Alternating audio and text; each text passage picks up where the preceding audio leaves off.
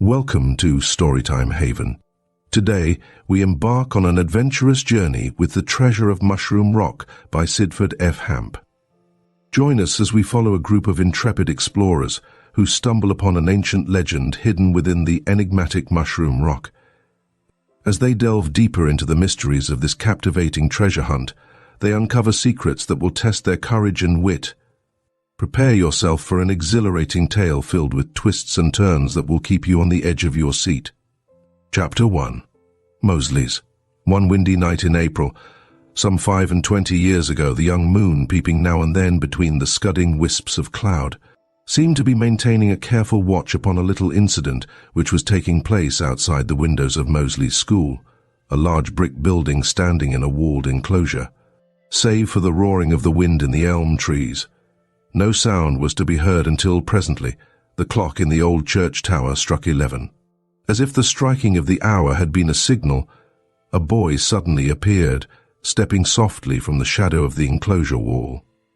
Picking up a small pebble, he cast it up at one of the windows.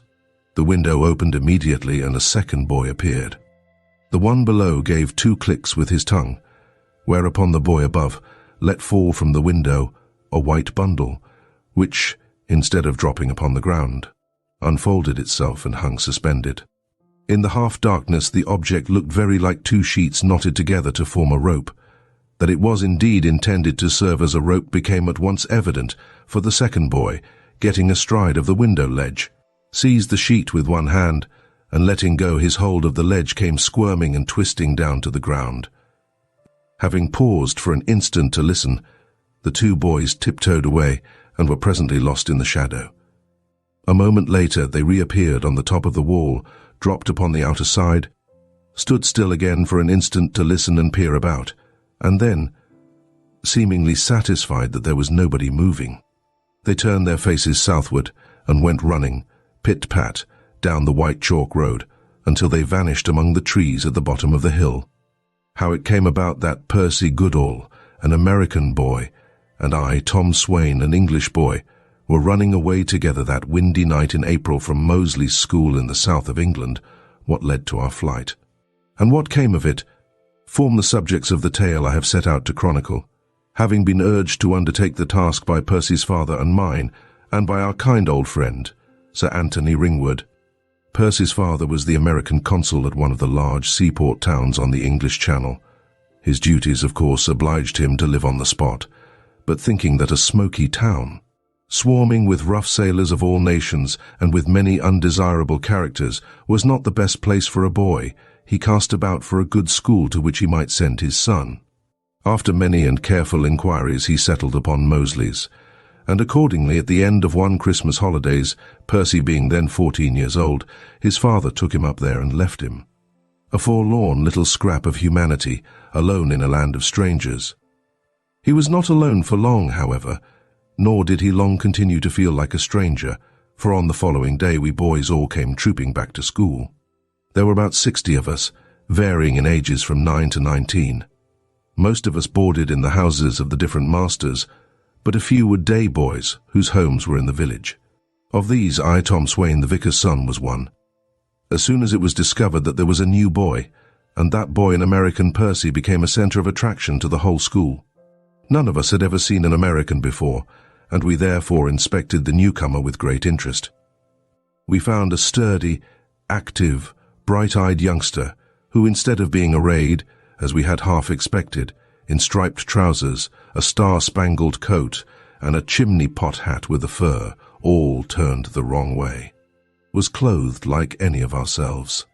In fact, except for the mispronunciation, as it seemed to us, of a few words, we could not see wherein an American differed from anybody else.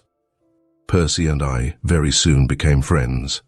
We had our desks next to each other in school, and we were put into the same class, occupying at first the 2 bottom places, an arrangement, however, which did not last very long, for Percy, as soon as he got the hang of things, to use his own expression, began to move up in the class, leaving me to occupy my accustomed place at the bottom by myself.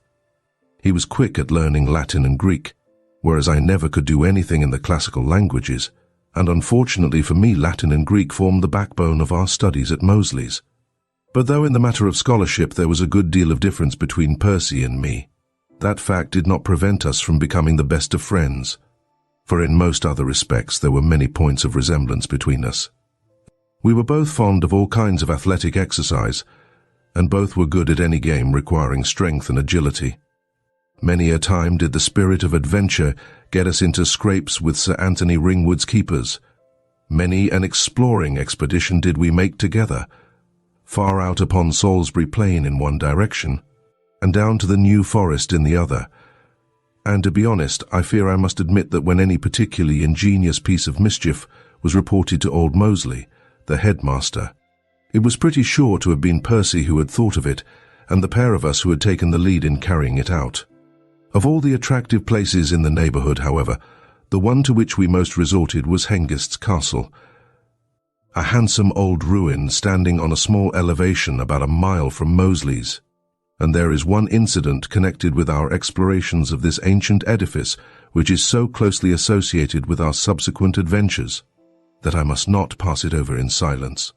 My father and mother took a great liking for my American chum. They admired his brightness and his transparent honesty, and both of them, my mother especially.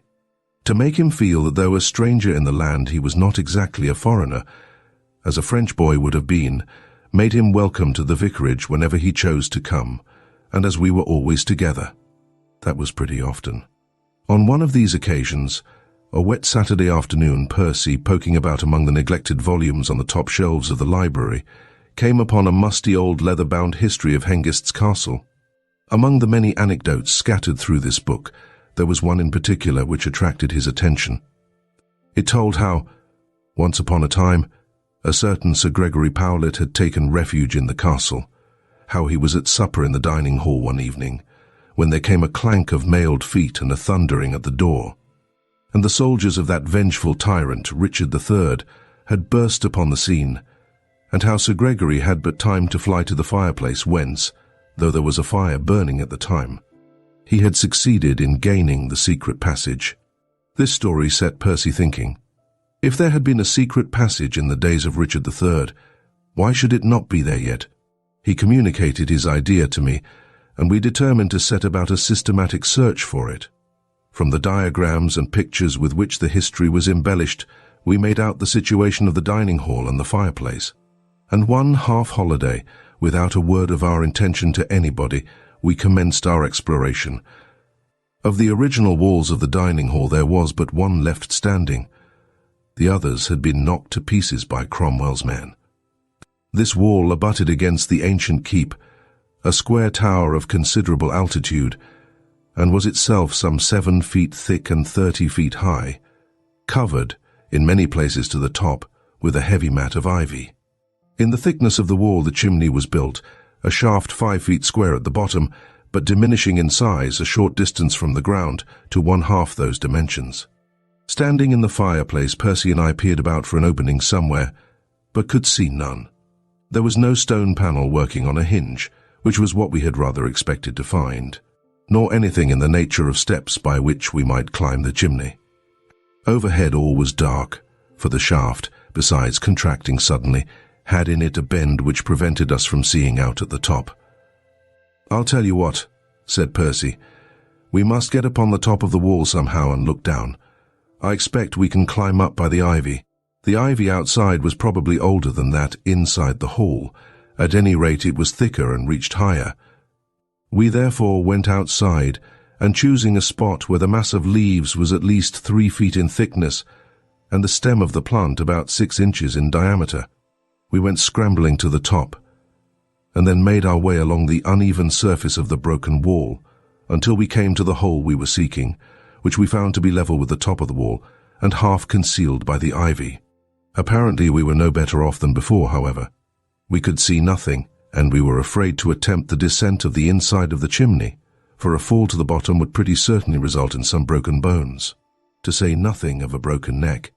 "Look here, Percy," said I. "Let us go back to the vicarage and bring up a rope. There is one in the gardener's tool house, I know, and then we will fasten it to something and climb down the chimney." This suggestion met with Percy's approval, and in half an hour we were back again, rope in hand. "Do you think you can hold it, Tom, while I go down?" asked Percy. "I don't know," I replied. "The rope is rather small, and it might slip through my hands. If we can take a turn with it round something, I could hold it then." After a short search we found, some distance below the top of the wall, a dressed stone embedded in the masonry and projecting about 18 inches into the dining hall. What it was there for we did not know, nor did we care, so long as it would serve our purpose. After 1 or 2 casts I succeeded in looping the rope under the stone, when, firmly holding one end, I sat down on the edge of the chimney with my feet braced against the other side and gave the word to Percy to descend. Having the rope to hold by, Percy found no difficulty in scrambling down the dark hole until his feet came against the uppermost of 3 little ledges built in the sloping wall of the chimney. Securing a firm foothold, he took from his pocket a fragment of candle, lighted it, and commenced spying up and down for an opening. None was to be seen. 3 of the walls, at any rate, were solid. He turned round on the ledge. There, close against his face, was a dark passage about 2 feet square, so cleverly placed in the overhanging wall as to be invisible either from above or below. "Tom." My name came booming up the chimney. "Hallo," I shouted in reply. "I found it." "Found what?" "The passage?" "Yes, right here. Can you see the candle?" "Oh, yes." "Well, it is right in front of me, but it is as dark as pitch inside. Wait a moment. I will reach in as far as I can and see if I can see anything." He did so, and immediately fluff out went the candle, and I heard him exclaim, "Hi, BRR, get out." "What is it?" I shouted. "Bats, a dozen of them. They flew right into my face." "I say, Percy," I called down to him, "can you stand without the rope?"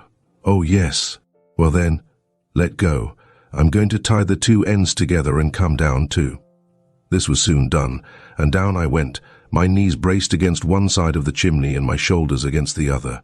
Standing upon the top ledge, while Percy stood upon the lowest one, I lit my candle, for we had annexed a couple of candle ends when we went down for the rope.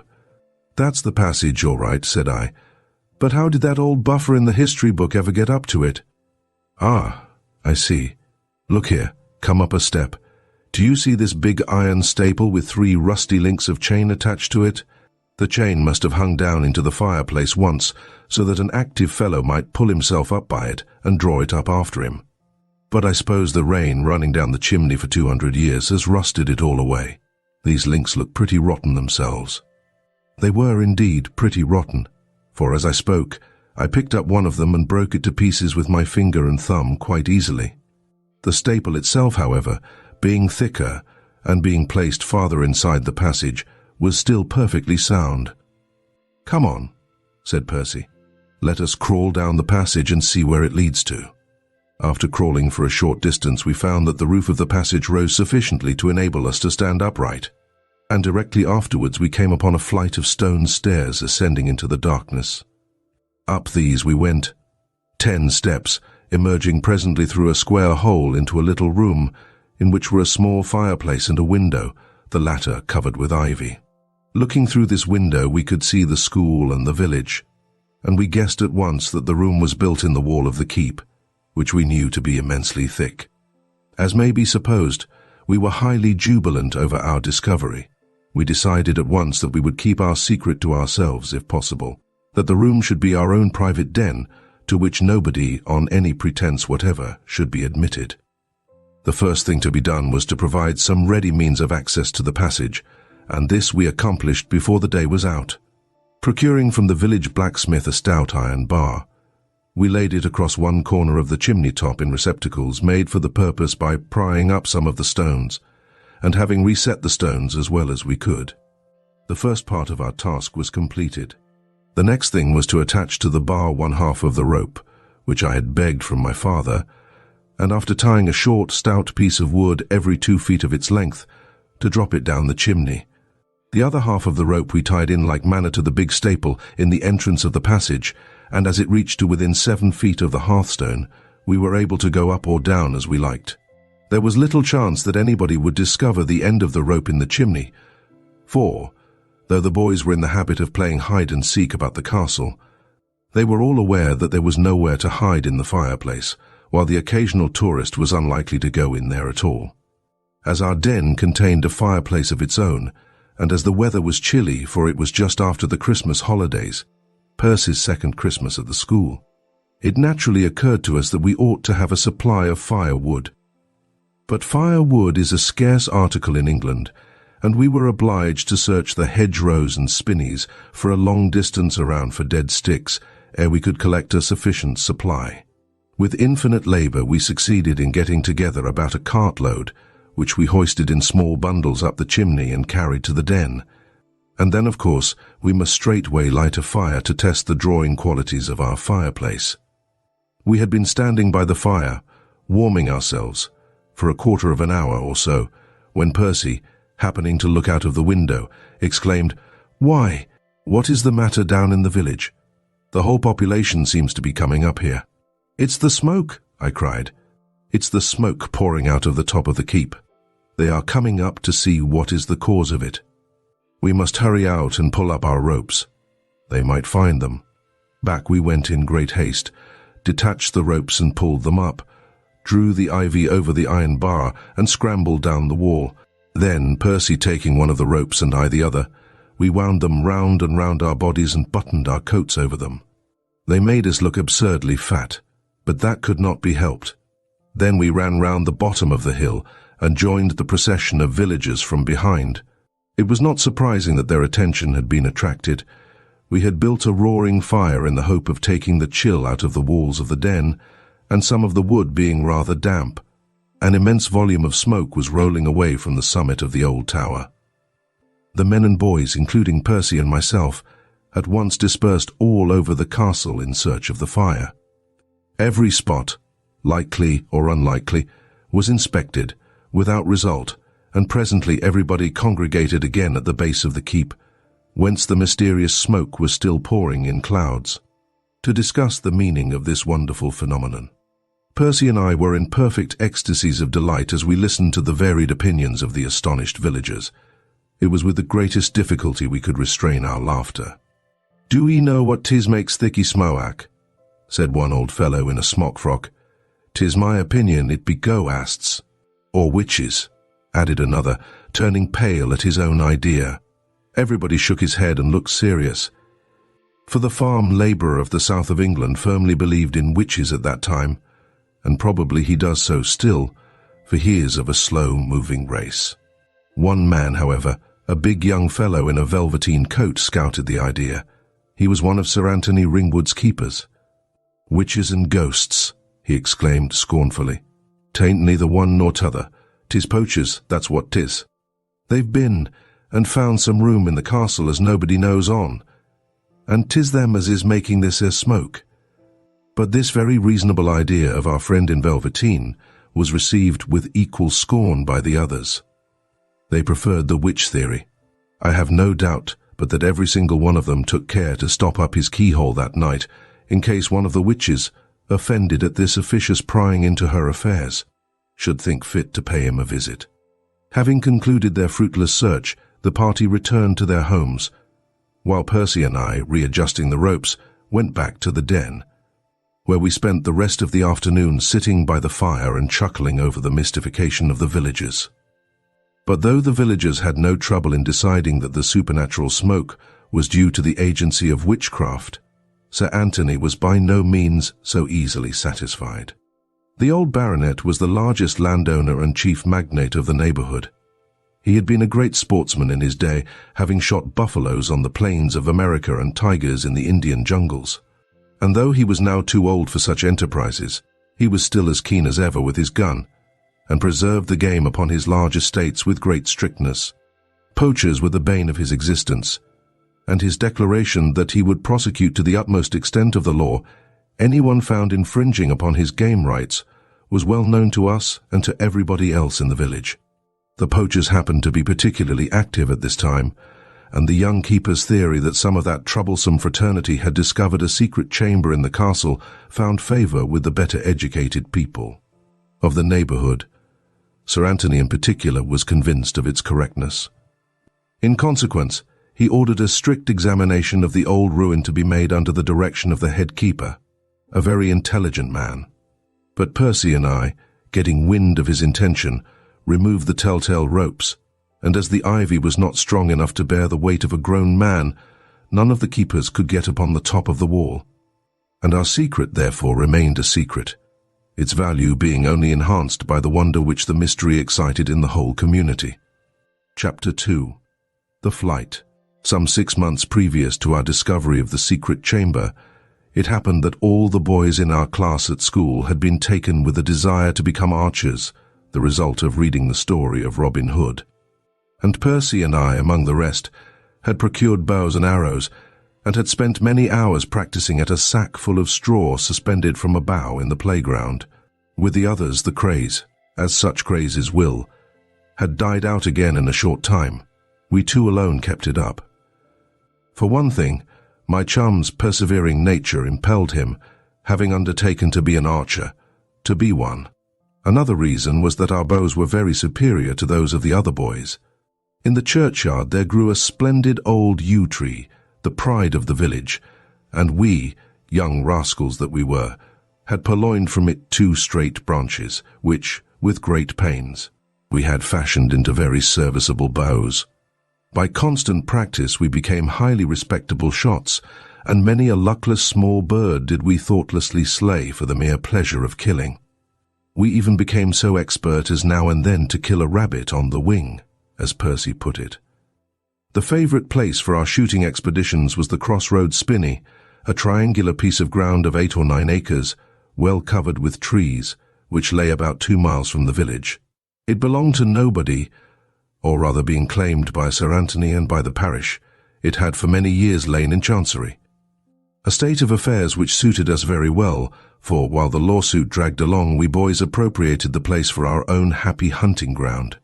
Bordering as it did upon Sir Anthony's best game preserve, it was a source of great annoyance to the old baronet that the title could not be settled, for many a pheasant flew over the wall to roost in the spinney, and very seldom did it ever fly back again. Somebody was sure to get it.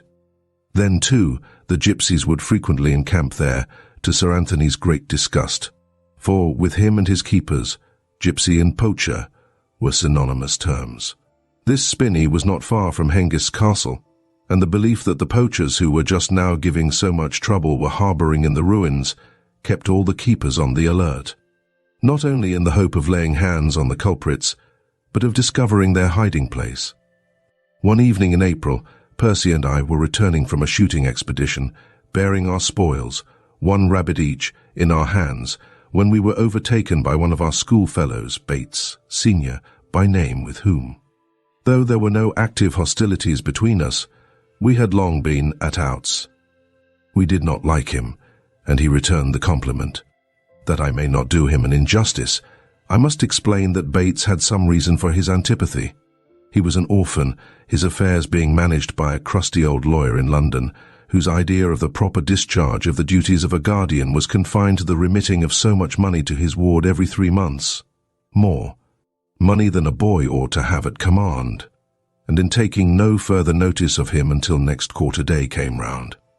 Bates was thus in a manner thrown upon the world to follow his own bent, and unfortunately for him, his bent had one very serious twist in it. He was a born gambler. Old Moseley was aware of his pupil's proclivities. He had found him out once in a horse-racing transaction whereby Bates had lost a considerable sum of money, and had warned him that at the next offence he would have to leave the school, a warning which seemed to have had the desired effect, for during some months thereafter Bates desisted. One day, however, Percy and I, ranging the woods in search of birds' nests, came suddenly upon Bates and a stranger seated on the ground with a handkerchief spread between them, shaking dice for shillings. The disconcerted gambler, when he saw he was discovered, sprang to his feet and advanced upon us with a threatening air, but though he was 3 years older and 3 inches taller than either of us.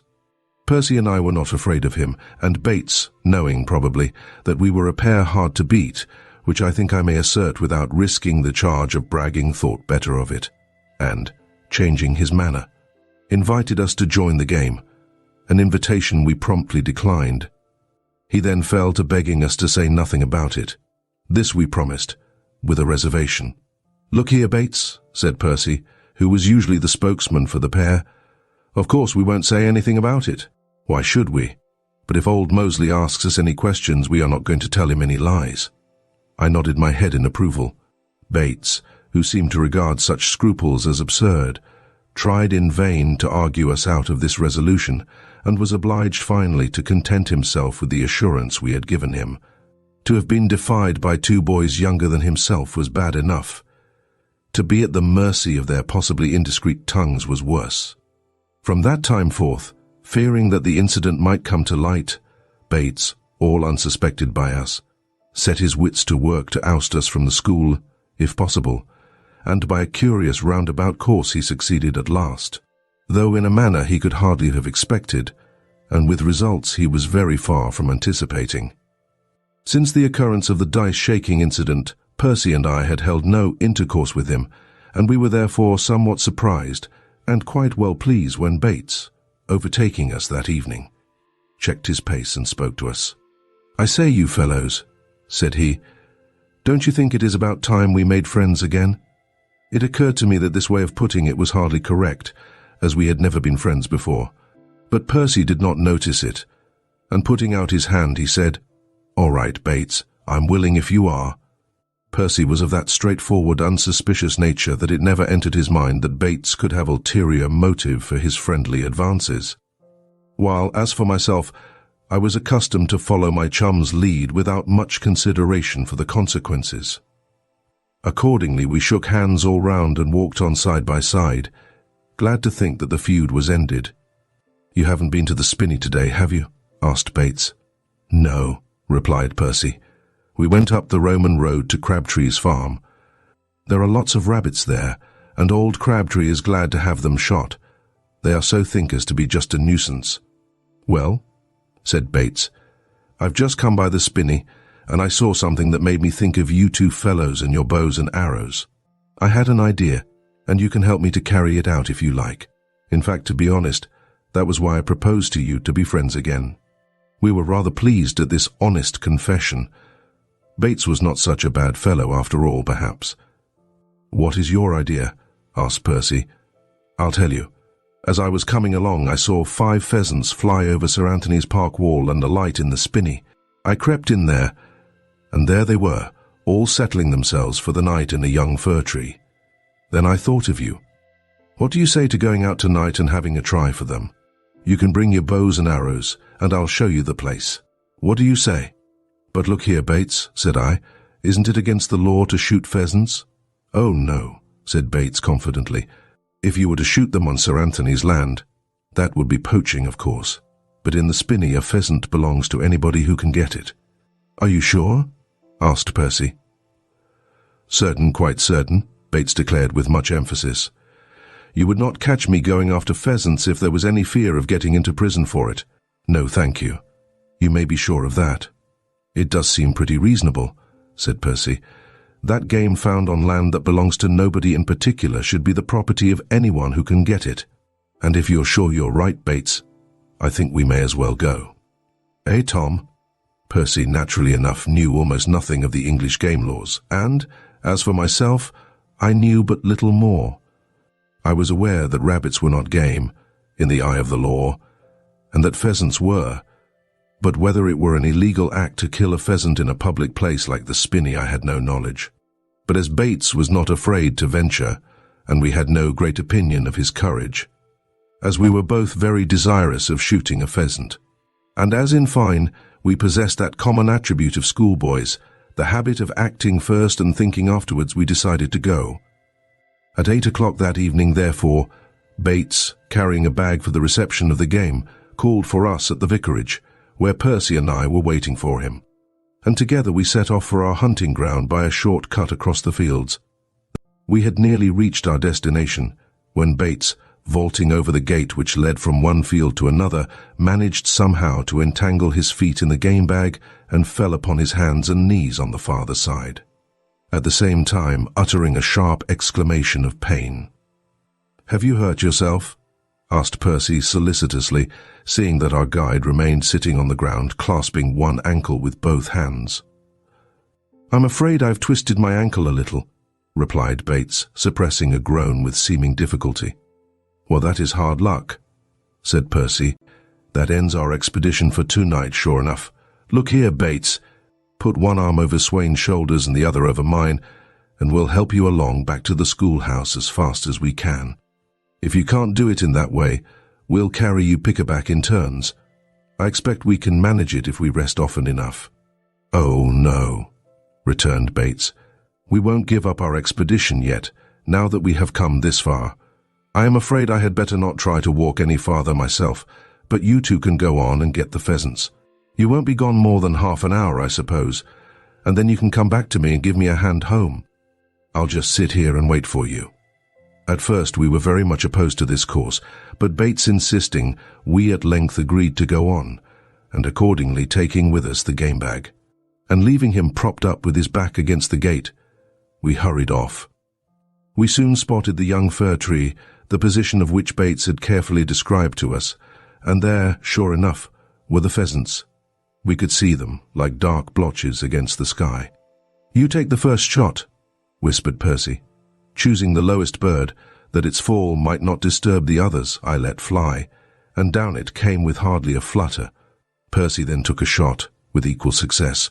We placed the two birds at the foot of the tree, and were stooping to pull out the arrows, when we were suddenly pounced upon from behind, and a voice in my ear. A voice strangely familiar said, "These are your poachers, keeper, caught in the act. Sir Anthony will give you a £5 note for this, you may depend." "Thanks to you, sir," said the keeper, who was holding Percy by the collar. "Bring the young gent along. They'll spend the rest of the night in the lock-up." My assailant transferred his grip to my collar, and I was then able to turn my head and look at him. It was Bates. "What are you up to, Bates?" I exclaimed, giving him a dig in the stomach with my elbow. "What do you mean by calling us poachers? You know perfectly well we are not poaching." "Oh, yes, you are, though," replied Bates, with a complacent snigger. "Are they not, keeper?" "Yes, sir," replied the keeper. "It was the big young man who'd helped the villagers in the search for our fire in the castle. They're poaching, sure enough." "'Tain't the first time neither, I'll lay a tanner." "What rot you are talking, keeper," I blurted out. "You know just as well as I do that this isn't Sir Anthony's land." "Ah, but it is, though," replied the grinning keeper, and Bates burst out laughing. "Perhaps you didn't know," said he, "that the Chancery suit was settled 3 days ago in favour of Sir Anthony. This spinney is part of his preserves now, and you are caught poaching, my fine fellows. You'll never see your native land again, my little Yankee," shaking his fist at Percy. "If you're not hung, you'll be transported for life." "Oh, this is fine. I think I've squared accounts with the pair of you now, you young beggars." Then the whole extent of Bates's villainy burst upon us. He had known of the settlement of the lawsuit, and he had pretended to make friends with us that evening solely with the object of drawing us into this trap. His twisted ankle was merely a part of the trick, contrived beforehand. I was so enraged at his unparalleled meanness that I squirmed around in his grasp, and seizing him by the arms, I set to work kicking his shins with enthusiastic vigor. This was more than Bates had bargained for. He hopped about, first on one leg and then on the other, struggling to break from my grasp and yelling to the keeper to come and help him. But the keeper was fully occupied in holding Percy, so Bates and I had it out between us. I hope I am not of a very vindictive nature, but I confess I long remembered with satisfaction the sound made by my stout English shoes as they cracked against the shins of the howling Bates. At length he broke away and fled, when I instantly ran to the assistance of Percy. Coming up behind the keeper, I seized him by the hair, pulling his head back so that his face was turned up to the sky. Down he came to his knees, and leaving his hold of Percy, he attempted to grasp me by the wrist. This, however, was just what I was expecting, and giving him a sharp push, I threw him forward upon his face. The next moment, Percy and I were out of the wood and scudding down the road. The indignant keeper was up, and after us like a shot. We could hear his heavy shoes coming, clip-clop, on the hard road behind us. We were just beginning to think we should outrun him when he blew a shrill whistle, in response to which 2 other keepers suddenly appeared in the road 100 yards ahead. They supposed they had caught us then, but they were mistaken. Without an instant's hesitation, Percy swerved to one side, put down his head, shut his eyes, and dashed at the quickset hedge which bordered the road. He burst halfway through, when a push from me sent him forward upon his hands and knees on the other side. I dived into the gap he had made, and Percy, seizing me by the arm, dragged me through, just as the young keeper came panting up behind. Away we went across country, heading straight for the castle, and after a smart run of nearly a mile, we dashed into the old dining hall, still 50 yards ahead of our pursuers. Calling to Percy to take to the chimney, I bolted through the arched doorway of the hall and scrambled up the ivy, reaching the top in time to see the young keeper pop into the fireplace down below. He had evidently seen Percy go in there, and supposed he had caught him as in a trap. Great was his surprise, therefore, to find the place empty. Soon Bates and the other 2 men came up, and as I lay on the top of the wall peeping over, I could hear their conversation. "Gone up the chimney, have they?" said Bates. "Then they can't escape. They will have to come down again sometime. I'll tell you what it is, men. These are the poachers who have been making this smoke that has been puzzling everybody so much. They have found some secret chamber up the chimney here. I wonder what Sir Anthony will say when he hears who it is that has been stealing his pheasants so long." "He'll prosecute 'em, sir. You may depend on it," said one of the keepers. "He told me, only this morning, he didn't care who it was. He'd prosecute 'em to the full extent of the law. I hope he will. They deserve it. The young rascals. Look here, men." Bates and the 3 keepers fell to whispering together. I could no longer hear what was said. Presently they withdrew to either side of the fireplace and stood motionless, except that Bates occasionally rubbed his shins. It was plain that they expected that, if they kept quiet, we, supposing they had gone, would come down to be pounced upon. I put my face over the opening of the chimney and gave a click with my tongue. Percy answered the signal, and then I whispered to him to come up. Soon his head appeared, and creeping out of the hole he pulled up the rope and laid it on the wall. "Did you pull up the other rope?" I asked. "Part way. I lodged it on one of the ledges below the passage." "What are they doing down there?" "Waiting for us to come down." We peered over the wall. Seemingly the enemy had already tired of waiting, for they were holding another whispered consultation, which resulted in the disappearance of 2 of the keepers into the fireplace. Presently we heard a muffled voice exclaim, "There's a rope up here. Give me your stick, Andrew, and I'll hook it down." Bates and the remaining keeper immediately crowded into the fireplace, and we, listening down the chimney, heard a scrabbling and a scuffing, and then a light appeared, and the same voice said, "Here's a passage. Here's 3 candles and a half, and candle grease all along. That's where they've gone. I'm a-going to crawl in there." "Hold up a bit, Jim," the young keeper called out. "I'm coming too." "So will I," cried the other, whose curiosity was excited by the discovery of a passage. And, "So will I," cried Bates, who did not choose to be left alone in the shadowy old ruin. There was a great deal of scuffing and scraping, and we too, lying flat on the wall with one eye each over the edge of the orifice, saw 4 pairs of heels alternately kick and struggle and finally disappear down the passage. "Come on, Percy," I exclaimed. "Let us get down the wall while we can." "Wait a bit," he replied. "There's something else to be done first." To my surprise, he let down the rope and vanished into the chimney again. He was back in a minute, however, and pulling up the rope. He sprang to his feet and cried, "Now we're all right. They won't catch us tonight, I think." "What did you go down for?" I asked. "I cut the other rope and dropped it into the fireplace. Instead of the enemy catching us, we had caught the enemy."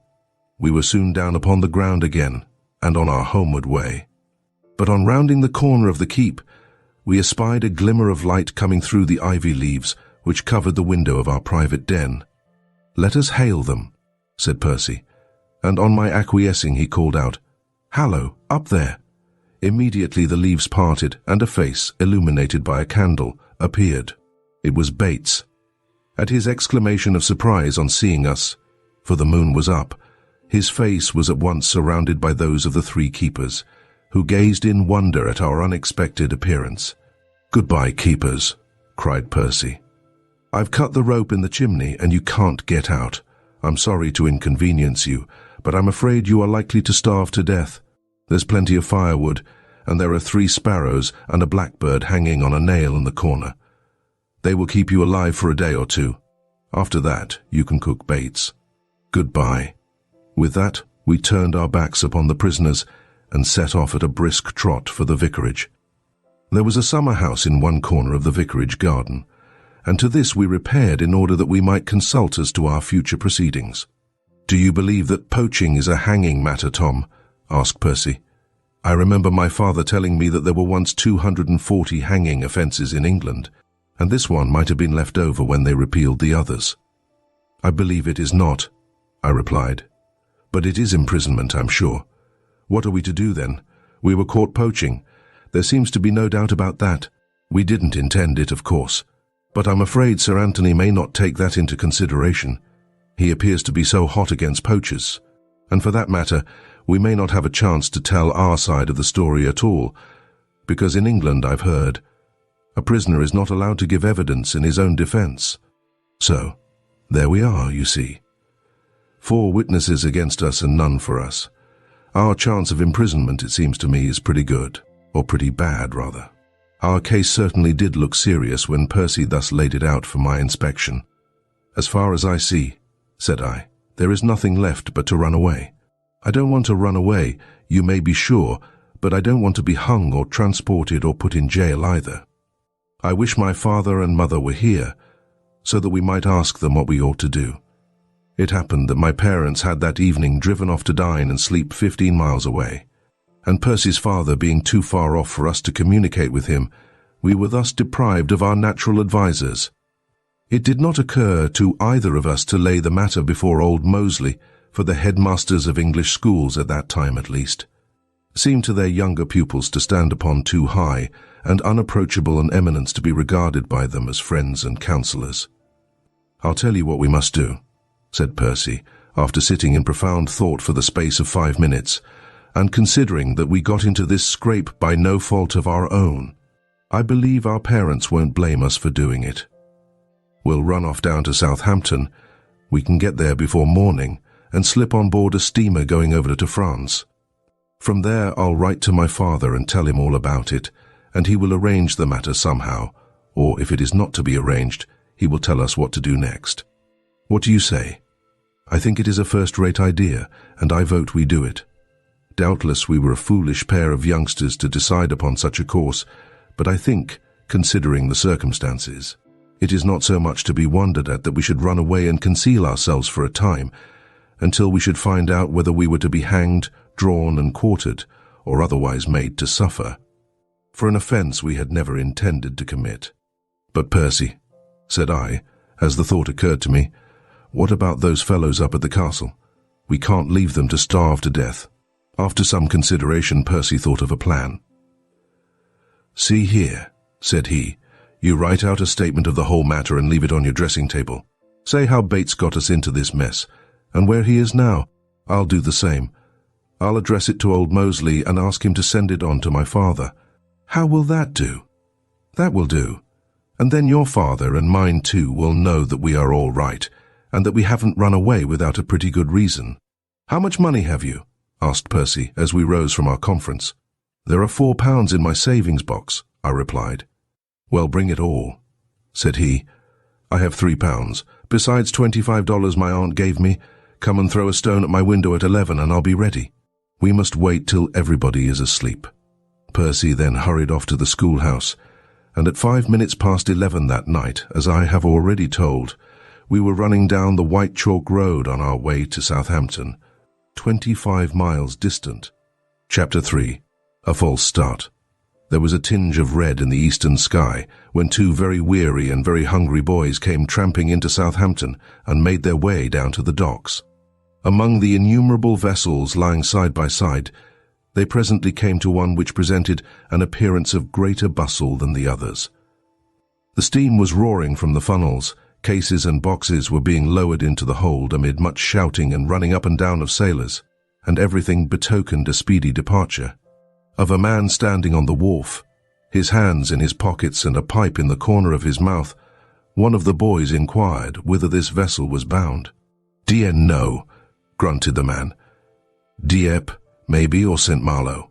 When does she sail? Asked the boy again. High tide. 'Bout an hour. Thank you, said Percy, who had asked the questions, and then, turning to me, he suggested that we had time to go and get some breakfast. In a greasy little den by the waterside, we managed to make a very hearty meal, for we were too hungry to be particular, and in half an hour we sallied forth again much refreshed. Somewhat to our consternation, as we issued from the house, we ran plump into the arms of a big policeman, who eyed us, as we thought, with suspicious keenness. But as he did not address us, we walked back to the vessel, to which a gangplank had now been run out. There did not appear to be many passengers going aboard, but among them we noticed a large family, father and mother, 3 daughters and a son, awaiting their turn. And joining ourselves to this party, we walked on board with them, apparently without exciting any suspicion. If any of the officers thought anything about it at all, they probably supposed we were coming to see the rest of the family off. We went at once down to the saloon and, walking up a long passage toward the stern, tapped at the door of one of the staterooms. There was no answer, so, opening the door, we peeped in. "This will do, Tom," whispered my companion. "See, the beds are not made up. This cabin is not taken." We slipped in, shut the door, and crawled beneath the berths on either side. For the time, at any rate, we were safe. During the long walk of the night, before we had discussed a plan of action, and had decided that, instead of paying for our passage before starting, we would get on board and hide, if possible, in order to avoid unpleasant explanations until it should be too late to send us back, in which design we had succeeded more easily than we had ventured to hope. In about half an hour we heard a bell ring. Somebody called out, "Any more for the shore?" And not long afterwards, with a suddenness which made us jump, there came, just under our heads apparently, a chug, chug, chug, and a splashing of water which notified us plainly enough that we had started. Presently, from the slight motion of the vessel, we guessed that we were clear of the docks and were steaming down between the Isle of Wight and the mainland. This motion continued for a long time, and then the boat suddenly heeled over and rolled back with a creaking of timbers and a slamming of doors which proclaimed the fact that we had rounded the Needles and were out in the English Channel. "Percy," I whispered, "I wonder what they are doing at home now.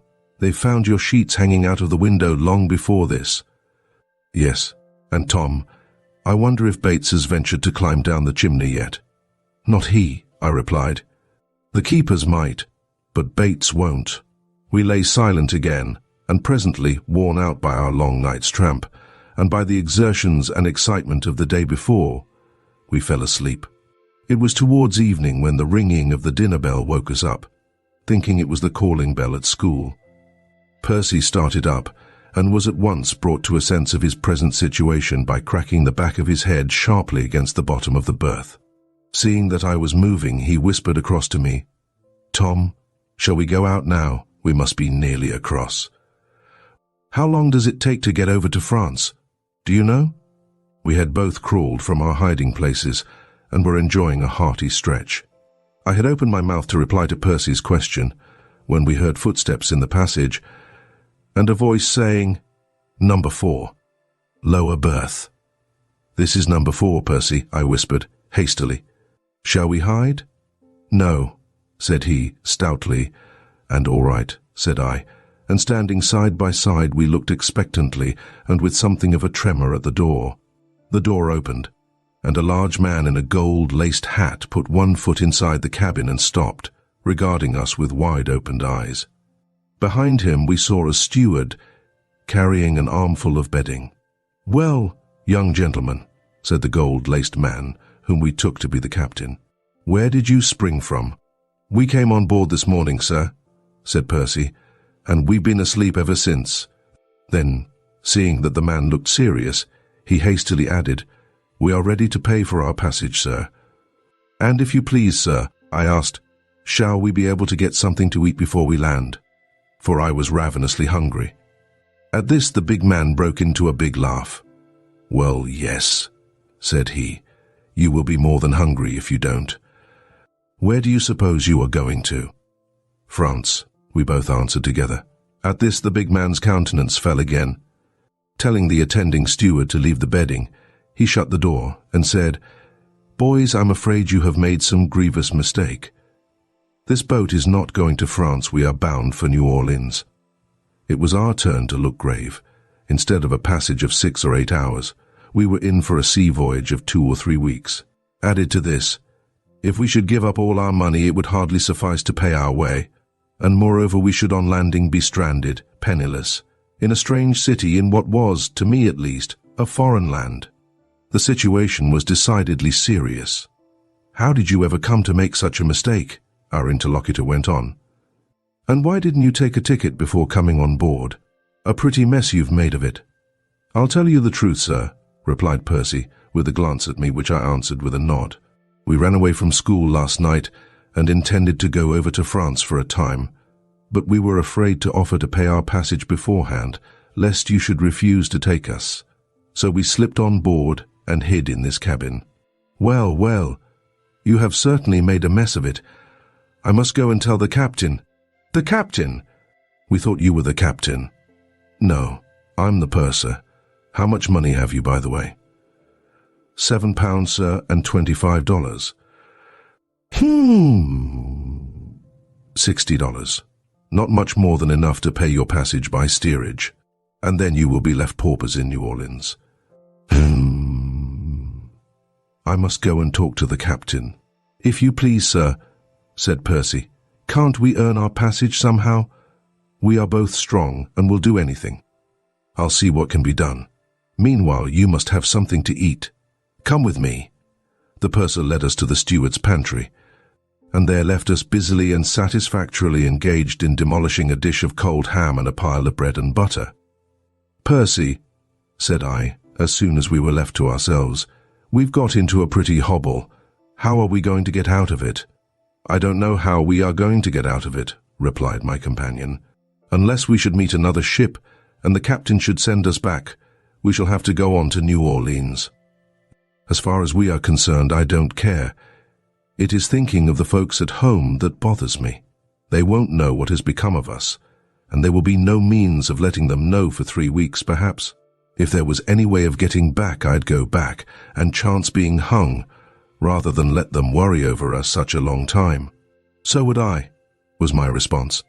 "It would be quite a pleasure to meet a policeman if he would guarantee to send a message home to say we were all right. Though we were, perhaps, rather a harum-scarum pair of youngsters, we were not altogether graceless." We were very sincerely troubled about this matter. As it happened, however, our trouble was superfluous. Though we were not made aware of the fact until long afterwards, it may be well to say at once that our parents had already found out where we were, and, knowing that we were well capable of taking care of ourselves, so far from being overwhelmed with anxiety on our account, they were almost disposed to chuckle over the predicament in which they guessed we must be. If only we could have known this, what a difference it would have made to our comfort. But 2 healthy boys cannot long remain in a doleful frame of mind, and under the genial influence of the cold ham we presently began to brighten up. "That purser is a jolly old buffer," said I. "I only hope the captain is half as good a fellow. Suppose they let us work our passage, what shall we do when we get to New Orleans?" "I've been thinking about that," replied Percy. "First of all, as soon as ever we set foot on shore, we must telegraph home, if it takes every cent we possess. Then, I propose that we take one of the big river steamers up to St. Louis, working our passage, if they'll let us, and from there turn eastward, ride as far as our money will take us, and walk the rest of the way to Philadelphia.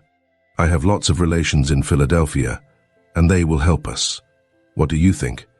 I readily acquiesced in Percy's plan, as indeed I should have done in any other he might have proposed. It was not likely that I should be able to contribute any valuable suggestions on the subject, for my knowledge of American geography and American distances was quite microscopic in its littleness. Of St. Louis I had never heard before, while as to the other 2 cities, I knew that one was somewhere in the south and the other somewhere in the east, and that was all. How far apart they might be I had no idea. It was well we settled upon a plan of action while we had the chance, for, as it happened, we were destined to have few opportunities of conversing during the rest of the voyage. One of the stewards presently came in with a message from the purser to say that the captain could not see us until next day, and that he, the steward, would find us a bed. Accordingly, after going on deck in the forward part of the ship to get a breath of fresh air for half an hour, we went to bed and slept soundly until next morning. Soon after breakfast, our friend, as we had come to regard him, the purser came and told us to follow him to the captain's cabin. It was with a good deal of apprehension that we entered the sanctum of the monarch of this little floating kingdom. But as there was nothing else to be done, we plucked up such courage as was left to us and stepped over the threshold. The captain was a grey-haired, clean-shaven little man, with a keen eye and a quick manner. He looked up as we came in. "Oh, these are your stowaways, are they, Mr. Purser?" said he. "So you have run away from school, have you, you young scamps? Do you know I could put you in irons and take you back to Southampton if I chose? I'm not sure but that I ought to do it. How am I to know that you are not running away from the law?" At this accidental shot, Percy and I felt very uncomfortable, perceiving which, and supposing that he had hurt our feelings, the captain changed his tone. "Well, well," said he good-naturedly, "I don't think that. Your appearance is in your favour. You look like an honest pair of youngsters. So you want to work your passage, do you? Is either of you any good at figures?" "Yes, sir," said I, brightening up in a moment, and pointing with my thumb at Percy. "Goodall here is a regular nailer." "Oh, Goodall is a regular nailer, is he?" repeated the captain, relaxing into a smile. "Well, Mr. Purser, suppose you take this nailer and set him to work in your office. Keep him tight at it, make him earn his passage, and you great hobbledehoy to me, what can you do? Your hands are more use to you than your head, I'll wager." I suppose my wits were somewhat confused by this sudden address. At any rate, after a moment's consideration, I commenced the enumeration of my capabilities by saying thoughtfully, "Well, sir, I'm a pretty good shot with a bow and arrow," to which absurd reply both the captain and the purser burst into peals of laughter. "How old are you, boy?" asked the former as soon as he had recovered his powers of speech. 16, sir." 16? I thought you were 18. Are you willing to shovel coal for a living for the next 2 weeks? "Yes, sir," said I eagerly. "Very well, then. The chief engineer tells me, Mr. Purser, that one of his firemen is laid up with a sprained wrist, so find this boy a suit of overalls if you can and turn him loose in the boiler room. It is a good hot job, and it will take off some of his flesh. He's a deal too fat. Now, get along with you, you young scamps, and mind you behave yourselves." "Well, boys," said the purser after we had retired, "you have come out of that scrape pretty well." "Thanks to you, sir, I expect," said Percy. "I put in a good word for you, I admit," replied our big friend. "I was pleased with the way you spoke up last night. Now I must see to putting you to work. Come along."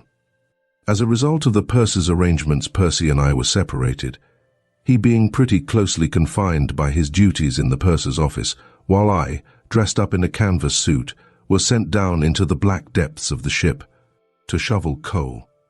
It would be needless repetition to go into all the details of our voyage, every day being but a counterpart of the day before.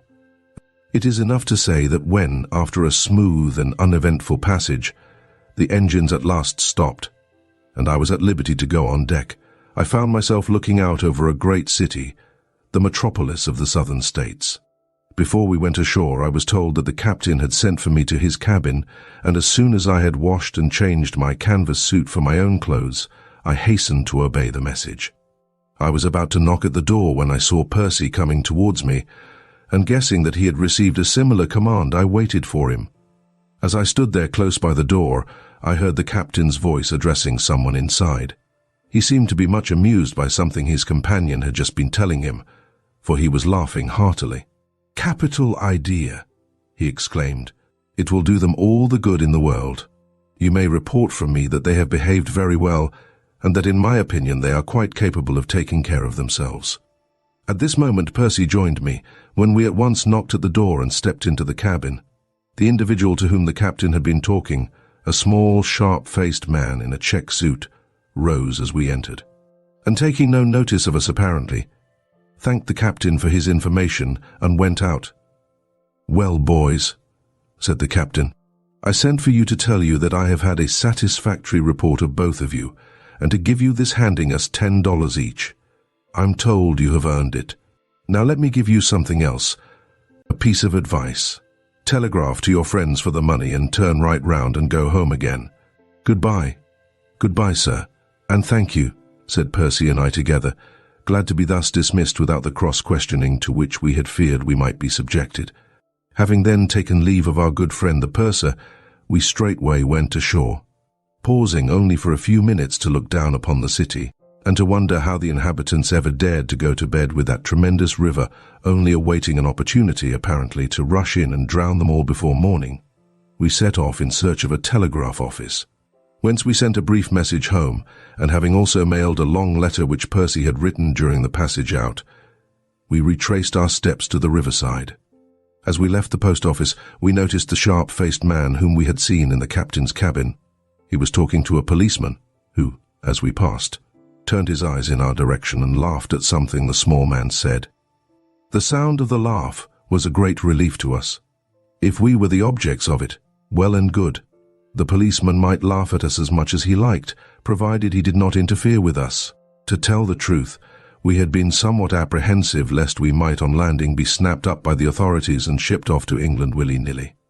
Among the many steamboats of extraordinary shape, as they seemed to me, lying along the levee, we soon found one about to start up the river. And stepping on board, we addressed ourselves to one who appeared to be an authority he maintained, seemingly, by the use of a copious and needless flow of profane language. "Well, what do you want?" asked this personage, turning upon us as though he had been a dog, and we had come to steal his bone. We stated our desires and our qualifications, with the result that we both secured places as roustouts, and thoroughly disgusted were we both with our tasks, long before we reached St. Louis. It was not so much the nature of the work to which we objected, nor was it to the society of the Negroes and poor whites with whom we were herded.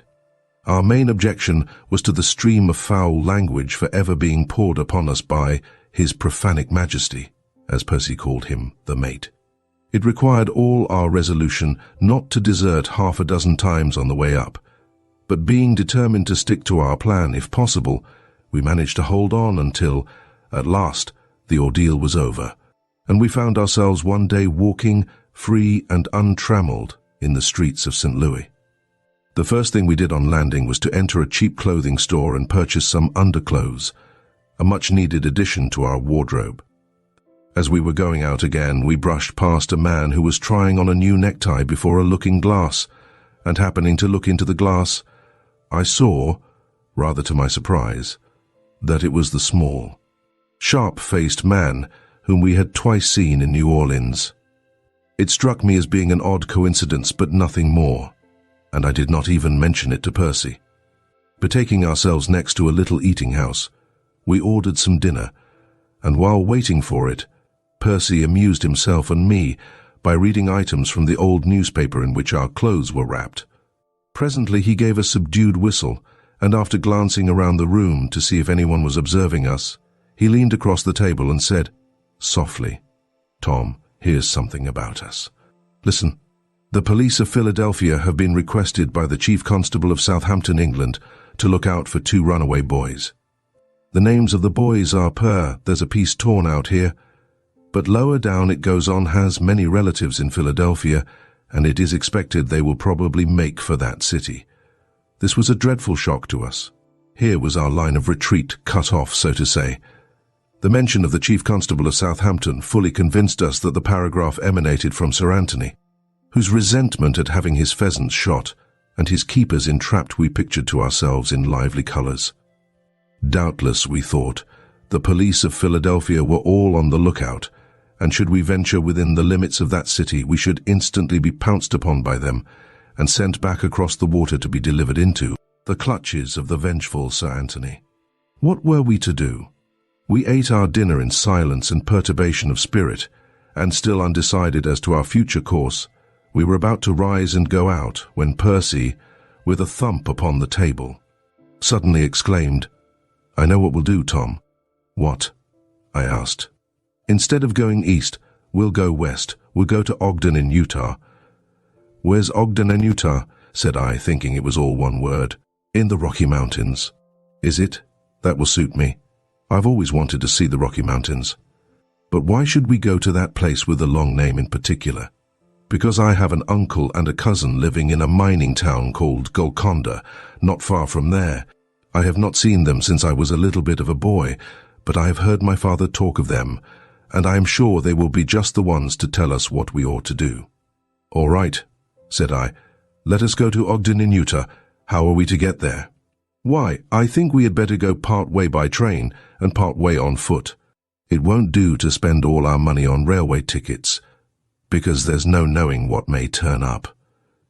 We will go by train as far as we think we can afford to go, and walk the rest of the way to Ogden. Ogden in the territory of Utah, you old stupid. Very well, said I, nodding my head in approval. We'll go to Ogden in the territory of Utah. How far do you suppose we shall have to walk? I can't say for certain, of course, until I see how far our money will take us, but 500 miles, perhaps, possibly more. Phew, I whistled. That is something like a walk. Never mind. We'll do it. We'll go to the territory of Ogden in Utah if we have to hop. Chapter 4.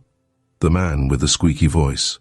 Little did we realize the magnitude of the task we were undertaking when, having first written home to explain our reasons for this sudden change of plan, we betook ourselves to the railroad station and started, with fairly clear consciences, on our westward course.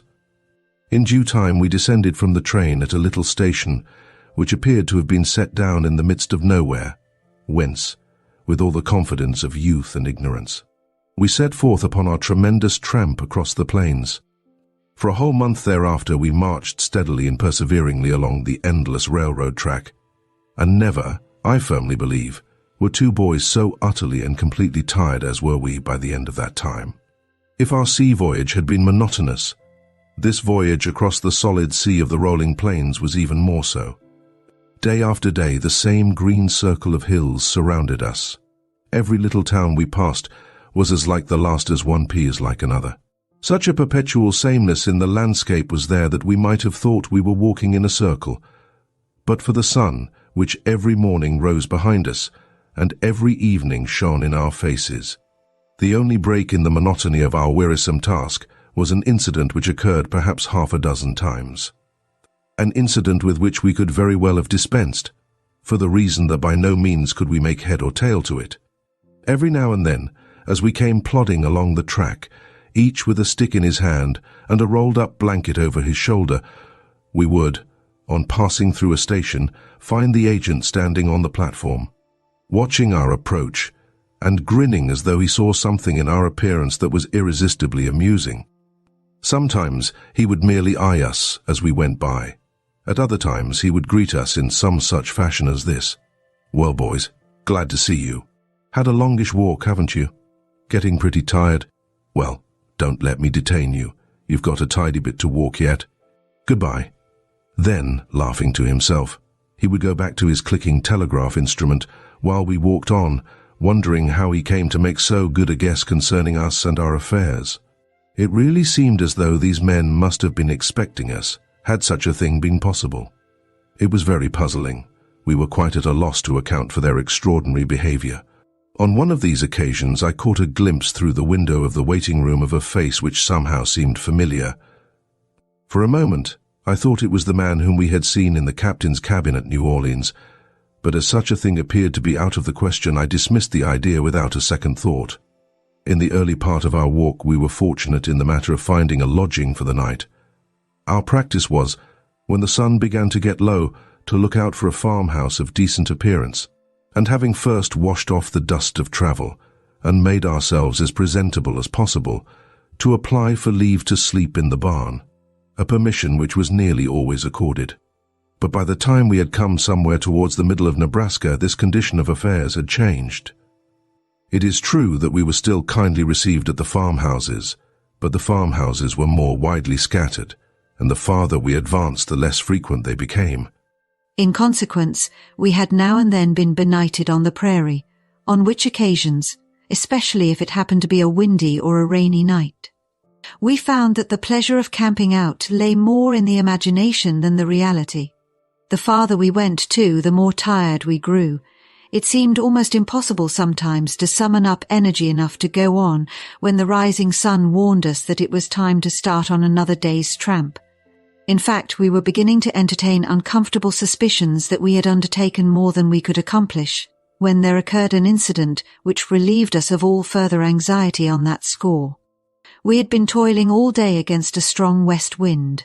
The sun had gone down an hour ago. We were out on the wide open plain, with never a house in sight and thoroughly weary. We had decided to camp in the first sheltered spot we could find, when we came upon a small trestle bridge spanning a narrow but deep gully. Across this bridge we had walked in order to get under the lee of the creek bank, when, looking back, we saw on the side we had just left a little tumble-down cabin. We at once retraced our steps, and scrambling down the side of the gully, we approached the building. It was evidently very old. The door was gone, the mud filling had all fallen out, while of two bunks built against the end wall, one above the other, the upper one only was sound. Poor as this shelter was, it was better than none, and we at once decided to take up our quarters there for the night. We were too tired to go and hunt for firewood in the dark, so, unwrapping from a greasy newspaper some slices of cooked ham which we had purchased that morning, we made a chilly and comfortless meal, and then, having re-wrapped and re-pocketed the remnants of the ham, we climbed into the crazy upper bunk, rolled ourselves in our blankets, and were soon sound asleep, in spite of the insinuating draughts, and the trembling of the rickety old structure before the assaults of the blustering wind. How long we had slept we did not know, when we were awakened by the sudden entrance into the cabin of several men, who, unconscious that there were any listeners, began talking together in loud, rough voices. With an instinctive feeling that it would be better for us to remain undiscovered, Percy and I lay silent, wondering what could have brought these men here at this time of night, and why they should carry on their conversation in the dark. We very soon found out. "What time does she come along?" asked one of the men. She's due at the water tank in an hour. That'll give us plenty of time. Now which are we going to do? Signal her and go through the mail and express cars and the passengers. Or pull up a rail and let her take a header through the trestle. Pull up a rail, growled a third voice, and a very remarkable voice it was too. The man began his remarks in the deepest bass, but after 2 or 3 words his voice broke and went off into a thin treble pipe. It was a voice, once heard, never to be forgotten. "Pull up a rail," said the man. "That's the surest way by long odds. We'll pull out the spikes and take off the fish plates and tilt the rail a bit, and she'll jump the track sure. Then 2 of us'll go through the express car while the other 2 goes through the passengers, them as isn't killed." At the disclosure of this villainous scheme, Percy and I quaked with fear. Our bunk was not so high, but that a tall man could overlook it, and should one of them strike a match for any purpose he could hardly fail to discover us, and discovery, we had little doubt, would mean death. For that they should feel any compunction at putting 2 witnesses out of the way was not to be expected of these ineffable rascals, who, for the sake of a few dollars, were planning in cold blood the murder of an unknown number of innocent people. "That's the way we'll fix it," continued he of the squeaky voice, clapping his hand upon the edge of the bunk close to my face, and making me start so that my heart seemed to go off like an alarm clock. "And see here, boys, after we've tilted one rail, we may as well put in the rest of the time pulling out the spikes all along the lower side of the trestle, so as to make a sure job of it. While 3 of us is doing that, one can keep watch on the hill for the headlight, 'cause we won't be able to hear her coming up against this wind, and when he gives the word, we'll hustle back to this old shanty. That's a good scheme. Come on. Who's got them tools? Me. Bring 'em along then, and let's get to work." To our infinite relief, the 4 villains filed out of the cabin, and the sound of their retreating footsteps was quickly lost in the whistling of the wind. After lying quite still for a moment, I ventured to move enough to enable me to peep through one of the small openings in the wall. In the dim light, for, though there was a full moon, the sky was obscured by a thin layer of cloud, I could see the men walking one behind the other down towards the bridge.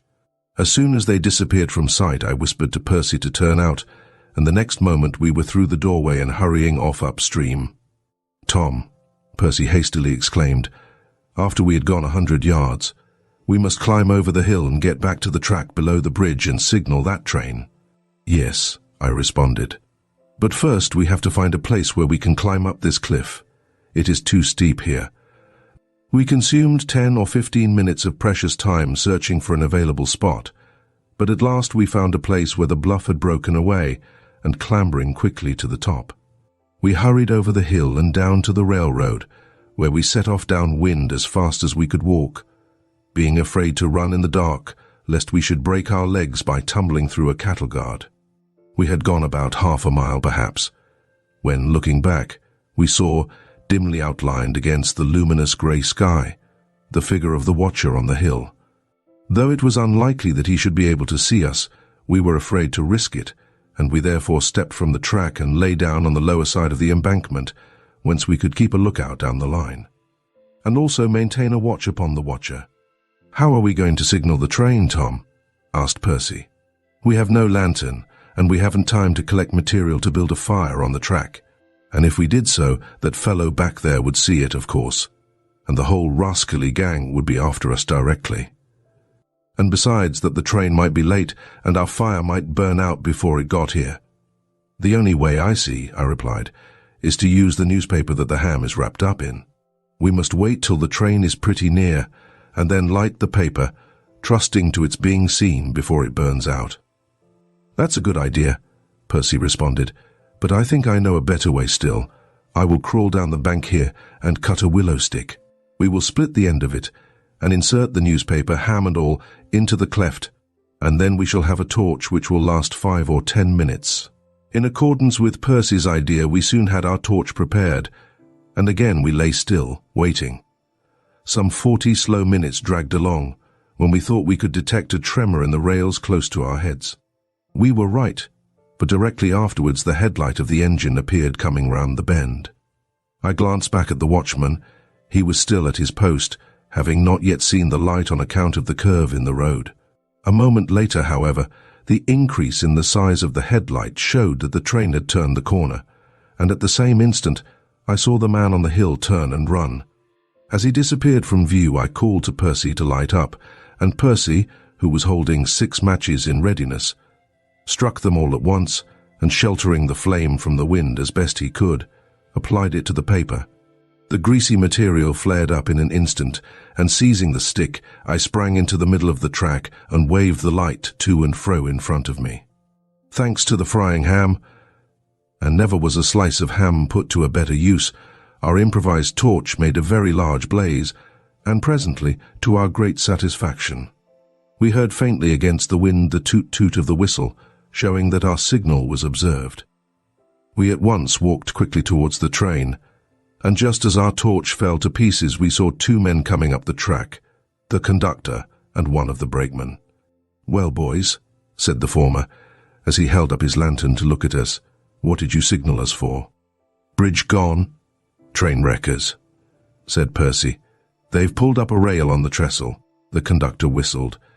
"How did you come to know of it?" he asked. "We heard them laying their plans about an hour ago, and so we hurried down the track to stop you." "How many of them?" asked the brakeman. 4. They are waiting for you in a little cabin near the bridge." The 2 men nodded to each other. They evidently knew the place. And then the conductor, telling us to follow him, led the way back to the train. At the engine he stopped, and addressing the engineer said, "George, these boys report a gang of train wreckers. They've pulled up a rail on the trestle. They are waiting in that old cabin up the gully, and I'm going into the smoker to see if I can't arrange a little surprise party for them. When I give the signal, you go ahead slowly." "All right," replied the engineer. "And say, Barclay, see if you can borrow a gun for me. I'd like to take a hand in this little expedition of yours myself." The smoking car was pretty full of passengers, most of them big brown-faced fellows, miners and stockmen on their way to the mountains. They were lying about on the seats in all sorts of contorted positions, trying to get a little sleep, but no sooner had the conductor in a loud voice reported our story than the scene changed as if by magic. Each one of these peaceful citizens appeared to have a big revolver concealed somewhere within easy reach, and about 20 of them instantly volunteered to take a share in the proposed surprise party. The signal, therefore, being given, the train moved on towards the bridge. In about 5 minutes it stopped again, and the conductor, with an extra revolver in his hand, stepped from the car. Followed by his volunteer posse, we boys wisely remaining behind. For half an hour the trainmen and all the other occupants of the car stood around the panting engine, whispering together and waiting for a shot. No shot came, however, and presently we saw the party coming clambering up again from the gully. We looked in vain for prisoners. They were returning empty-handed. Without doubt the robbers had taken alarm and fled, for the posse had found no sign of them about the cabin save the marks of their boots in the dust and an odor of bad tobacco.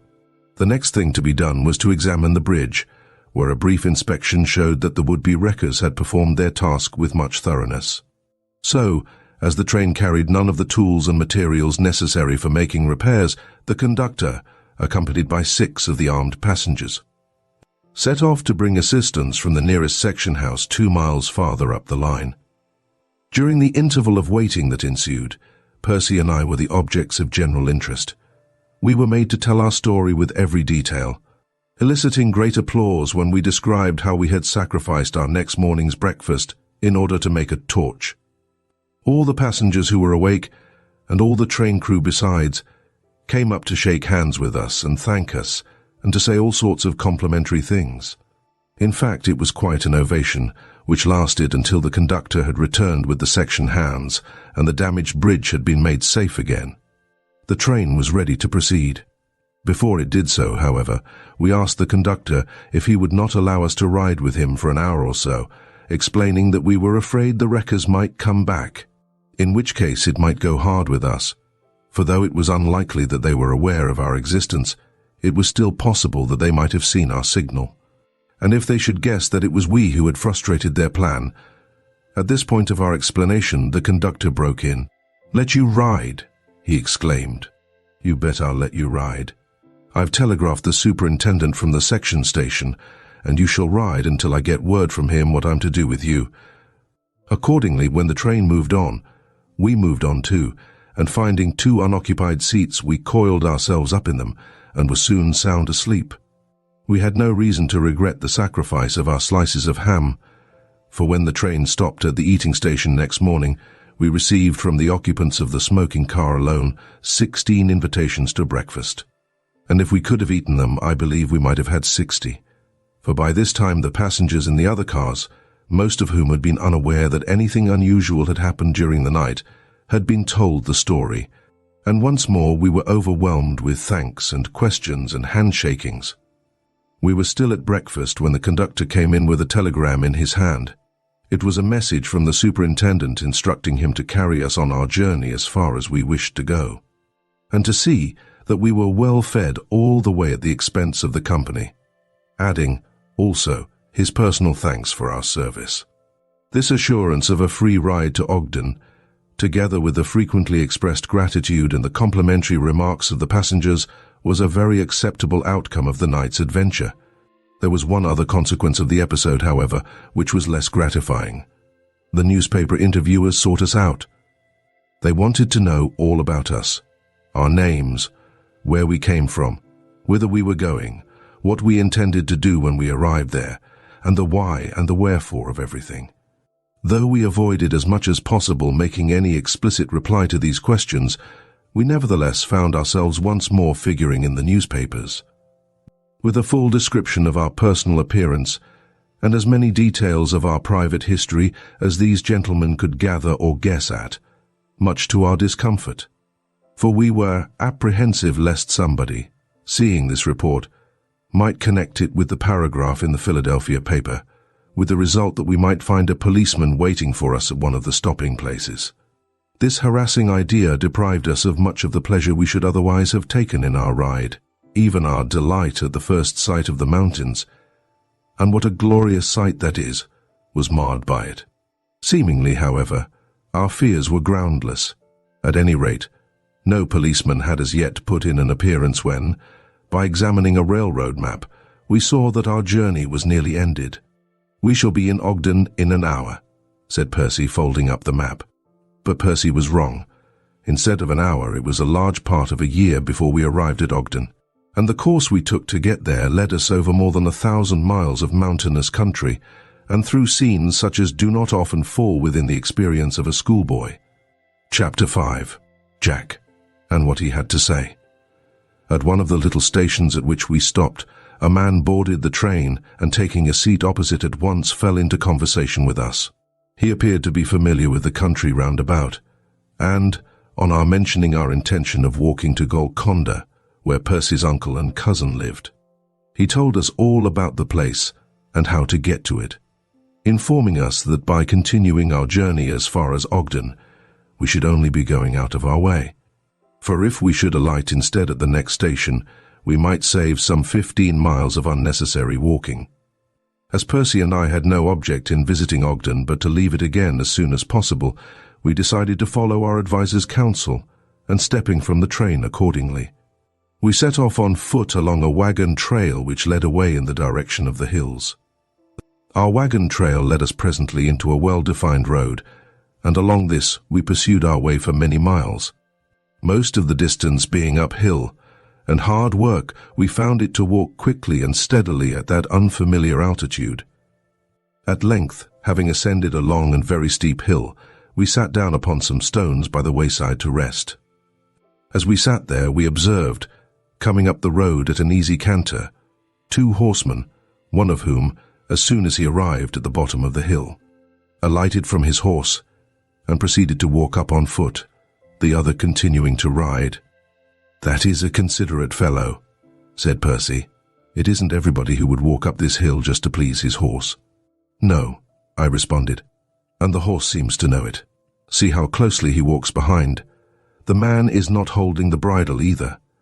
As the travellers came up the hill, we observed that the one on foot was a tall young fellow of about 20, brown-faced and grey-eyed, with a firmness about the mouth and a thoughtfulness of expression not usual in one of his age. But the other, to my great astonishment, the other was the small, sharp-faced man of whom I have made mention on 2 or 3 previous occasions. How came he here? Had his presence anything to do with us? Before I could come to any conclusion or say anything to Percy on the subject, the pair came opposite to where we sat and stopped. "Good morning," exclaimed the young fellow, mopping his face with his handkerchief. "Pretty hot, isn't it? Which way are you going, up or down?" "Up," replied Percy. "We are on our way to Golconda. Do you happen to know the place?" "Oh, yes." "Very well. I live there." "Do you? Then do you know a gentleman there named Harding, or his son, Jack Harding?" "Yes," replied the stranger.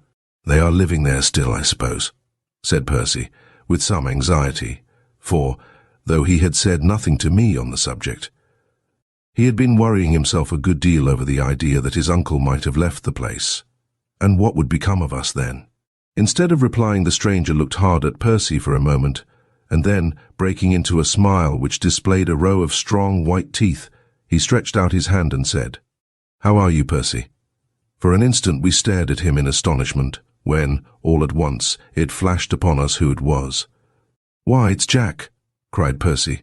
"It is you, isn't it, Jack?" "Yes, it's me all right," replied Jack, forgetting his grammar for the moment. "And this is your English friend, Tom Swain, of course."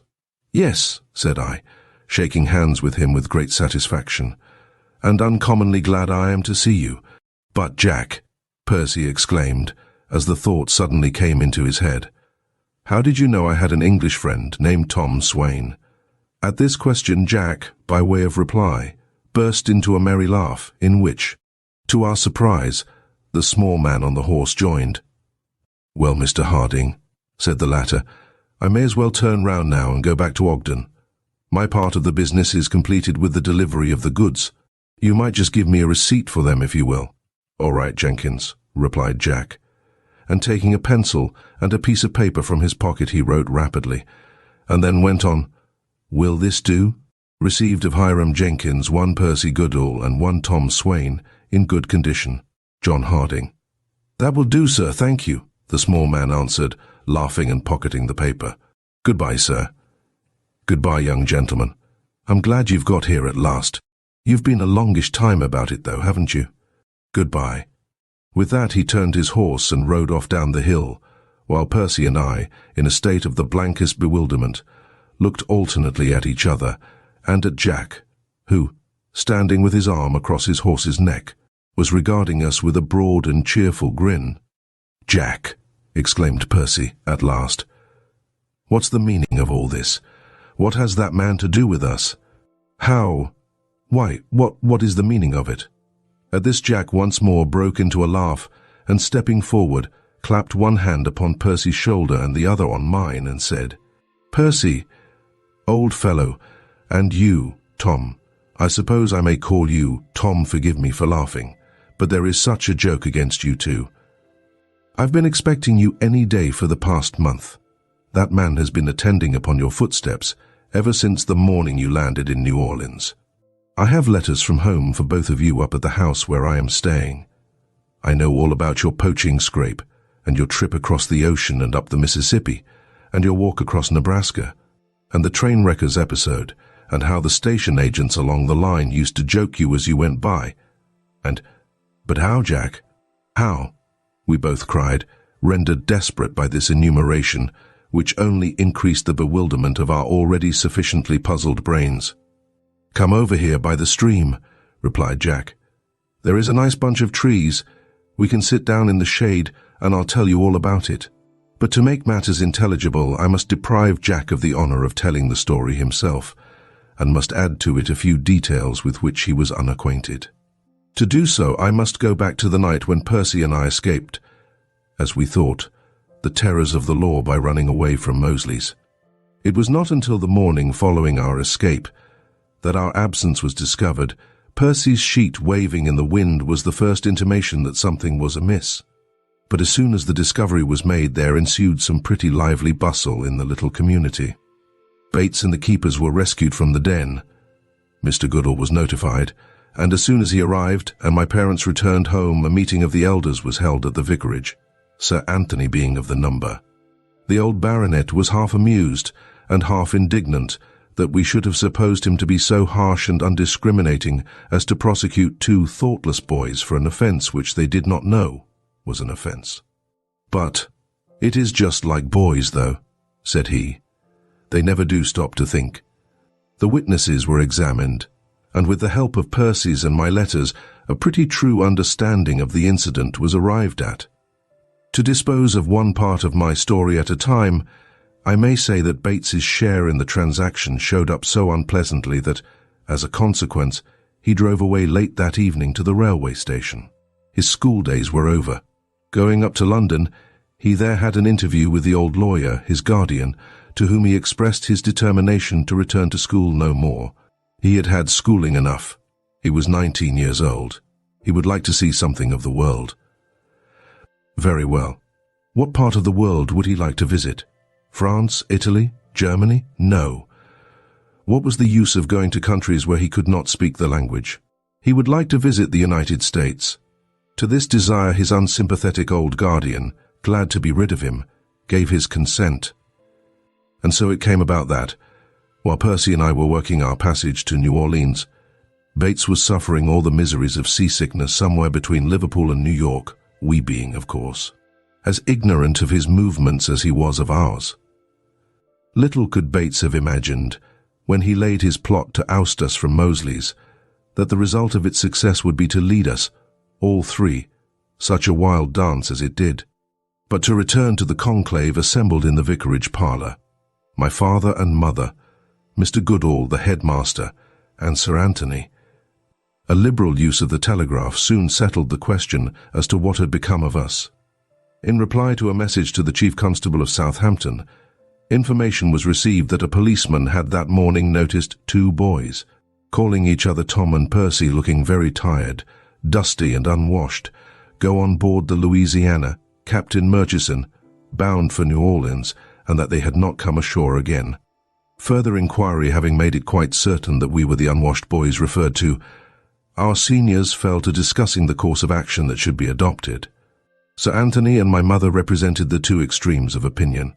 The former advised that as we had brought ourselves into this scrape, we might very well be allowed to get ourselves out again. we having, he was kind enough to say, plenty of sense and plenty of courage. My mother, on the other hand, was for telegraphing the passage money to New Orleans to bring us back instantly. But, as Mr.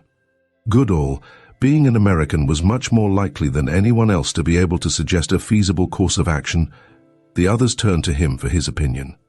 "I think," said Mr. Goodall, "that we can make a compromise between Mrs. Swain's idea and Sir Anthony's. It would be interesting to see how the boys would get out of their scrape by themselves, and this, I believe, may be done without running any risk of permitting them to get into trouble. I will tell you my idea, and if you agree I will see that it is carried out. The boys, presumably, have not much money. It is possible that they may, on landing, telegraph home for funds. If they do not, there is no doubt, I think, but that they will try to make their way to Philadelphia, my home, by some means or other. Now this is what I propose to do. There is in Philadelphia a man by name Hiram Jenkins, whom I have frequently employed on private and particular business, a thoroughly trustworthy and most astute fellow. I will send full instructions to Jenkins to go at once to New Orleans, and there to await the arrival of the Louisiana. He shall keep a close watch upon the boys, follow their footsteps wherever they go, and, should the occasion arise, shall make himself known to them.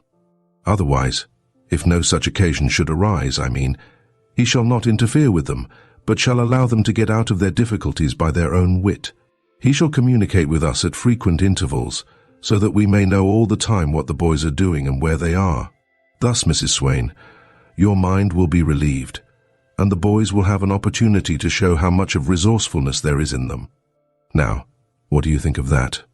The three gentlemen at once declared their approval of the plan, and after a thorough discussion, my mother too, albeit with some reluctance, gave in to their opinion.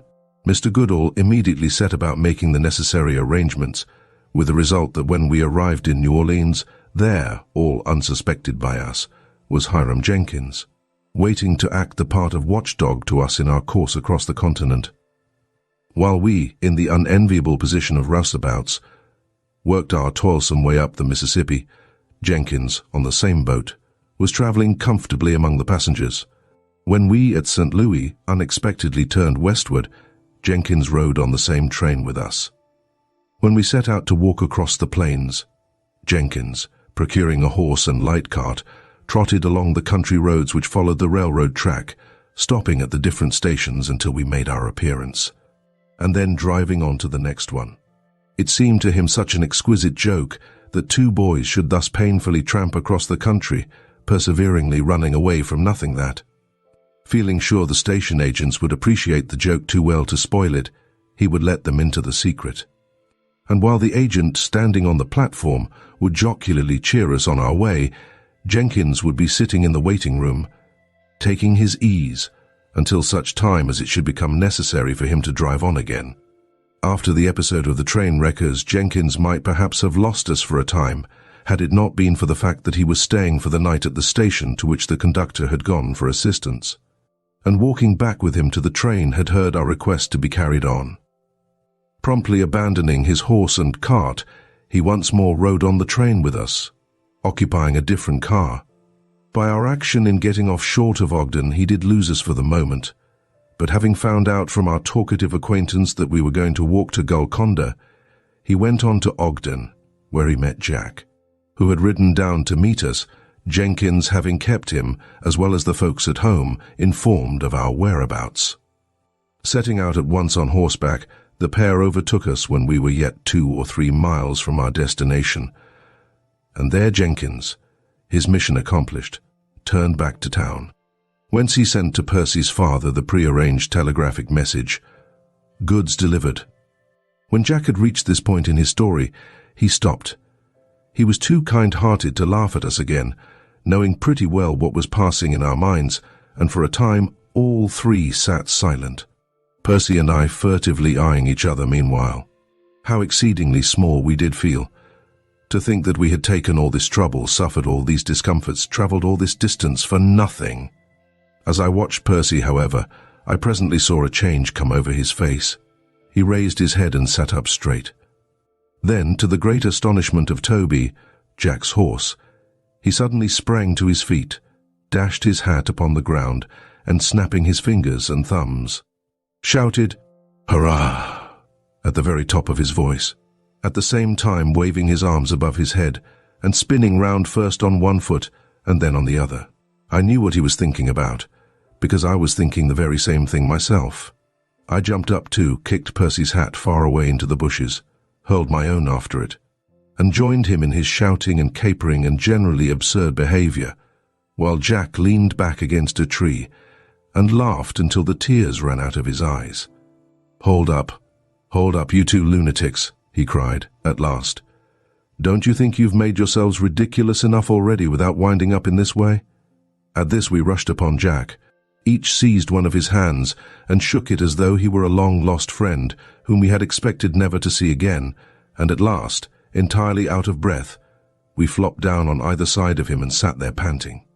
"May I inquire," said Jack with extreme politeness, "whether this is your usual style of behavior, or whether the altitude has affected your brains? Or were you perhaps merely born foolish?" It was our turn to laugh. In fact, we felt so light-hearted we were ready to laugh at anything, ourselves included.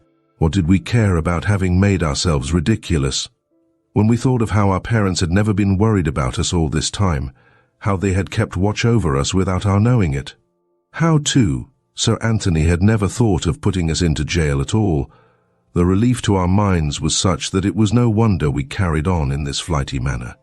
For the first time in 6 or 7 weeks, we felt free from anxiety. All the policemen in England and America could not make us tremble. We were fugitives no longer. "But, Jack," said Percy, after we had sat for some time asking innumerable questions of our new friend, "what is going to become of us now?" "That is for you to say," replied Jack. "I have a letter of instructions up at the house. You are to have your choice. You may go straight home again if you like, or—" Jack paused, and sat eyeing us in a critical manner, as if he were taking our measure, sizing us up, as he would have expressed it. "Or what?" exclaimed Percy and I, together. "Or this? What do you say to cutting loose from civilization altogether, riding away into the mountains, camping out all summer, living on what we can shoot, and prospecting for gold as we go?" So magnificent an idea fairly took away our breath for a moment, but then, with one voice, we cried enthusiastically, "I say yes." "All right," said Jack. "Then that is what we will do, and uncommonly glad I shall be of your company. You can be of great help to me, for as soon as you have learned to shoot straight, I shall leave to you the task of providing the camp with game, and that will set me free to go prospecting. You see," he went on, "I am very anxious to find gold if possible. For this reason, my father owns a silver mine here in Golconda. He has done an immense amount of work upon it and has spent a great deal of money in developing it. But just as we were going to begin stoping, that is, taking out the ore, a blast in the bottom of the shaft broke into an underground reservoir, apparently. At any rate, the water rushed in and drove out the miners. We rigged a bucket and tried what that would do, but it was quite useless. Nothing short of a good pumping engine will keep the water down. Unfortunately, my father cannot afford to buy one, for he had just expended the last of his available money in building a comfortable house for my mother and sister, who were coming out to live with us, and now they can't come. My father has gone east to try to borrow the necessary money, but if he should fail, why, then I don't know what we shall do. So you see why it is that I am so particularly anxious to find a gold placer, though of course it is most unlikely that I shall be able to do so, especially as I don't know anything of gold washing." "I see," said Percy. "How much money will it require to buy a pumping engine and to start up the mine again?" $5,000 perhaps, replied Jack. "Besides the cost of the pump, there is likely to be a great deal of work to be done in the mine after the water is taken out, replacing timbers and cleaning out the drifts, which are very apt to cave in after a prolonged soaking." "Well," continued Percy, "if we should find a placer, is it likely to be worth that much?" "There's no telling," replied Jack. "But if we find one at all, we want to find one worth more than that, because, you see, there's your share to come out." "Our share!" exclaimed Percy. "Oh, we don't want to share." "No," I chimed in. "Ours is a pleasure trip. We don't want to share." "That wouldn't be fair," said Jack. "If you do part of the work, you must have part of the pay, if there is any." "Well, I don't see that," Percy objected. "We neither of us know anything about prospecting. As for myself, I couldn't tell the difference between native gold and native brass, if there is such a thing." "Which there isn't," said Jack, laughing. "Look here," I interrupted. "I think I see a way out of this. If we should find a placer, whatever that is, the first $5,000 that come out of it, if so much ever does come out of it, shall go to Jack, or rather to Mr. Harding, and anything over shall be divided equally between the three of us. If our share shall be enough to pay our way home, so much the better." "That is a first-rate idea," said Percy emphatically, and in spite of Jack's protests, we stuck to our point until at last he gave in. "Well, you fellows," said he, "that is mighty good of you. Whether we find anything or not, I'm much obliged to you beforehand. But come, we must be moving. It is past supper time already, and we have nearly 3 miles to go yet." In course of time we came in sight of a ranch, and Jack, pointing to it, said, "There's our destination. You see, as my father expected to be absent from Golconda for several months, he has rented our house in the town, and in consequence I have taken up my abode with a friend, a ranchman named George Catlin. The jolly ranchman welcomed us to his house, and we felt ourselves at home directly. It is true he poked fun at us in a good-natured way on the subject of our late escapade, but it was little we cared for that when Jack handed over to us letters from our parents, and one, addressed to both, from Sir Anthony. To think that we had ever run away from such friends. How kind the letters were. Not a word of blame in them. Merely an intimation that we had acted too hastily and rather foolishly, and an assurance that had we been twice as hasty and twice as foolish, it would have made no difference in the welcome that was always awaiting us at home. Chapter 6-2 Old Acquaintances. A happy and well-satisfied pair were we when, next day, after writing voluminous letters home, we set about making preparations for our projected expedition into the mountains. First of all, there were the animals to be seen to.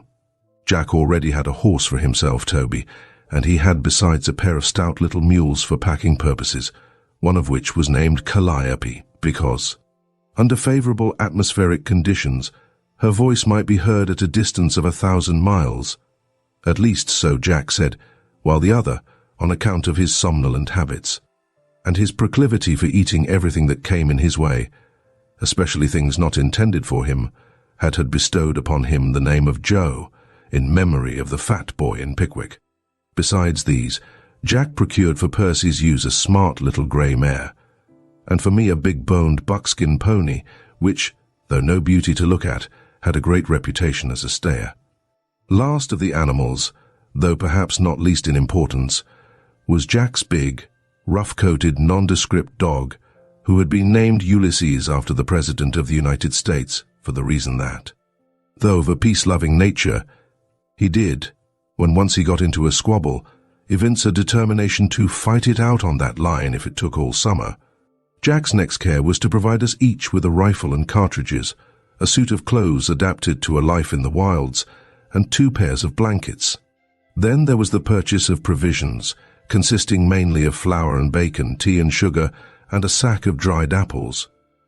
And lastly came the necessary utensils, a few pots and pans, tin plates and cups, a shovel, a pick, an axe, and the gold pan, the last named being a large copper pan with flaring sides which Percy and I supposed to be a dishpan until Jack explained its use.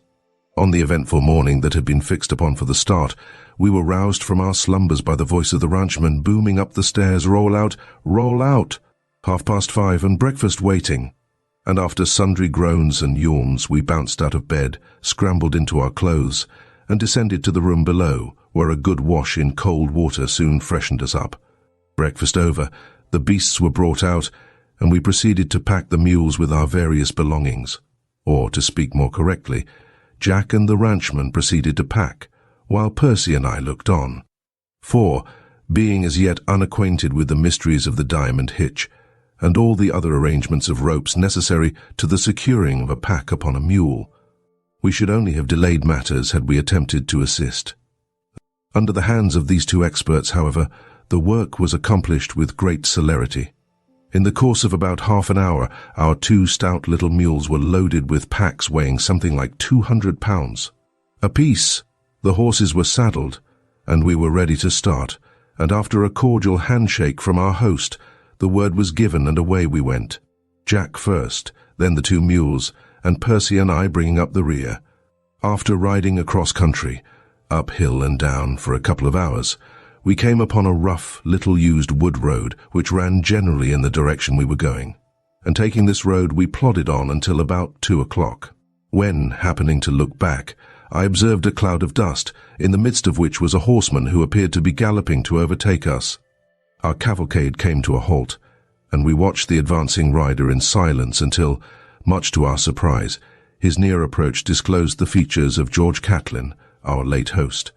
"Well, boys," said he, as he pulled up his smoking horse beside us, "you didn't expect to see me again quite so soon, did you?" "Phew. It's hot. We're in for a thunderstorm directly. And a good thing, too. It will cover up your tracks. Boys, I think there's someone on your trail, someone you don't want to meet." "What makes you think that, George?" asked Jack. "Why?" replied the ranchman. "Just before dinner 2 men came to the house and asked a lot of questions about you. Which way you had gone, how long since you had started, whether you were alone, and so on. They seemed to know a good deal about you, but they didn't get much additional information out of me, because, when I asked them what they wanted to know for, they said that was their business. So I told them that if they couldn't answer a civil question, they might get off the ranch and conduct their business somewhere else, which they did, riding off in the direction of Golconda." "But why should you think that we have any reason to be afraid of them?" asked Percy. "What were they like?" "One of them was a tall, dark-haired young fellow, English, I should say, from his accent. The other was a squat, red-haired man with a broken nose and a very remarkable voice. If he isn't your train wrecker friend, I'm much mistaken, and if he is, his asking after you bodes you no good. He's a bad one if looks count for anything." This was disquieting news to Percy and me, for we had a lively dread of the man with the squeaky voice. Instinctively, we turned to our leader for counsel. "What are we to do, Jack?" I asked. "Get off the road," replied Jack promptly.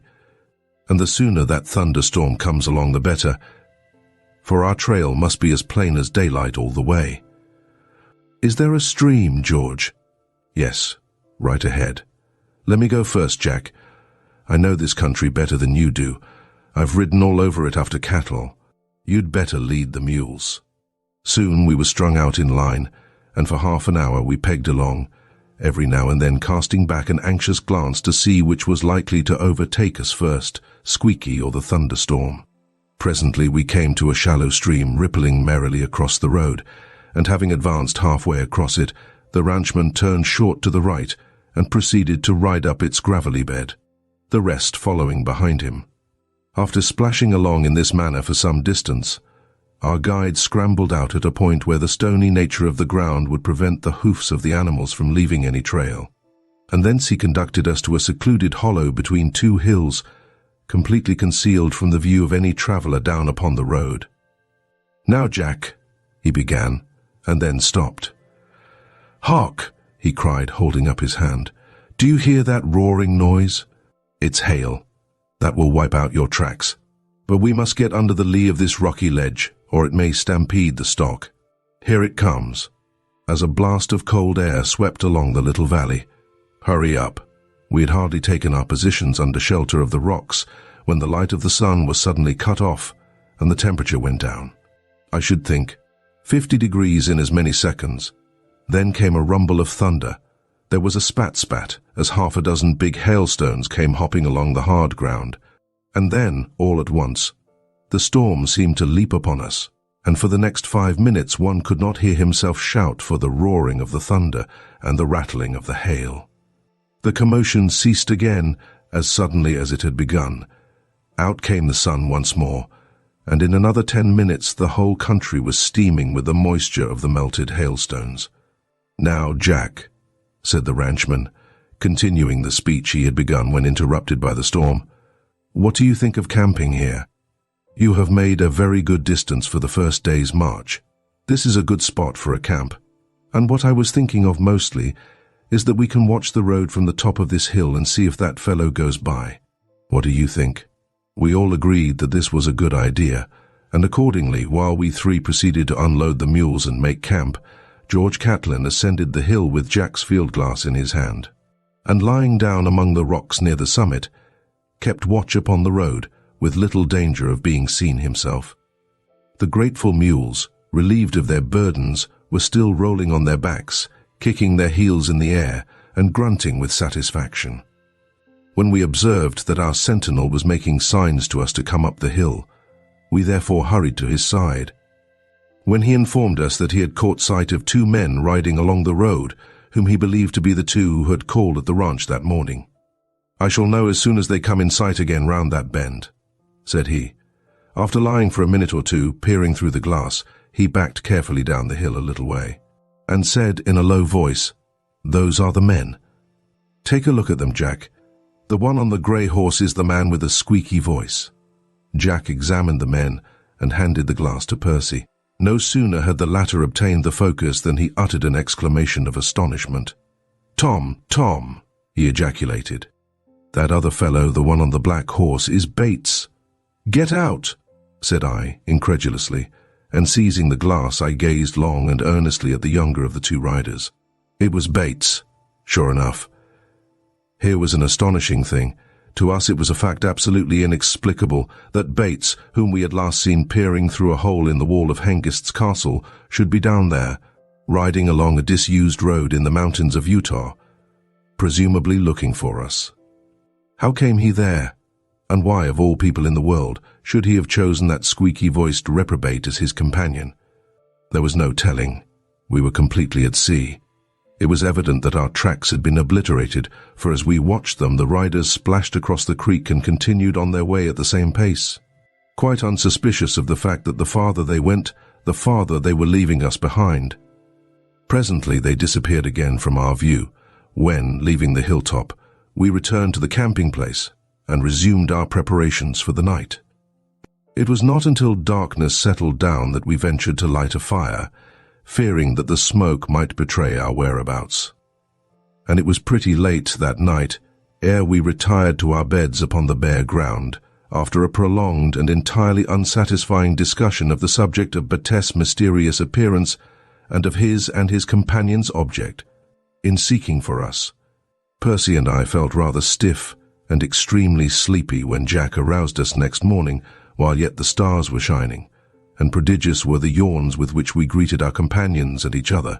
A hot and plentiful breakfast, however, soon put us to rights, and as soon as it was dispatched, Jack and the ranchman set to work packing the mules, while we 2 subordinates looked to the saddling of the horses. Everything being ready, we climbed into the saddles, and bidding a final adieu to our good friend George, we set out over the hills on our 2nd day's march. Just as the first reddening of the eastern sky proclaimed that the punctual sun was preparing to get up for his day's work. As a matter of precaution, Jack rode about half a mile ahead, in order that he might signal us to get away and hide, in case we should come suddenly upon Bates and his companion.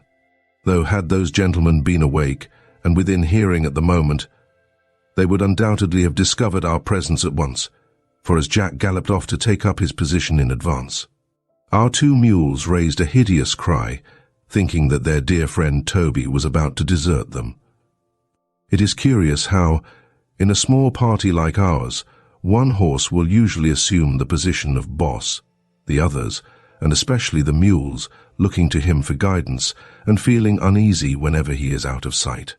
We had been riding in this order for about an hour, when Jack, who had just reached the brow of a gentle hill, suddenly wheeled around and came galloping back, waving his hand to us to draw off to one side behind some willows. "There's a campfire down the valley to the left," said he, dismounting, and I saw 2 horses tethered there.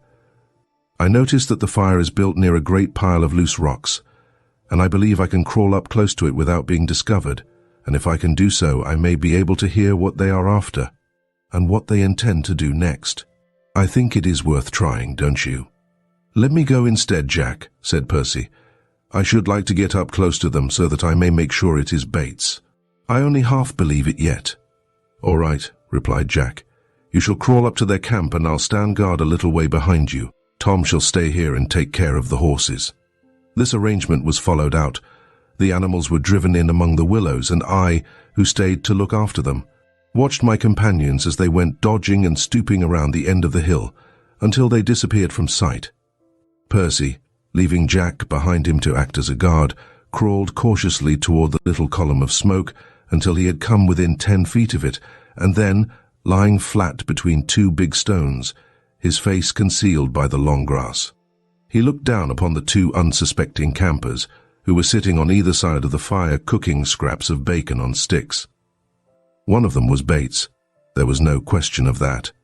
The other two disclosed his identity the moment he spoke. It was, without doubt, the squeaky-voiced train wrecker. Percy could not repress a tremor when he found himself once more so close to that precious rascal. "What did I leave Nebraska for?" Squeaky was saying. "Well, Nebraska was getting unhealthy for me, and I thought I'd try a change of climate. I was too much sought after there, and that's a fact. But what sent you out here? You didn't have to leave between 2 days, did you?" "No," replied Bates. "I'm traveling for pleasure, you see, at least. I was, and I ought to be well on my way to California now, but, unfortunately, I tried my luck in a gambling hall one evening and lost nearly everything I had. I never saw such a streak of bad luck." The red-headed man nodded. "I know all about that," said he. "I was standing behind you when you lost your money, and I guessed by your actions that you was pretty well cleaned out. That's what made me speak to you, and propose we should work some scheme together to make a raise. I knew that when a man loses all his money gambling, he's generally ready to go into any kind of a scheme, no matter what, to get a fresh supply, and when you told me about these two runaway schoolboys, I saw a chance to do it." "How did you come to know about 'em anyway?" "I was at school with them," replied Bates. "They got into a poaching scrape and ran away. The next thing I heard of them was finding their names in the paper as having prevented the wrecking of a train somewhere in Nebraska." "What?" exclaimed the other. "Was it them?" Bates nodded, and Squeaky's face assumed a very ugly expression as he continued. "Then that's another reason for getting my hands on them. They owe me something, and if ever I get hold of them, they'll have to pay." "Why? What do you mean?" "What have you to do with that business?" "What have I? Well, never mind that now. I'll explain later, maybe. So that's the pair, is it?"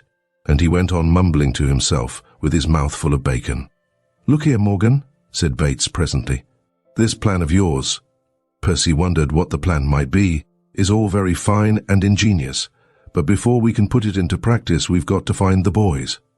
Not such an easy thing, it seems to me, in this wide open country." "You're right enough there," replied Squeaky. "But if we don't run across them accidentally, I know a way of catching them, sure." "How's that?" inquired Bates. "We know they're bound for Montana, don't we? Found that out in Golconda. Just now they may be before us, or behind us, or on either side of us, and if we waste time prospecting around this neighborhood after them, they may get clean away from us. Now, as far as I'm concerned, I'd just as soon go to Montana as anywhere else. I've been there before, and I know the country. And my scheme is to go straight ahead and ride along the stage road until we come to the Snake River Bridge, and if they haven't gone by, to sit down there and wait for them. If they want to get to Montana, they've got to cross the Snake, and if they cross the Snake, they've got to go by the bridge. It's too dangerous fording the river at this time of year when the snow is melting in the mountains. She's a pretty fierce old river, is the Snake." "But," Bates objected once more, "supposing they don't come to the bridge at all, supposing they do manage to get across the river somehow, what are we going to do then? The money I have left won't last very long." "We'll wait for them at the bridge a week," replied Squeaky, "and if they don't come, we'll go on to Montana. As to the money, there's ways of making money. There's the cards. I know all the tricks in that line, and I can teach you. Then there's mining deals. That's a good notion. That's got to be thought about. Here's you, a rich young Englishman, looking for an investment. And here's me, the honest miner. Yes, that's got to be thought about. Then there's stage coaches to be held up. That's a bit risky, and so is running off horses. But a man must live, and if we've got to do it, we've got to, and that's all there is about it. It did not seem to occur to this honest citizen, or to Bates either, for that matter, that there was yet another way of getting money by working for it. By this time the pair had finished their breakfast, and having collected their few belongings they saddled up, Percy making himself as flat as possible during the operation, and rode away. As soon as they were safely out of sight, our scout rose to his feet and walked back to where Jack was stationed, and together they returned to the spot where I stood impatiently awaiting them. "Well," said our captain, when he had heard Percy's report, "your friend Bates seems to have gotten into nice company. That is a smart fellow, that squeaky-voiced scoundrel. He guessed our plans pretty well. My original intention was to ride up the stage road from Corinne to the town of Bozeman, in Montana, but now that we know their scheme, we'll just make a change in our own plan.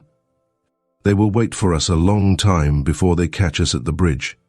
We won't go near it. We'll go straight northward across country, leaving the road well away to our left.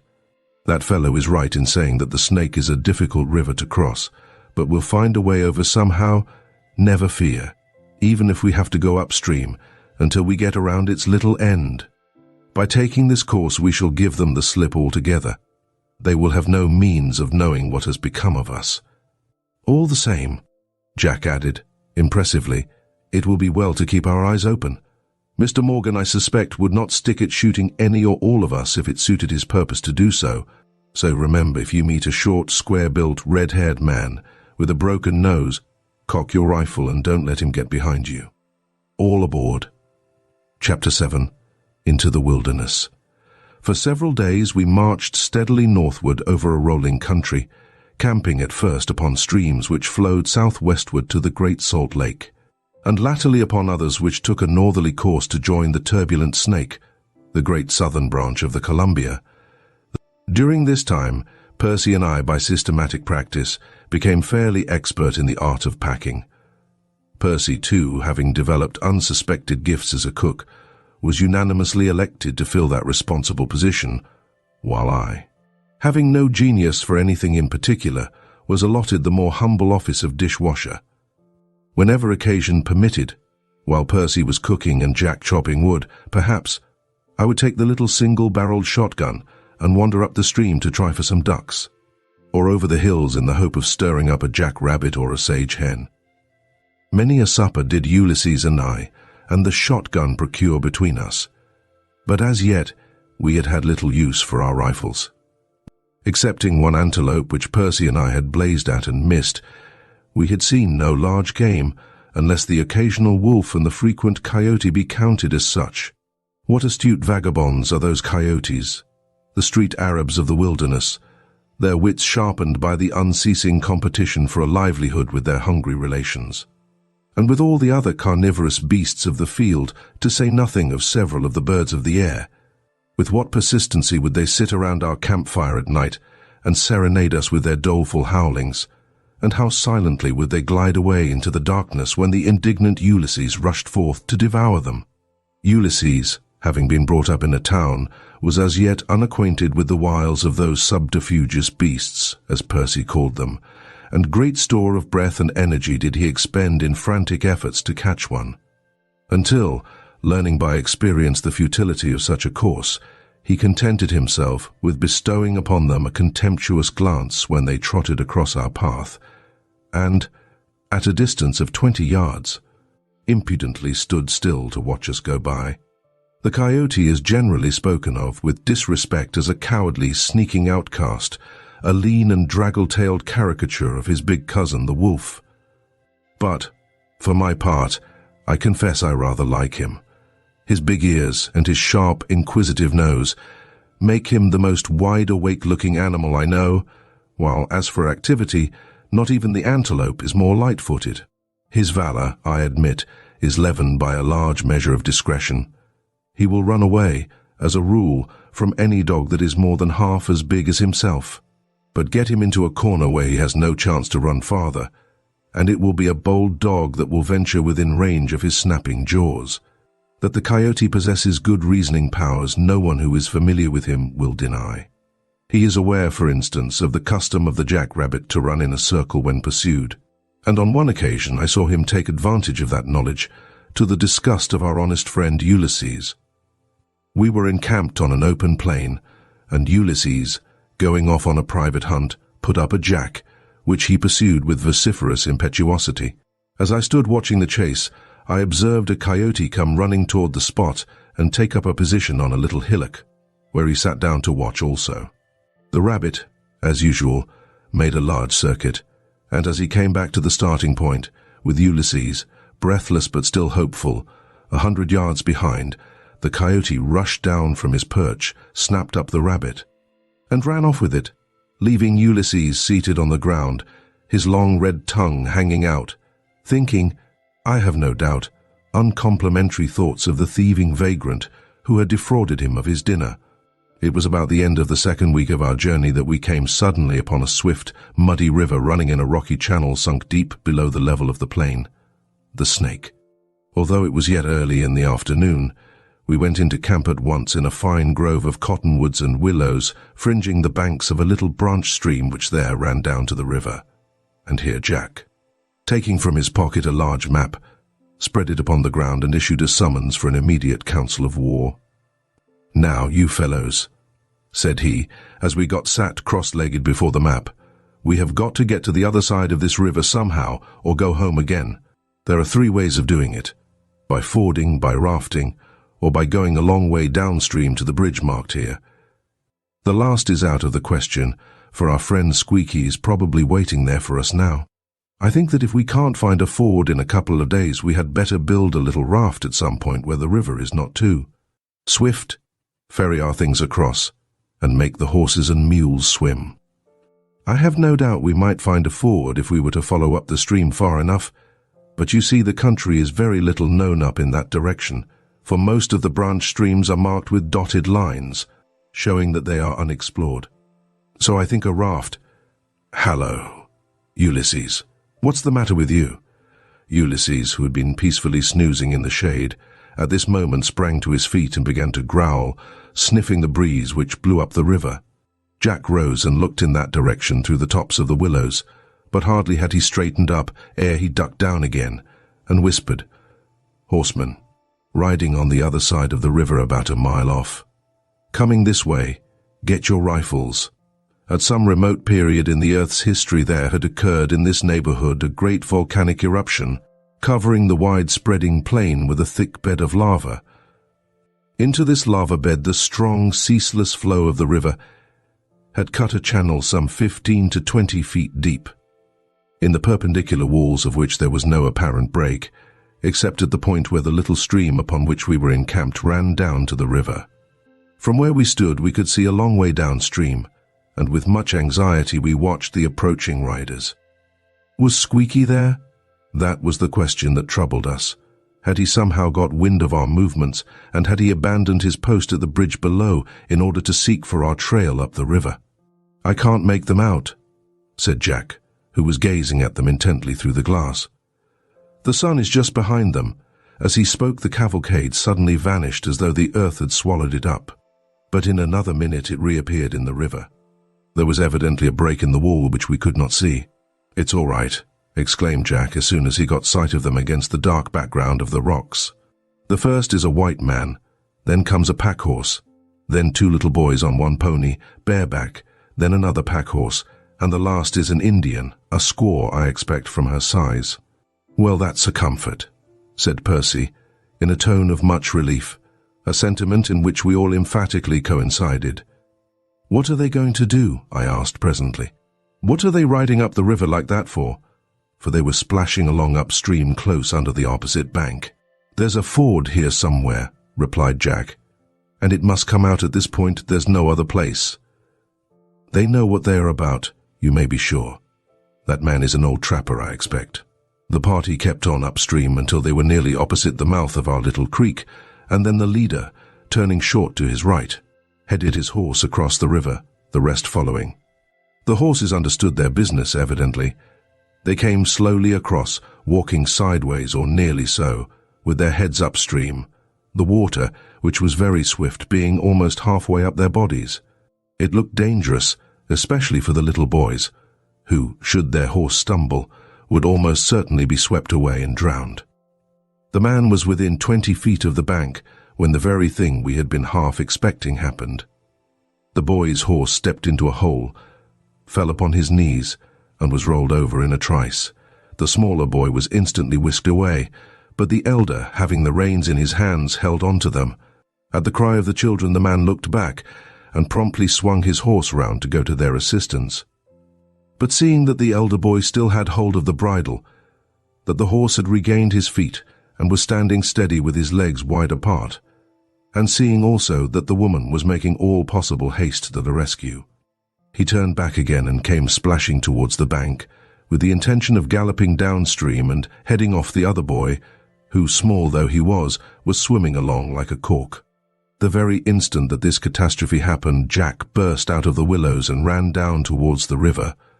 But Percy, having caught a glimpse of the small boy's head bobbing along downstream, grabbed up a long picket rope which fortunately lay near at hand, and calling to me to follow, set off as hard as he could run down the bank.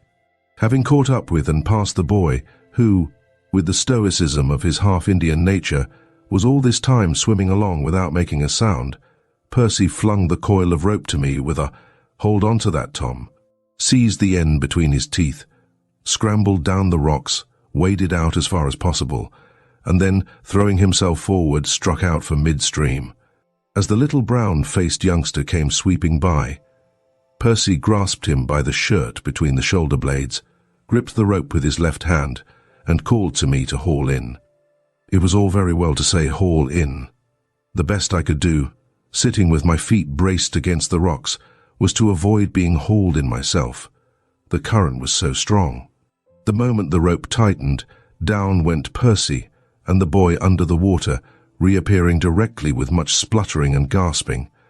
And then for the first time the little shaver began to cry and struggle. At the same moment there was a rush of footsteps, and Jack was down in the water pulling on the rope, which, between us, we drew in hand over hand. Percy and the boy were almost within reach, when I heard a clatter of hoofs behind me, and a tall man threw himself from his horse, half climbed and half tumbled down the rocks, waded into the river, and seized the boy by the shoulder and Percy by the wrist, none too soon either, for Percy's arm was almost pulled out at the socket. 2 minutes more, and we were all high and dry on the bank again, shaking hands with each other and praising the little whimpering youngster for being so brave. The whole thing, I believe, occupied hardly 5 minutes. The tall stranger, who stood there still holding his shivering little son in his arms, was evidently a man of few words. One of the silent kind who have neither the gift nor the habit of expressing their feelings in flowing language. Setting the boy upon the ground and telling him to cut along to his mother, he extended his hand again to Percy and said, "You did that mighty well, mighty well. I am ever so much beholden to you. Come on, let's get back to camp." The Indian woman had already lighted a fire, and the two little brown-bodied rascals, stripped of their clothing, were running about quite happy, not a whit the worse for their ducking. While the squaw unpacked and unsaddled the horses, which she set about doing as though it were her regular duty, as no doubt it was, the man came over to the roaring campfire I had started, and with Percy and Jack took up a position before it, where he and they were soon steaming away like so many geysers. "Hunting?" asked our laconic new acquaintance. "Yes," replied Jack, with equal brevity. "Going across the river?" "Yes, going up to Montana. How's grass and water and game?" "First rate. Going up the Henry?" "Well, I don't know for certain. I thought of following along the foothills of the Teton Range and doing a little prospecting. Do you know the country?" "Mighty well, some of it. I've hunted around here the last 5 years. My name's Jim Perkins. Folks call me Tracker Jim." "Oh, then, I've heard of you," exclaimed Jack. "Wasn't it you who held a pass some years ago against a band of Blackfeet, somewhere up beyond the Gallatin Valley?" The man nodded. "Won't you tell us about it?" asked Percy, turning round to roast the other side of his person. "Why, there ain't much to tell. About a dozen young bucks went off on the rampage, and as some of the settlers was in danger, I went to warn them. There was 5 women and half a dozen children and only 3 men, and the Blackfeet caught up with us just as we were coming out at the top end of a narrow canon. So I stayed behind to stand 'em off while the rest cleared out. "Well?" said Percy inquiringly, for Mr. Tracker Jim seemed disposed to stop there. "Well, I got behind a rock, and we had a lively time for a spell, them shooting at me and me shooting at them. The walls of the cannon was too steep for 'em to climb up and get behind me, but one of 'em climbed up part way, where he could get a sight of me, and a mighty good shot he was. Considering what an awkward standing place he had, the bullets kept a-pecking up the ground all around me as I lay flat behind my boulder, and whenever I tried to shoot back at him, all the others would blaze away at me. "Weren't you frightened?" I asked, regarding him with the greatest interest. "Scared blue," replied the modest hero. "But I stood 'em off till dark, and then a party of cowboys come along and toted me out o' there. After that I left that part of the country and come down here." "You were wounded, weren't you?" inquired Jack. "Why, yes. I had my left hand broke, and I was hit in 5 other places. But you see, they didn't know that, or they'd have rushed the place and then I'd have been a goner." The man told this brief tale in the quietest and most matter-of-fact way. He did not look for applause. He merely mentioned the matter because he had been asked to do so. And as to regarding himself as a hero, such an idea, seemingly, had never occurred to him. As Jack said, in talking of him afterwards, there are 2 classes of frontiersmen, one whose members brag and talk and swell around, and do nothing, performing their deeds of heroism by word of mouth in the bar rooms of the settlements. The other composed of those men who do things and say nothing, men whose deeds, courageous almost past the understanding of ordinary stay-at-home folks, are the beginning and the foundation of the stirring history of the Great West. Our friend standing there by the fire was one of the latter, though no one suspected it less than he. "Is there any danger from Indians between here and Bozeman?" asked Jack presently, a question of great moment to us. For it had been mutually agreed between us that we had no right to take any risk so serious as an encounter with Indians, and should our new friend reply in the affirmative, we felt that our duty to our parents, to say nothing of our solicitude for our own safety, would compel us to hark back to the stage road, squeaky or no squeaky, or even to abandon our expedition altogether. Tracker Jim therefore lifted a great weight from our minds when, in response to Jack's inquiry, he said, "No, not the way you intend to go, between the Tetons and the Henry River, especially so early in the year as this. Can you give us any advice as to the best course?" Jack continued, "Well, in a general way, all you've got to do is to keep the Tetons on your right and the Henry on your left until you come to the headwaters of the river. I've heard say it heads in a lake, but I never was up that far. Then you'll have to bear a little to your left until you strike Bozeman or Virginia City or the stage road. It's simple enough. After you've crossed the Snake here, you can head straight for the Grand Teton if you want to. If you're hunting scenery as well as game, it's worth going out of your way to see. It's the finest mountain in America that I know of." "I think we may as well do that," replied Jack. You fellows? Time and place are no very particular objects with us." To this proposition we assented, and just then I observed that the Indian woman was making signs to Tracker Jim. "The woman says supper's ready," he remarked. "Come on if you're dried out enough." Gladly accepting this invitation, we marched over to the other camp, armed with our own tin plates and cups, being received by the silent Indian woman with a broad smile. A very noble supper we had that night. 2 courses, soup and meat. Uncommonly good that soup was too. It was made of the tail of a beaver. The second course consisting of the beaver itself, baked before being cleaned, fact we did not discover till afterwards, which was just as well perhaps. Our new friend having volunteered to show us the way across the dangerous ford, we followed him next morning into the river and shortly found ourselves standing in safety upon its northern bank, where, with mutual good wishes, we took leave of Tracker Jim and turning our faces toward the east plunged into the unknown wilderness. Highly delighted at the thought of how we had circumvented Squeaky, who, we had no doubt, was at that moment impatiently awaiting our appearance at the bridge below.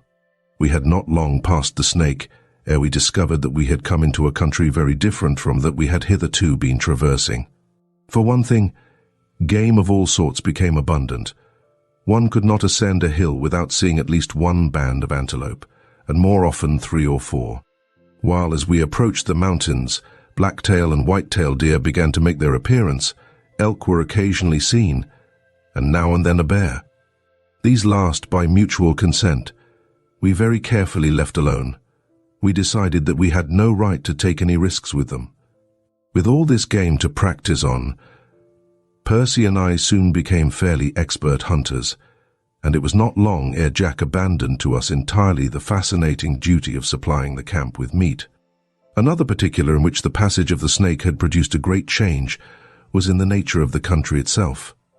In place of the long stretches of barren sand, we found rolling hills covered with luxuriant grass, intersected by deep canons which sometimes forced us to go several miles out of our course in search of a crossing place. We discovered also that as a guide our map was now practically useless. Such features of the country as the mountains of the Teton Range, the most conspicuous objects within a circle of 100 miles, or a great river like the Snake, were set down with some pretensions to accuracy, but otherwise our speculative mapmaker had committed sins both of omission and commission. He had decorated his map with streams and mountains which did not exist, while a trifling feature such as the Teton Basin, a district containing some 800 square miles of the finest grassland, he appeared to think unworthy of notice. At any rate, he had neither named nor indicated it upon his map. Evidently this important basin, though well known to trappers and hunters, was a terra incognita to the world in general and to our geographer in particular. But it was little we cared about that. We were not afraid of losing ourselves. We could not well cross the Teton Range to the east without being aware of it, while we knew that by turning westward and continuing in that direction for an indefinite number of miles, we should eventually come first upon the Henry River and later upon the stage road.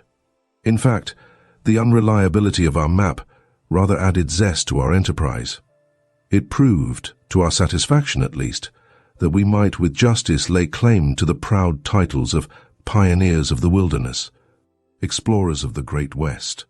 So strong, indeed, was this feeling of self-complacency that as we rode along in the glorious sunshine, with the peak of the Teton straight in front of us, Percy burst forth singing Hail Columbia with great gusto. He was obliged to desist, however, after the first verse, for Calliope insisted upon joining in, with disastrous results. Calliope might be a good singer for a mule, but it must be confessed she had one fatal fault. She would not pay attention to the time or the tune, a defect which is ruinous to the proper rendering of a concerted piece. Chapter 8. A Queer Country. An eastward ride of several days carried us to the neighborhood of the Grand Teton, a splendid mountain whose height, isolation, and conspicuous outline have made it a landmark and guide to the trapper and the explorer ever since the days when Lewis and Clark first struggled across the continent. And thence, diverging to the left, we took a northward course along the foothills. Our progress through this thickly timbered country was extremely slow, for we felt it necessary to test for gold every one of the numberless little streams which cut across our path, sometimes making a stop of 2 or 3 days for the purpose. A common obstacle to a rapid advance, too, was the frequent occurrence of swamps, the work of the beavers. The cleverness of these little engineers is matter for admiration, but the result of their labors is apt to be annoying to the traveler. They would build a dam across a stream, backing up the water until it overflowed its banks on either side. Then they would go a little farther upstream and build another, and another, and another, until the valley for several miles of its length would be converted into an impassable morass. These oft-recurring impediments, as I have said, rendered our northward progress very slow.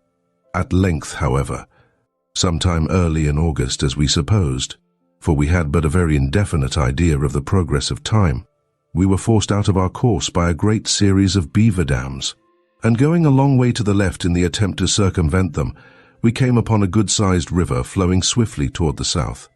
On consulting our map, we decided that this must be the Henry, or North Fork of the Snake, but our mapmaker, though he had knowledge of the existence of such a stream, evidently did not know many particulars concerning it, for he failed altogether to take notice of the fact that it had its source in a beautiful lake, upon whose shore we unexpectedly found ourselves one day.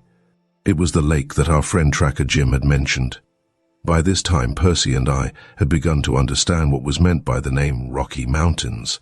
Previously, I at least had taken my idea of this great system from the maps in common use in English schools, where the backbone of the continent was represented by an object which might be taken for a long, hairy caterpillar crawling up from Mexico to the Arctic Ocean, sometimes with little caterpillars crawling beside it. It had never occurred to me, or to Percy either, I believe, that one might travel from east to west for 700 miles or more and be surrounded by mountains all the way. In common with most schoolboys, begging their pardons if I do them an injustice, I vaguely supposed that I should find a long string of peaks, rough and sharp-pointed like the Grand Teton, with depressions between them, over which one might climb with difficulty, but that anybody could pass over the main range of the Rocky Mountains and not know it would have seemed to me too absurd to be thought of for a moment. Nevertheless, that is precisely what we did, impossible as it may seem. Leaving the lake on our left hands, we rode up a gentle acclivity and down the other side, as we had done 100 times before, and presently found ourselves on the bank of a fine creek running toward the north. Without suspecting it, we had passed from the Pacific to the Atlantic side of the great continental watershed. We were standing by a stream which was flowing to join the Missouri, a tributary of that mighty river upon whose bank we had stepped from an ocean-going vessel so many weeks before. It may appear strange that none of us should have had any inkling of the truth, but as to Percy and me, how were we to guess that the great river upon whose left bank we had landed when coming from the east should have any connection with a stream upon whose left bank, again, we found ourselves when coming from the southwest? We did not take into account the immense bend that the Missouri makes before it enters upon its southerly course. Even Jack, with his greater knowledge and his far greater experience, was deceived by the ease with which we had traversed the pass. He did indeed express some surprise at finding so large a stream on the other side, and wondered if and how it found its way into the lake we had just left, but he was as far as ourselves from suspecting that he had crossed the main range. "Well," said he, as we stopped to let the horses drink, "I'm rather puzzled which way to go, up, down, or across this stream. The country to the right looks most promising for a gold hunter, but we shall be getting a pretty long way from the settlements in Montana if we go in that direction. Besides which, Tracker Jim told us that we must bear to the left after passing the lake. What do you think about it? We have a fair supply of flour and sugar left," said Percy. "So as far as provisions are concerned, there is no need of going near any settlement at present. I should be inclined to say up." "So should I," was my contribution to the debate.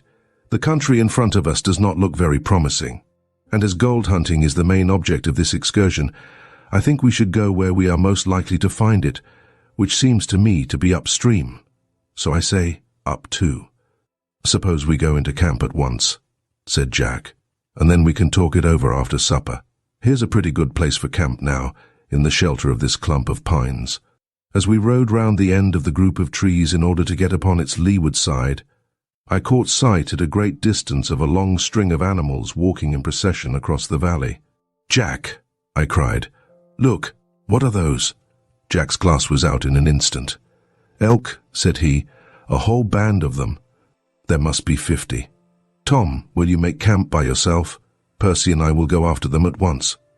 Accordingly, away they rode, while I unpacked the mules, tethering them to prevent their running off in pursuit of Toby, and made preparations for the night.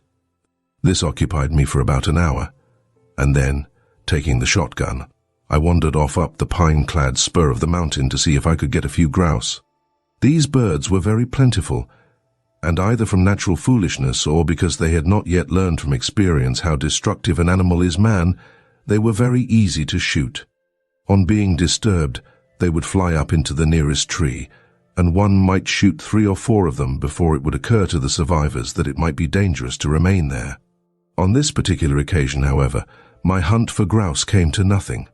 I was about to walk across a little open space in the woods when, from among the trees on the opposite side, about 30 steps away, there suddenly appeared two little woolly animals which, though I had never seen such a thing before, I knew must be young bears. They were evidently out for a spree.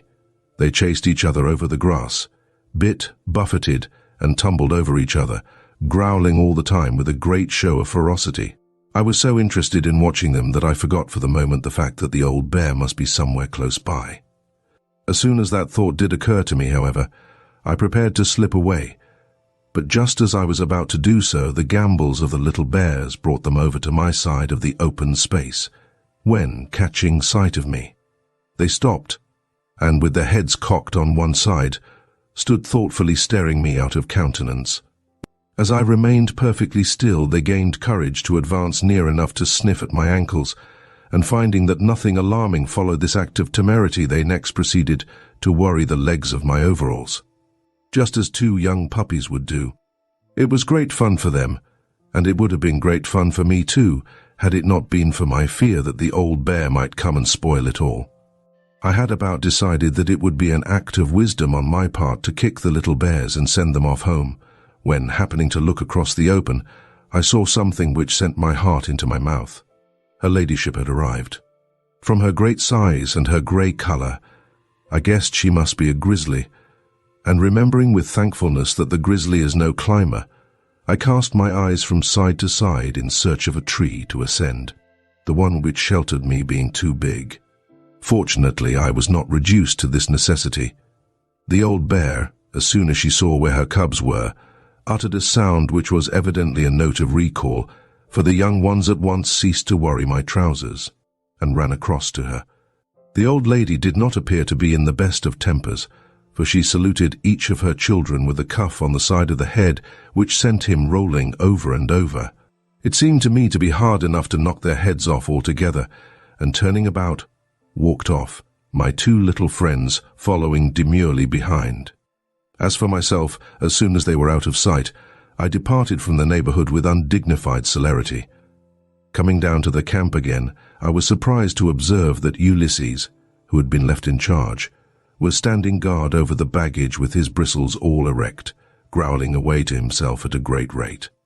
I observed, too, that the mules were standing with their heads held high, gazing intently in the direction of the pass we had traversed that morning, though they could not see it on account of the intervening strip of woods. Thinking that possibly another bear might be prowling about, I ran down to the camp in order to exchange my shotgun for a rifle, but as I was slipping a cartridge into the latter, I paused for an instant, for I had heard a sound I had not heard for a long time, the sound of a strange human voice. Calling Ulysses to heel, I crept in among the trees and peered out on the other side. There, coming down the pass, was a bunch of horses, and behind them two men, the whole cavalcade looking very dusty and very weary. They made their way straight to the river, where horses and men at once proceeded to quench their thirst. While the horses were still drinking, the two men rose from their knees and began to talk. I could hear them, but they were too far off for me to distinguish more than an occasional word. They appeared to be disputing. The shorter man gesticulated vigorously, and pointing across the river to some high hills whose rocky tops showed above the trees. He made some remark loudly enough for me to catch the word, "tonight." The other, who leaned against his horse as though he were extremely tired, appeared to be remonstrating, whereupon his companion shouted at him, "You young fool, do you want to be hung?" It had seemed to me that there was something familiar in the voices, but when the man shouted in that manner, I knew in a moment who he was. For at the word fool, his voice went off like a whistle pipe. As if to confirm my suspicion, one of the herd, more lively than the rest, broke away and came galloping in my direction, closely pursued by the taller of the two men. When within about 50 yards of my hiding place, it swerved round, and I then obtained a good sight of the rider's face. As I had supposed, it was Bates.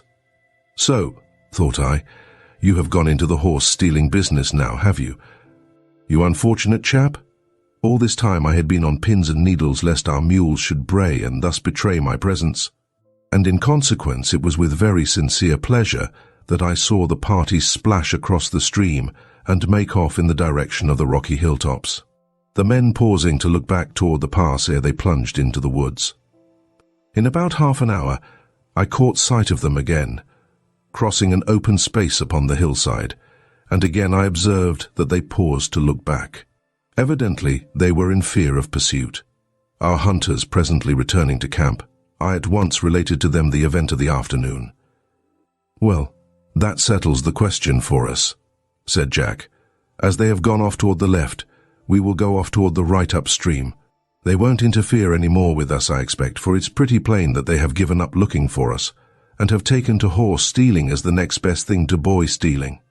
All they are thinking of just now is to make their way to some place where they can dispose of the horses before they are overtaken. We might even follow in their tracks with safety, for if they saw us coming, they would probably run away from us. On the other hand, as we are only 3, they might ambuscade us, which would not be pleasant, and so, I think, the wisest thing we can do will be to give them as wide a berth as possible by going off in the opposite direction." "Decidedly," said Percy. "The farther we keep away from them, the better." "That is what I think," I chimed in. "Let us give them all the start they like. I don't want to catch up with them. Upstream for me." "And me," echoed Percy. "Do you suppose, Jack," he went on, "that if they were caught they would be hung?" "Undoubtedly," replied Jack, "unless they were shot first." "Poor old Bates," said Percy reflectively.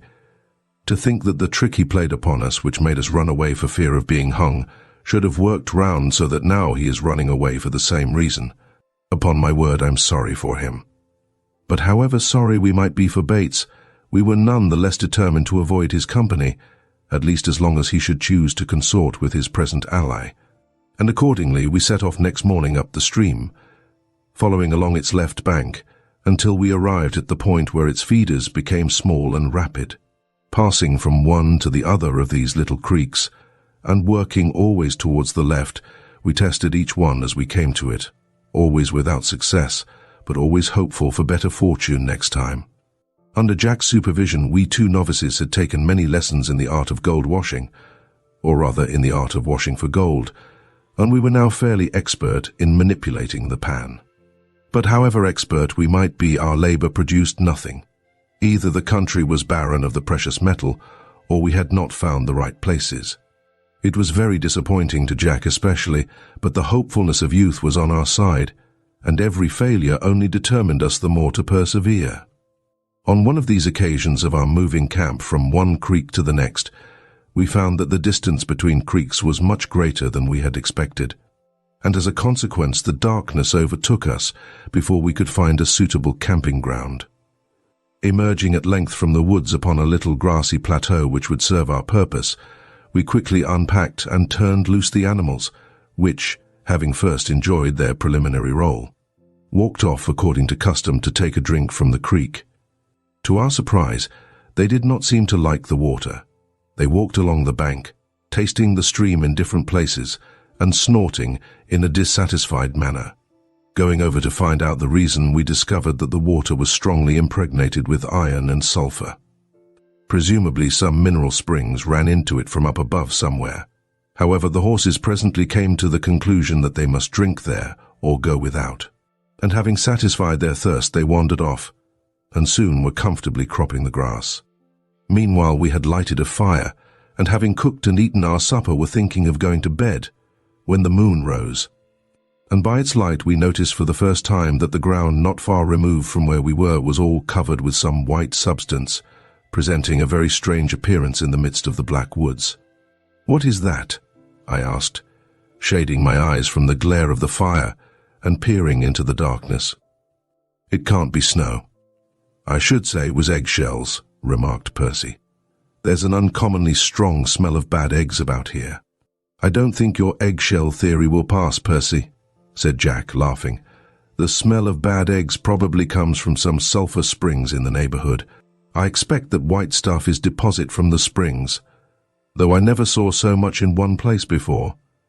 Let us go down that way and have a look." We had advanced some distance along the gloomy alley of trees, Ulysses trotting behind, when Percy stopped, holding up his finger. "Hark!" he exclaimed. "What is that sizzling noise?" We stood still to listen. Sure enough, there was a sizzling noise going on somewhere near, a noise like the frying of a beefsteak. We went poking forward in the dark with our noses near the ground, and presently Jack, who was on the left, said, "It's just here, whatever it is. Have you a match, Tom?" I struck a match and held it low down where the sound came from. To my great surprise, for there was not a breath of air stirring, the match was instantly blown out. I struck another. The same thing happened. "That's curious," said Jack. "Wait a moment. I'll go back to the fire and bring a lighted stick." He had hardly spoken when a most astounding incident occurred. There was a dull thud like the explosion of loose gunpowder. A shower of mud bespattered us all over, and a cloud of steam puffed into our faces. To say that we were frightened would be to put it altogether too mildly. Ulysses, giving vent to a howl of dismay, clapped his tail between his legs and disappeared into the woods. And as for us, we staggered back and stood for a moment trembling and speechless.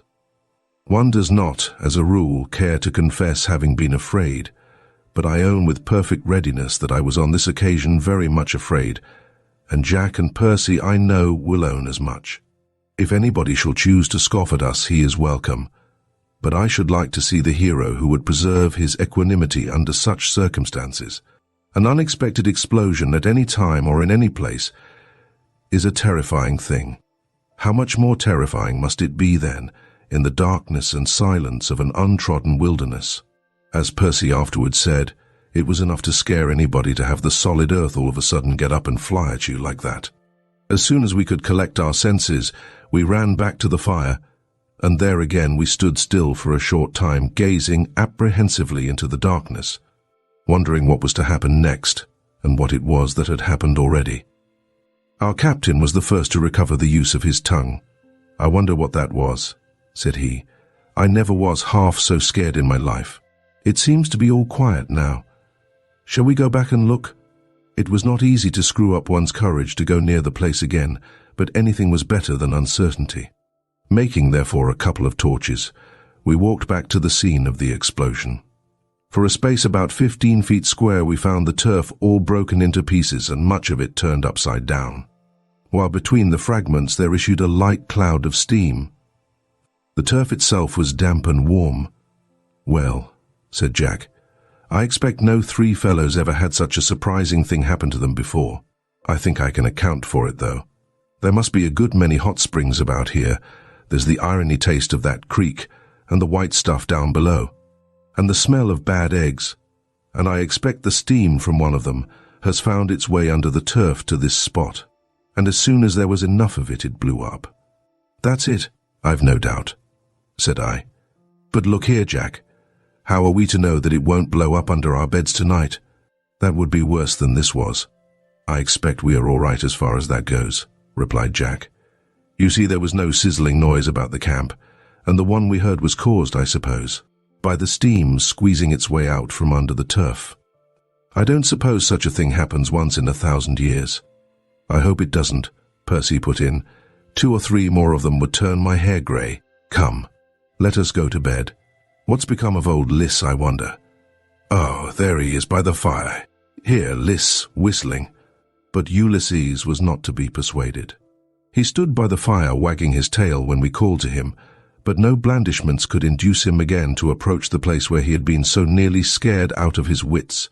Scientific explanations were wasted on him. After sitting around the fire for some time, discussing this strange phenomenon, we retired to bed, not feeling any too sure that we might not be pitched out and parboiled before morning. And though nothing so serious as this occurred, the night was not destined to pass without disturbance. We had been asleep some time when Jack was awakened by Ulysses whining and trying to crawl into his bed. This extraordinary behavior on the part of the usually discreet old dog naturally disturbed Jack's slumbers, and rousing himself to see what was the cause of it, he heard a strange noise going on somewhere, which caused him to call out, "Tom! Percy! Wake up!"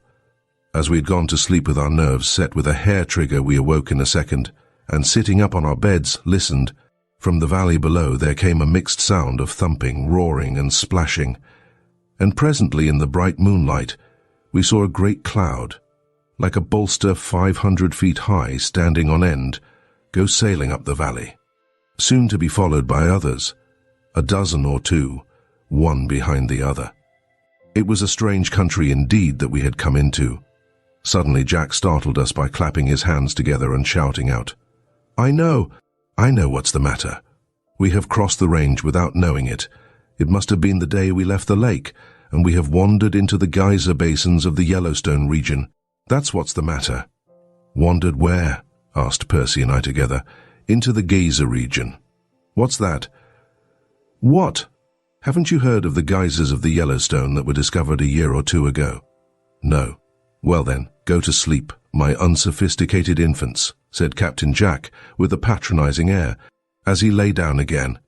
"And if I'm not mistaken, you shall see tomorrow some of the most wonderful sights that are to be found in all the wide world." Chapter 9. Squeaky scores 1.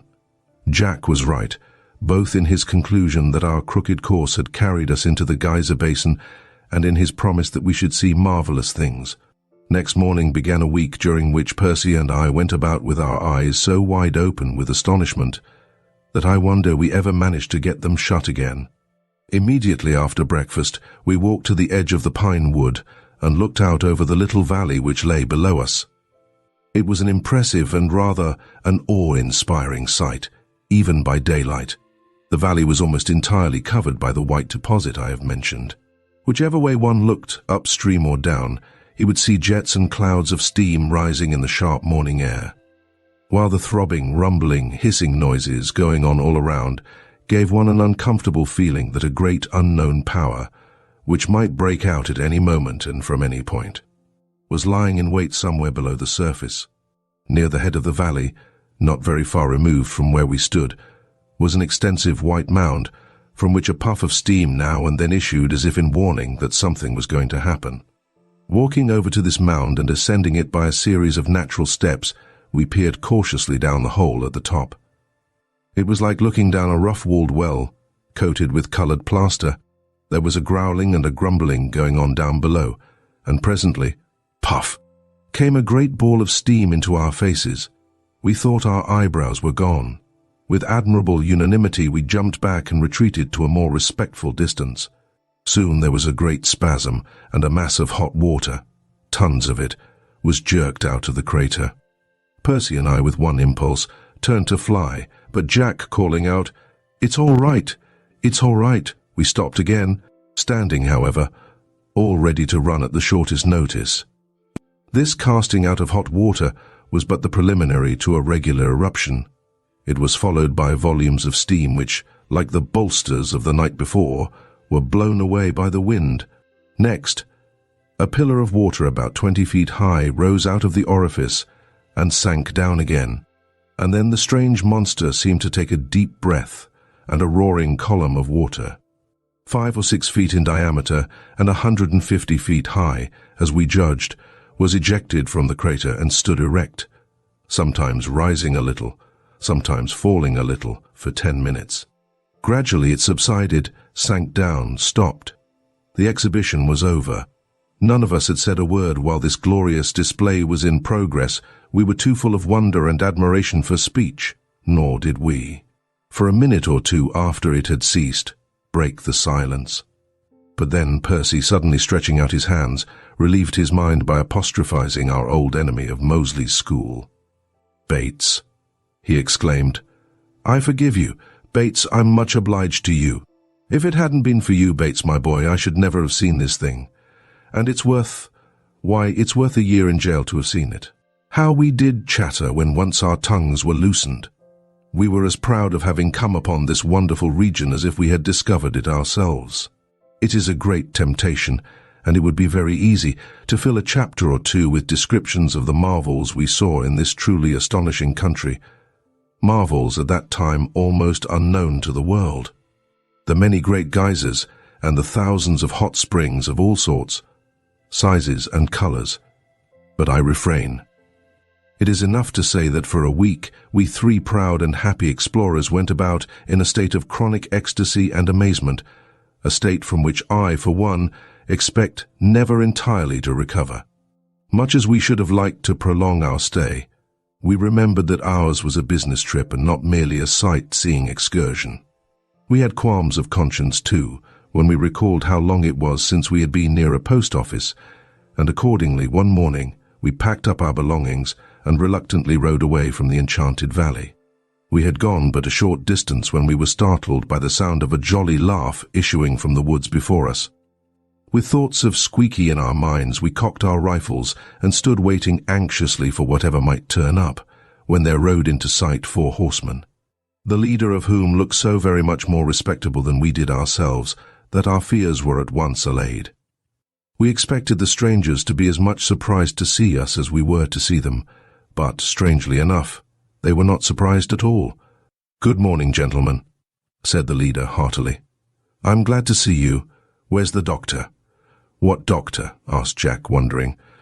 "What doctor?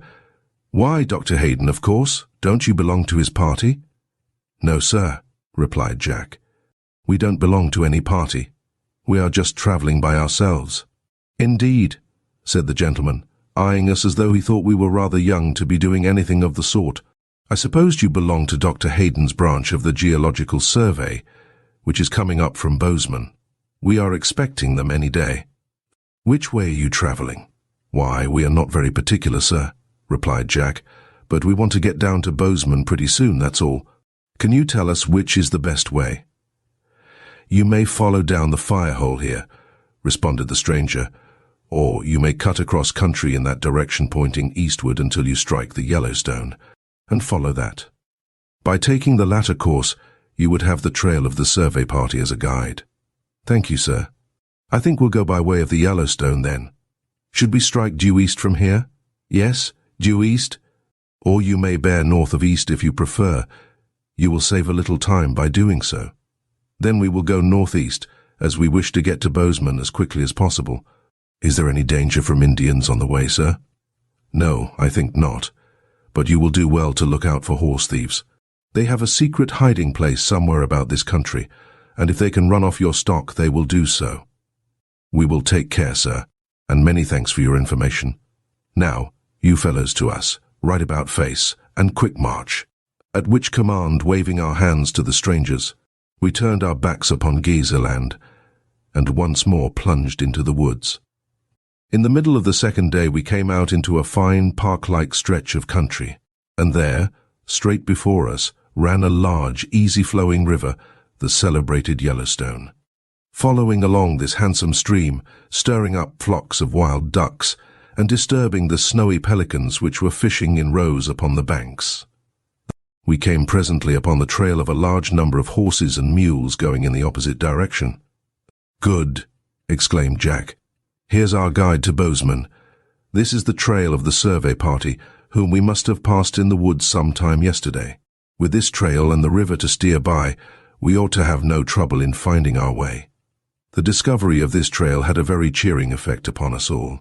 Not that we needed any cheering up, for our life in the wilds was, to Percy and me at least, the jolliest time we had ever spent, but after wandering around loose so long, never knowing with any certainty just where we were, it was pleasant to feel that in the winding thread cast down here among the grass we had the beginning of the road home. That by taking up this thread we might follow it to the great waters upon whose farther shore we should find, we were very sure, loving hands outstretched to welcome us. But if the finding of the trail was pleasant to us, there were 2 members of our party who, I almost believe, were still more delighted, namely our faithful mules. Sober old Joe turned into it at once and pegged along with his usual businesslike air, but Calliope, feeling that the occasion demanded a more emphatic expression of her satisfaction, lifted her head and sent forth so piercing a war cry that the ducks and the pelicans fled squawking from the vicinity. The slumbering deer sprang startled to their feet, and even my lord the grizzly, roused from his lair among the distant rocks, indignantly wondered what strange wild beast it might be that thus dared to molest his ancient solitary reign. With merry chatter, and with pleasant thoughts of the folks at home, we jogged briskly along, camping that night on the verge of a magnificent chasm which, Jack said, would someday be known all over the world as a sight to come and see. It was worthy of such a destiny, for it was that splendid work of nature, the grand canon of the Yellowstone, than which, as it seemed to me, there could be nothing under heaven more beautiful or more impressive. There was a threat of rain in the sky when, early next morning, we started out again upon our northward course. Soon the roughness of the country pushed us away from the river, and we found that the trail was leading us up over the shoulder of a big mountain, among whose rock slides and ridges it was not always easy to follow it. As we ascended, we shortly found ourselves among the clouds, and through their damp and chilly folds we urged our way, ever going up and up. Presently there was a grumble of thunder, and the rain began to fall. The rain soon changed to snow. So, slouching our hats over our eyes, and turning up the collars of our overcoats, we plodded on for an hour or more, until, suddenly and unexpectedly, we rode out of this premature winter into the glorious autumn sunshine. We were above the clouds. Towards the south and east, as far as we could see, was spread the dazzling white carpet, pierced in 1,000 places by the mountain peaks, which lay like islands on a shining sea. Nowhere else on the continent, I should think, can there be so vast a number of mountains crowded into so small a space, and nowhere else are they more inextricably jumbled together. It seems as though the mountain chains which radiate from this common center have here been pressed together and crumpled up, the symmetry of their lines destroyed. This confused and intricate mass of mountains might very well be called the cradle of the rivers, for from the snows which crown their heads issue 3 of the longest rivers of the United States: the Missouri, the Colorado, and the Snake. The raindrops now falling from the clouds spread out beneath us might eventually find their way to the Gulf of Mexico, the Gulf of California, or the Pacific Ocean. But while we were admiring the scene, the clouds had gathered more heavily, and now we were treated to the interesting phenomenon of a smart thunderstorm going on beneath our feet. We could see the flashes of lightning illumine the clouds, we could hear the booming and the banging of the thunder, and knowing no reason why we should descend into this turmoil only to be wet through, we dismounted, and sat down in the sunshine to wait till it was over, a novel situation for all of us. In the course of half an hour, the storm began to break, and great rifts appeared in the clouds, through which we could look down into the wet valleys below. It reminded me of pictures illustrating the spots on the sun. We were still sitting in the sun looking down through these rents in the cloud carpet, as they softly opened and closed, when Percy, seizing Jack by the arm, hastily exclaimed, "Look, Jack! Look! Get your glass quick!" He pointed downwards, and there we saw, going at a brisk trot across one of the little valleys, a bunch of horses with 2 men riding behind them. Jack's glass was out in a moment. "Is it?" Percy began. "I believe it is," interrupted Jack, knowing very well what the question was going to be. "Have a look yourself and see if you recognize them." "That's the pair, I believe," said Percy. "Here, Tom, look quick before they disappear. Should you know the horses again?" The gap in the clouds was closing rapidly, but I had time to get a good look at the cavalcade. "I can't be quite certain," said I. "You can't very well identify a man by the back of his neck, especially when he has his collar turned up, but the number of loose horses is the same, and if the rider on the black horse isn't Bates, I'm very much mistaken." "What are they doing here now?" asked Percy. "I suppose they would have been far ahead of us by this time." "Perhaps they have been hiding in that secret place the gentleman spoke of," Jack replied. "Or perhaps the horses were worn out, and they have been resting them up in some high part of the mountains where they could keep a good lookout for anyone coming after them. They seem to be in a good deal of a hurry at present anyhow, which is just as well, for they will make 20 miles to our 10, and if they are bound for Bozeman, though I should hardly think they would go there, they will keep well ahead of us at that pace. It won't do to trust to that, though. I think we must set a guard at night for the rest of the distance, especially as they might even reach their destination, turn round again, and meet us on their way back, if they should return this way. And that, I think, is rather probable, for all those horses and mules of the survey party must be a great temptation to gentlemen in their way of business. This decision of the Commander-in-Chief met with our cordial approval, and for the next few days we moved cautiously forward, keeping a sharp lookout by day and setting a guard at night. And a most unpleasant duty did we find it, after a long day's march, to stand guard through the hours of darkness, when, by rights, we should have been asleep. For there being only 3 of us, and the nights being divided into 2 watches of 4 hours each, we could each secure but 1 clear night's rest out of 3, a great hardship to youngsters of our age. It will be readily understood, therefore, that we had no spare blessings to bestow upon Squeaky for putting us to all this extra trouble, and that it was with much pleasure we went into camp one evening, believing that 2 more days' march, and consequently only 1 more night of guard mounting, would bring us to our destination. We had unsaddled and turned loose the horses and mules that evening as usual. Percy was on his knees, making the fire. Jack, followed by Ulysses, had gone off to the creek for a bucket of water. I was in the act of stooping to pick up my rifle preparatory to making a tour of our camping ground, for it was my first watch that night, when a voice behind me said in a low but peremptory tone, "Drop that." I looked round sharply to find, pointed square at my chest, the muzzle of a rifle in the hands of a squat, red-haired man, while another taller man was covering Percy.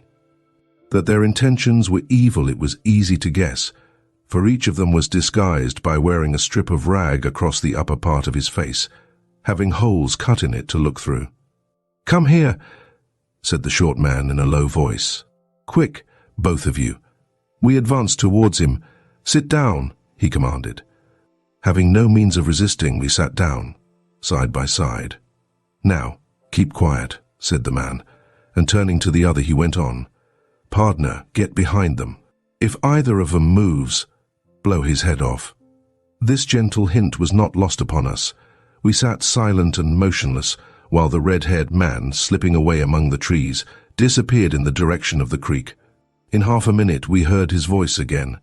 There was some angry growling of old Ulysses, a few loud, sharp words, and directly afterwards Jack appeared, carrying a bucket of water in one hand and dragging Ulysses by the collar with the other, urged upon his way by the persuasive influence of a rifle, the muzzle of which was being held within 2 feet of the small of his back. "Tie up your dog," said the man, "if you don't want him shot, and then sit down by your friends." Jack did so, and there we were, captured at last in spite of our precautions. That our captors were Squeaky and Bates we had no doubt whatever. Squeaky's voice would have betrayed him, even if we had had no previous suspicions. It was plain, from their wearing masks, that they wished to avoid recognition, besides which, Bates, as an extra precaution, and evidently by preconcerted arrangement, was careful not to say a word, knowing that we should almost certainly recognize his voice. As someone, however, must issue orders, it fell to Squeaky to take that risk of being found out, he perhaps hoping that if we should notice his peculiar voice, we should never think of connecting it with the man whom we had overheard in the dark in the little cabin by the railroad track away back in Nebraska. It must be remembered that neither of them was aware of the fact that we had knowledge of their presence in this part of the world. "What's all this about?" asked Jack, with a great show of boldness, as soon as he was seated. "And who are you?" he added, at the same time giving me a surreptitious nudge in the ribs which I passed on to Percy. Jack, of course, knew very well that Squeaky would not give the desired information as to who they were. He merely asked the question as a hint to us to pretend we did not know them. "I'll give you all the explanation I think proper after supper," Squeaky replied. "But there's one thing I want you to understand right now. If one of you tries to get up off the ground, he won't succeed. He'll be dead first. I mean it, mind you. So you'd better sit still if you don't want a bullet through you." As we had some knowledge of the peculiarities of our captor's character, we took his word for it. And having little doubt that he did mean it, we sat still accordingly. Had we been dealing with Bates alone, we might perhaps have made a fight for it. He seemed to be nervous and agitated. But with Squeaky it was quite another matter. He had no nerves, and we felt pretty sure that if he should think it a good stroke of business to shoot one or all of us, no tenderness of conscience on his part would withhold him. "Pardner," said he, addressing Bates, "round up those guns, stack 'em there against that tree, and take the cartridges out." Bates did as commanded, always in silence, and then Squeaky said, "That's good. Now you'd better go and bring down the horses. I'll hold the prisoners." Bates retired into the woods, and in a quarter of an hour reappeared, riding the black horse and leading another, both of which he proceeded to picket in a little open space below the camp. "Which of you boys is cook?" then asked the leader of this gang of two. "I am," replied Percy. "All right. Get up then and cook supper for 5. And don't try any tricks. I'm a pretty good shot. Partner, take your stand by the guns." Percy rose to his feet, and for half an hour we sat still while he made tea and cooked steaks of deer meat enough for us all. Bread we already had in plenty, for only the day before he had made a batch large enough to last us until our journey's end, as he supposed. He had not reckoned upon entertaining 2 uninvited guests. Squeaky was a methodical rascal. We could not help admiring the orderly manner in which he conducted this affair. He must have thought out all the details beforehand, or else he had been engaged in a similar transaction on some previous occasion. As soon as the simple supper was ready, he proceeded again to issue his orders. "Cook," said he, "feed your friends." Percy brought our suppers to Jack and me and set them down before us. "Get your own share and come and sit down again." Percy did so. "Partner, help yourself." We 4, having eaten our supper, Bates, at the command of his leader, once more took up his station behind us, while Squeaky helped himself to something to eat. Kneeling on his right knee, his rifle held ready for use in his left hand, he took a large piece of meat from the frying pan, and holding it in his fingers, he tore big fragments from it with his teeth, all the time keeping his watchful little eyes upon us. He reminded me of the Mississippi steamboat mate, in that he resembled a dog engaged with a bone, who suspects that some other dog might like a share of it. "Now cook," said he, as he wiped his greasy fingers upon his trouser leg. "You can wash up. I guess you may as well help him," nodding at me. "Finished?" inquired the systematic villain as soon as the culinary operations had been completed. "Well then, just you sit down again, close together. I want to have a little talk with you. Partner, stand a little way off from the end of the row, so as you can rake 'em if desirable." Having made these dispositions, Squeaky upturned our bucket and sat himself down upon it about 10 feet away from us, his rifle across his knees and his finger on the trigger, and thus addressed us. "Well, boys, I'm glad to see you at last. We've been looking for you for quite a spell, me and my partner. We thought we'd lost you. It was just a chance we see you coming along this evening, and decided to look you up. Hope you've had a pleasant trip since you left Golconda." Squeaky made this final remark with so evident an expectation that we should be overcome with astonishment, that we hastened to accommodate him by looking as surprised as we conveniently could at such short notice. "What do you mean?" asked Jack. "How do you know we came from Golconda? We've never met you before." "Oh, we know a thing or two, me and my partner." "Eh, partner?" Bates nodded. "We know who you are, well enough. Don't we, partner?" Again Bates nodded. "Can't your partner speak?" asked Jack innocently. "Born deaf and dumb," replied Squeaky, without the slightest hesitation. At this unexpected reply I forgot for the moment the awkwardness of our present situation, and the fact that we did not wish to betray our knowledge of the identity of the enemy, and began to laugh, when Jack, by a monetary pinch, brought me up again with a jerk. "What are you laughing at?" asked Squeaky, scowling. I became preternaturally solemn in an instant, and by good fortune I thought of a reasonable reply to the question. "Why?" said I. "I was only thinking that your partner seemed to understand pretty well for a man born deaf." "Yes, he does that," assented Squeaky, in such a matter-of-fact manner that I nearly laughed again. "Well," he continued, "we must get to business, because we won't have any time tomorrow morning. Now just listen to me, and you pointing at Jack. You just pay attention, because the lives of these 2 boys depends on you. Just you keep that in mind now. This is no laughing matter, you'll find, young fellow," with a grim nod at me.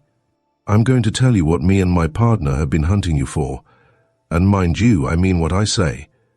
Squeaky hitched his bucket a trifle nearer, and shaking his forefinger at Jack, he thus addressed him, slowly and with much emphasis. "Attend to me now," said he. "Tomorrow morning you'll take your horse, and you'll ride to Bozeman.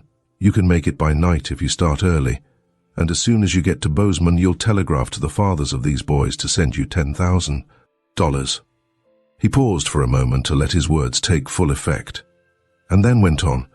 As soon as you get the money, you'll ride back here with it alone, and you'll go to the top of that flat-topped rock up there on the end of that rise. See it? You may stand up if you can't. I see it, said Jack. Well, you'll bring the money with you, you'll go to that flat-topped rock, and you'll build a big fire of green boughs on it so as to make a big smoke.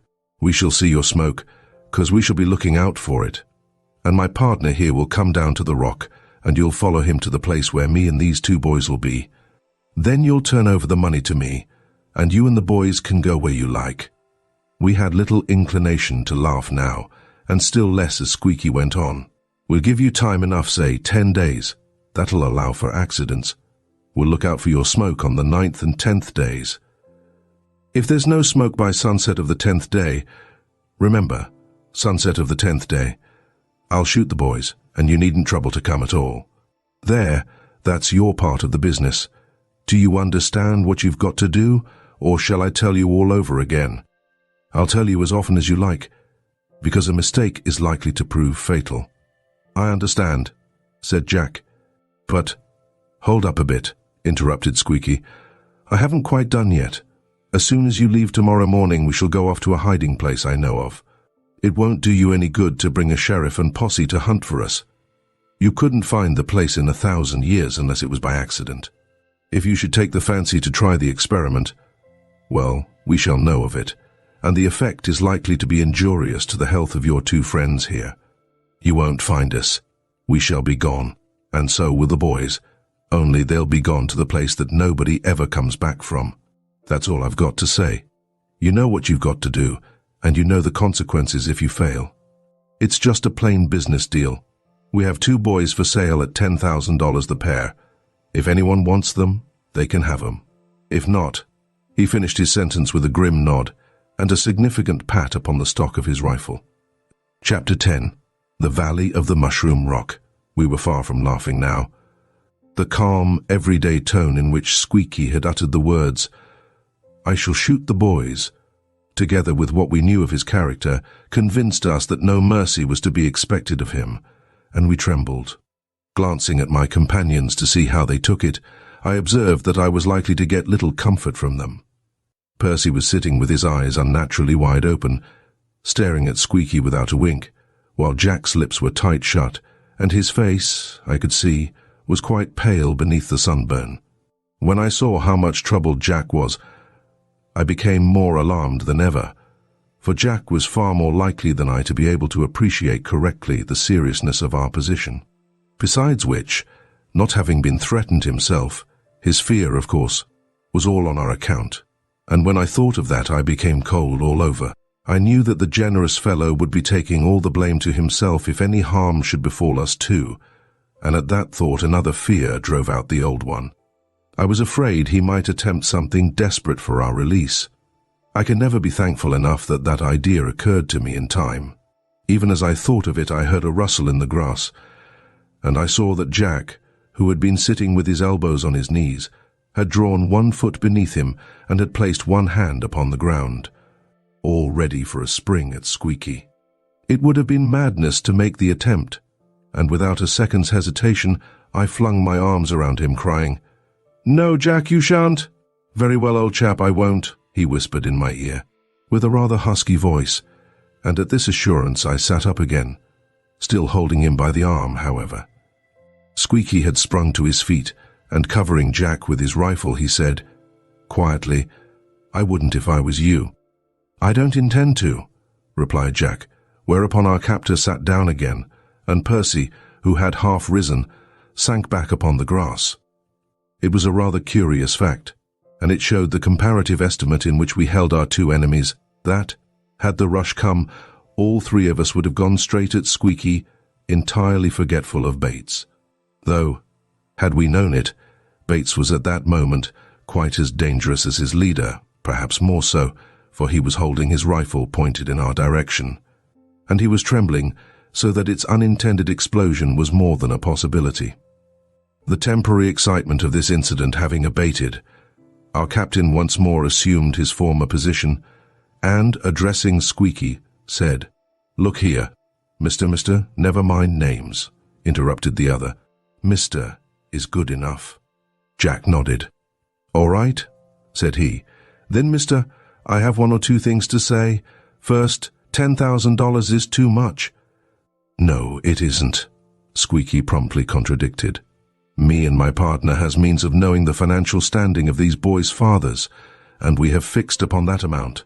We're not going to bait as much as a 10-cent shin plaster, so you needn't waste your breath on that point." Jack nodded again. "Well," said he, "then there's another point. 10 days is much too short a time." "No, it isn't," interposed Squeaky firmly. "Yes, it is," Jack repeated with equal firmness. "Just consider a minute. It will take me one long day to get to Bozeman. If my horse should fall lame, he has no shoes, it would take 2. It might take me 2 to get back. There are 4 days out of my 10. Then the boys' parents may not be at home. They may be traveling on the continent of Europe, and it may take them 2 or 3 days to get home, besides which $10,000 is a very considerable sum, and it may take them several days to raise it."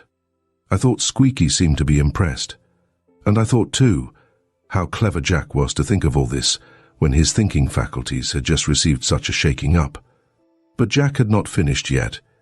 He had reserved his most telling argument for the last. "There's one thing more," he went on. "You want this money in cash, I suppose. Well, do you think the town of Bozeman could get together $10,000 on the spur of the moment? Of course it can't. The money will probably have to come up from Salt Lake City by stage, and that, as you know, will take 4 or 5 days itself. Your 10 days limit is absurd. You'll beat yourself if you stick to that. You ought to make it a month."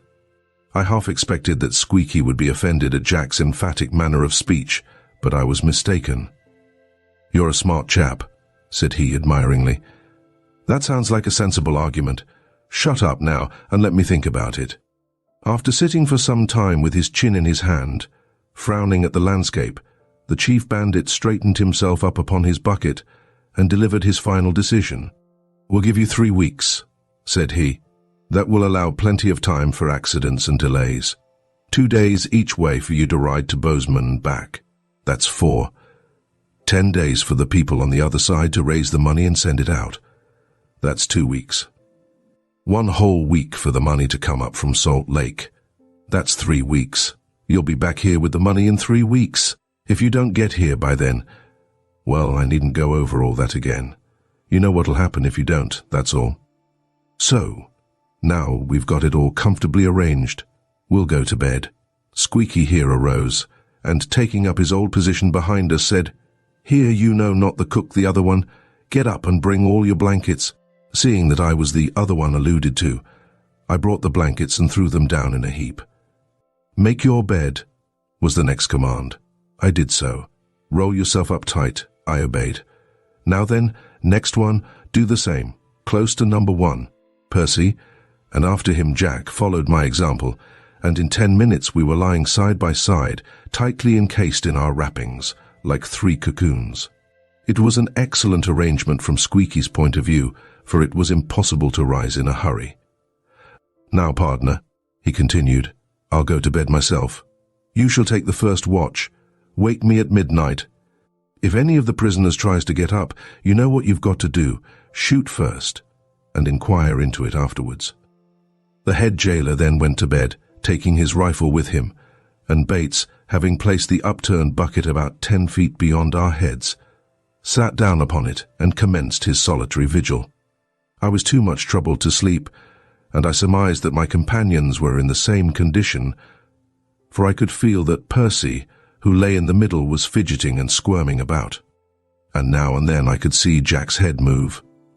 The night wore on, the fire died down and ceased to pop and crackle, and presently a new sound began to make itself heard, a mixed sound of snorting and choking.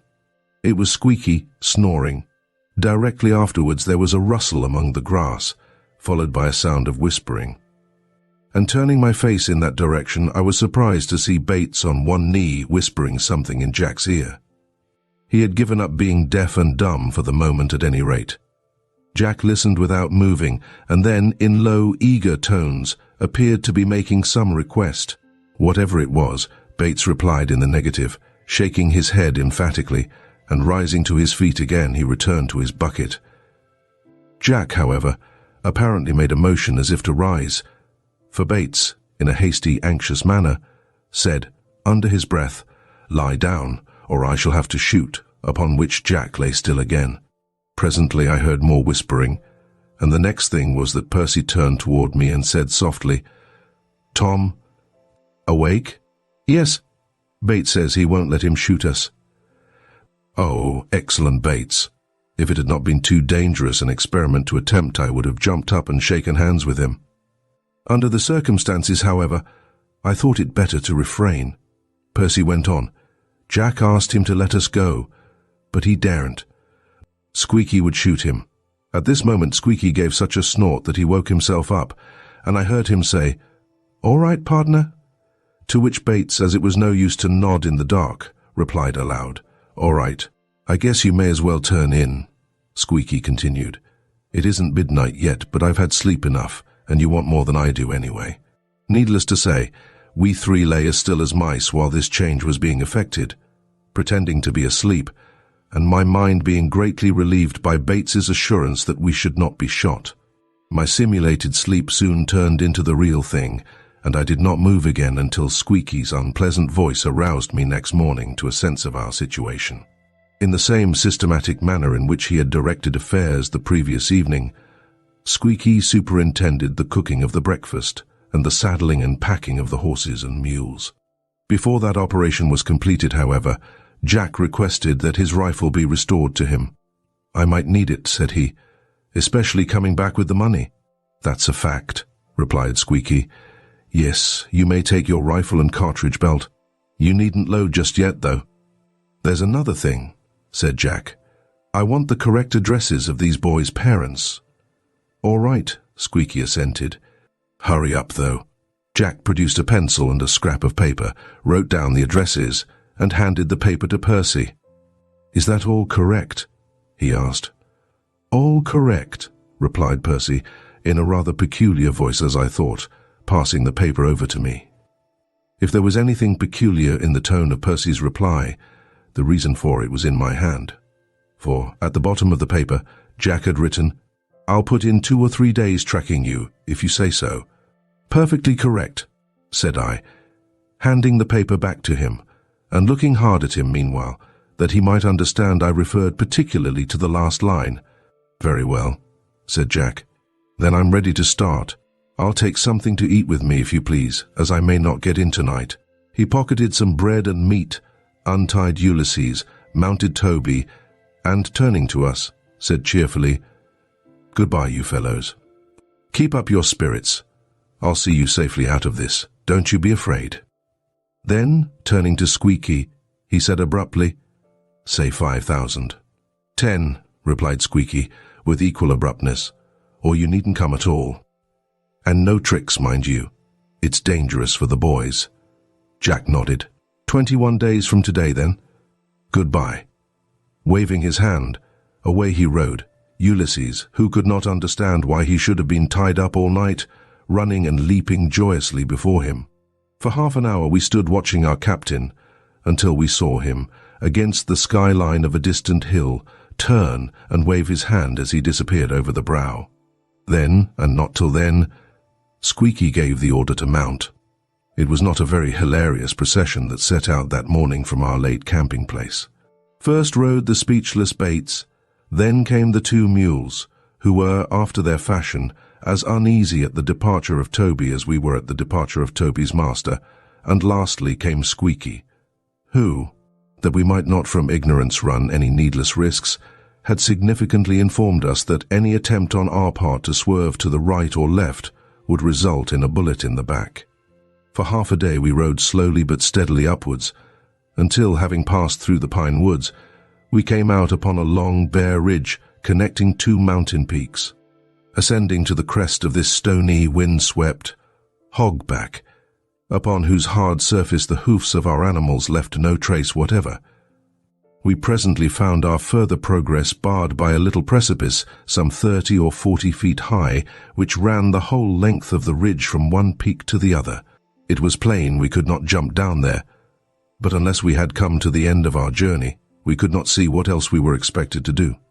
At this point, whence we could see a long stretch of the Yellowstone Valley behind us, Squeaky ordered us to stop, and taking Jack's field glass, which he had appropriated to his own use, he examined the trail by which we had come up and all the country about with the greatest minuteness.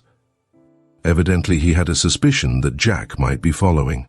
Our hearts were in our mouths while this examination was going on, and great was our relief when at length Squeaky put up the glass, and turning to Bates gruffly ordered him to go on. Bates swerved to the left, and continued along the ridge until he had come near the foot of one of the peaks, unscalable mass of rocks. In spite of our anxiety, Percy and I could not help feeling interested in the problem as to where we were to go now. With a precipice on the right and an impassable mountain in front of us, it seemed as though the only course remaining would be to turn still more to the left and descend again into the valley. But Bates knew what he was about. He had been here before. He turned downhill for a short distance, and threading his way between numbers of great rocks which had rolled down from the mountain, he presently entered a narrow chasm, so narrow that the mules with their loads had barely room to pass, and began to go steeply downhill. For 10 minutes we scrambled down this dry watercourse, the walls on either side becoming higher and higher as we descended, until presently we heard the splashing of water, and looking ahead we saw a shallow stream rushing madly past the mouth of our gully. Arrived at the edge of this stream, we found that immediately on our left it fell foaming in a miniature cascade into a pool 100 feet below, while from the right it came tearing down its smooth stone bed like a mill race. Straight before us towered a blank wall of rock. "Which way now?" I said softly to Percy, for the gully head here widened out, and I had resumed my place beside him. "Up the bed of the stream, I suppose," he replied. "There's no other way." Percy was right, for Bates without hesitation entered the water, which fortunately was no more than a mere sheet an inch deep, and began slowly to clamber up the slope. Happening at this moment to glance upward, I noticed, on the edge of the cliff exactly above my head, a great wedge-shaped rock which looked so very much as though it were on the point of falling down that instinctively I pressed forward to get past the danger point. As I did so, Percy, who was slightly in the rear of me, whispered hastily, "Tom, hold back. Let me get in front of you. I have a shotgun cartridge in my pocket, and I want to drop it near the water as a guide to Jack, in case he should be able to trail us this far." "All right," said I, without looking round, and forging ahead he succeeded in dropping the cartridge without exciting the suspicions of our watchful guard, with great circumspection making it appear that he was intent only upon urging the reluctant mules to follow Bates's horse. After a short upward climb between overhanging walls, we turned a corner and saw before us the low, arching mouth of a cave, whose floor, as far as we could see, was entirely covered by a pool of water, the source, undoubtedly, of the stream in which we stood. Into this gloomy den rode Bates, the mules following, and Percy and I, side by side again behind them. The depth of the water appeared to be about 3 feet, and as the darkness of the cave increased, it was by the splashing of the mules alone that we were able to tell which way to go. "Tom," whispered Percy, when it had become so dark that we could no longer see each other, "Tom, here's our chance. Let us slip off and sit down in the water until Squeaky has passed us." "All right," said I. "Now?" "Yes, now." But Squeaky frustrated our design, as if he had been suspecting some such move on our part. The wily rascal, at the very moment when I had freed my feet from the stirrups, struck a match and, holding it aloft, said, "No tricks now, boys." He was a sharp fellow, if he was a bad one. As soon as that match burned out, he struck another and another, until the appearance of daylight before us, for the cave turned out to be merely a natural tunnel, rendered such precautions no longer necessary. Emerging again from beneath the arched roof, we found ourselves in a second dry watercourse, enclosed like the other by high perpendicular walls. Evidently the springs which fed the pool were strong enough to send the water down this way also when the snowbanks were melting on the mountains in the early summer. Along this deep cleft we made our way for half an hour, going sharply downhill all the time, until, at a point where the rocks came more than usually close together, we were stopped by an unexpected barrier. A set of bars such as formed the entrance of a corral. As soon as Percy saw these bars, he whispered to me, "The horse thieves' hiding place." I had no doubt that Percy was right, especially as we saw beyond the barrier, on a natural shelf some 6 feet from the ground, a stone-built fortification large enough to hold a dozen men, loopholed for rifles, and so placed as to command the steep slope we had just descended. Passing the bars, which Bates let down and Squeaky set up again, we turned a corner to find that the passage suddenly terminated, and that we had come into the upper end of a very remarkable little valley, in the bottom of which several horses were feeding, the stolen horses, we had no doubt. But it was the valley rather than the horses which claimed our attention. It must have been, I believe, the crater of an ancient volcano. There are many of them in that country, which in the course of thousands of years had been nearly filled up by the debris falling from the surrounding peaks. The bottom of the valley consisted of a beautiful smooth meadow, some 2 miles long by a mile in width. Around this meadow were high banks composed of earth and fragments of stone, thickly covered with pine trees, while behind the trees, encircling the whole valley, was a wall of rock from 50 to 100 feet high. As far as we could see, the wall was without a break, excepting only that at its northern or right hand end it was split from top to bottom, the split forming a narrow gap through which a voluminous stream went boiling and foaming over the stones. The stream was much larger than one would expect from the limited size of the valley, but we observed that at least 6 little waterfalls, and how many more we did not know, came pouring over the edge of the valley wall, having their sources in the mountains, which on every side rose high above the rim of the wall itself. To all appearance there was no way in or out of the horse thieves' hiding place save through the passage by which we had come down, unless, possibly, one might pass down the gorge where the stream ran out. That the elevation of the old crater was pretty considerable was evident from the fact that, though the slopes below the wall were well wooded, the mountains above were bare, or nearly so, a few stunted. Twisted trees growing here and there among the rocks showing plainly enough that we were but a short distance below timberline. As soon as we had descended through the fringe of trees which bordered the grassland, we descried upon the opposite side of the valley a little roughly built cabin, standing with its back to the wall and its face toward us, a wretched little hovel with a stumpy stone chimney and a doorway without any door. Behind the cabin rose a fine peak from whose sides there had fallen so large a heap of loose rocks as to make it appear that at that one point perhaps it might be possible to climb out of the valley. Percy quietly called my attention to the fact as we rode across the meadow. Beside a stream which came down from this peak, and not very far removed from the cabin, there stood an object which at once attracted our attention, a rock of very peculiar shape. It was like a gigantic mushroom, 40 feet high, the stalk, which must have been 30 feet thick, constituting about half of the total height, while the cap, projecting on all sides far beyond the stalk, must have been more than twice as wide as the latter. Indeed, considering how much the cap overhung, and considering, moreover, that it was split in 2 across the middle, it was a wonder to us that it did not fall off. One would think that a good stiff breeze might blow it down. Having traversed the little valley at its upper end, we drew up before the cabin, and there dismounted. By command of Squeaky, Percy and I unsaddled the horses and unpacked the mules, which at once wandered off to fraternize with the strange horses, they with equal curiosity having galloped up to see who we were, during which operation Bates busied himself by cutting a supply of firewood, while the vigilant Squeaky kept watch and ward over us. After a hearty supper, which Percy and I cooked, and of which, in spite of our unpleasant situation, we ate a very fair share, we were ordered into the cabin for the night. Our blankets were thrown upon the floor, and a fire of big logs was started in the fireplace. "That'll help to keep you warm," remarked our captor, "and it'll keep you from trying to climb out by the chimney," an idea which had occurred to both of us the moment we entered the hovel. Squeaky next took an elk hide, and extracting the nails from several old horseshoes which lay about, he pegged the hide over the doorway, thus shutting us in completely. "Now, boys," said he from the other side of the hide, "you can go to bed whenever you like. Don't try to get out. One of us will be on guard all the time, and if we hear you trying to scratch out, we shall just fire through the doorway or through the gaps, and you'll have to take your chance of being hit. So take my advice and go to bed like good boys. Good night." Chapter 11. A Counterstroke.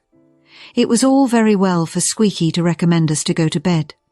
We had something else to do first, namely to talk over the situation. The possibility of escape was naturally the first subject to be discussed. "I don't see any chance of it at present," said Percy. "But perhaps, after we have been here a few days, if we don't show any desire to get away, they may become less vigilant, and we may find an opportunity. If Squeaky for any reason should go away and leave Bates in charge, that would be our best chance. We might tackle Bates. I'm not very much afraid of him, but I am afraid of Squeaky, most decidedly afraid." "So am I responded. "I'm pretty certain he would kill us if he thought proper, and though Bates might try to prevent him, I'm not so sure that he could do so." "If Jack—" "Shh," whispered Percy, tapping me upon the knee and pointing with his thumb toward the doorway. There was a rustle in the grass and the sound of breathing close to the elk hide. Somebody was listening. "Jack is sure to be back in 3 weeks," Percy announced in an audible voice for the benefit of the listener. 3 weeks ought to be ample time, and you may be sure he won't let the grass grow under his feet. As for ourselves, as there's no chance that I see of getting out of this place, the best thing we can do is to make ourselves as comfortable as we can while we stay here." "You are right," I replied. "That's the best thing to do. Your father and mine will certainly pay rather than have us killed, and these men probably know that. If it should take more than 3 weeks to get the money out, Jack will come and say so, and they will give him the extra time necessary. They will hardly be such idiots as to kill us when they might get £1,000 apiece by keeping us alive." "That's true," said Percy. "Well, since we are agreed to make the best of it, let us begin at once by going to bed." With that we arose and proceeded to make the beds, keeping our ears cocked meanwhile toward the door. Percy winked at me, when once more we heard the swishing among the grass which announced the retreat of the spy.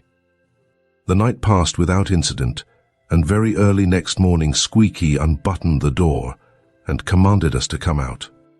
Both he and Bates were still wearing their masks. Whether they slept in them or not, I cannot say. "Pardner," said the former, as soon as we appeared, "you may as well go and bring up my horse. Cook, start the breakfast. You other, chop some wood."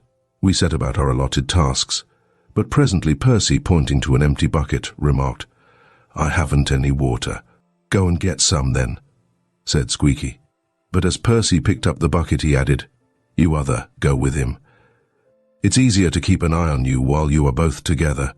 You'll find a place down by that rock," pointing to the mushroom rock, which stood about 50 or 60 yards away. Leaving our warder watching us, rifle in hand, we walked down to the spot indicated. The little creek, we found, had cut for itself a groove in the stone floor of the valley, and just below the rock was a little waterfall about a foot high, very convenient for filling a bucket. As Percy stooped for the purpose, he suddenly checked himself and exclaimed in a quick whisper, "Tom, Tom, look there!"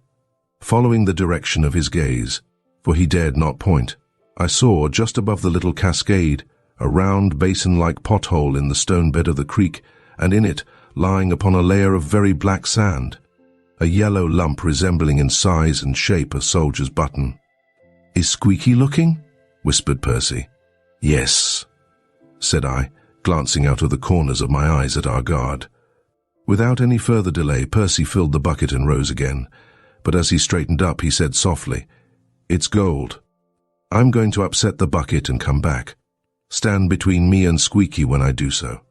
"All right," said I, with an admirable imitation of naturalness. Percy, when we had covered half the return distance, caught his toe against a root and fell upon his face, sending the water all over my legs and filling my boots, so that they went squish, squish when I hopped about, which I did with a naturalness in which there was no imitation.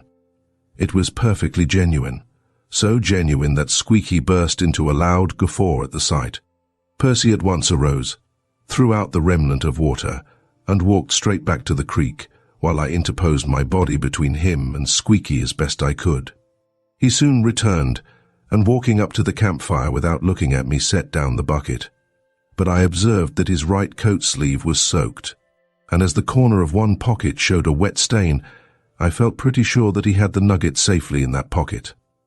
Anxious as we were to get together in order that we might talk over this surprising find, we had no opportunity just then, and events followed each other so quickly immediately afterwards that, impossible though it may seem, we actually forgot all about the nugget until several days later.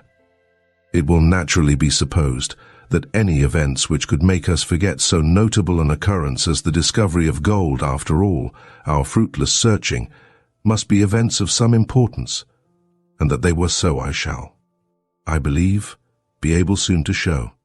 Breakfast was no sooner over than Squeaky, turning to us, said, "Boys, I'm going for a bit of a ride this morning up to the Hog Back. I want to see that your friend hasn't taken a notion to follow us. My partner, here, will stand guard over you while I'm gone." Here was news. Here was the head jailer about to give us the very opportunity we had been hoping for. I was afraid to look at my fellow prisoner for fear I should be unable to restrain my inclination to wink at him. My exultation, however, was short-lived, for Squeaky went on, "But he's a tender-hearted sort of chap, is my partner, and he might make some bones about shooting you if you tried to get away. So I'm afraid I'll have to tie you up for a couple of hours. You're valuable property, you see, and I can't afford to lose you."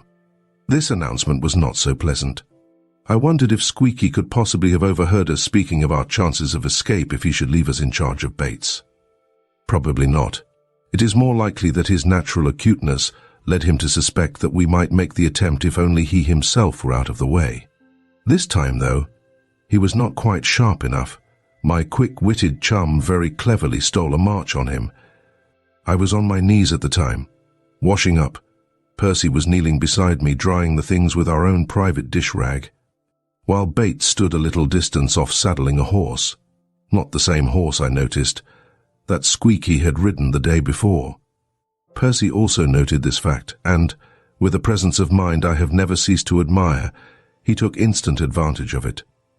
Nodding his head toward Bates, he remarked in a casual manner, "Isn't he saddling the wrong horse?" The remark caused Squeaky to turn his head, and in that brief instant Percy slipped the knife he happened to be wiping into his high boot, snatched up another, and in a perfectly unconcerned manner went on rubbing away with the dish-rag. "No," said our unsuspecting proprietor. "He's all right. Come, hurry up. I've no time to waste." Our task completed, Squeaky instructed Bates to cut off a length from one of our picket ropes, which being done he unravelled the piece, and taking a couple of strands he tied Percy's arms behind him, just above the elbows.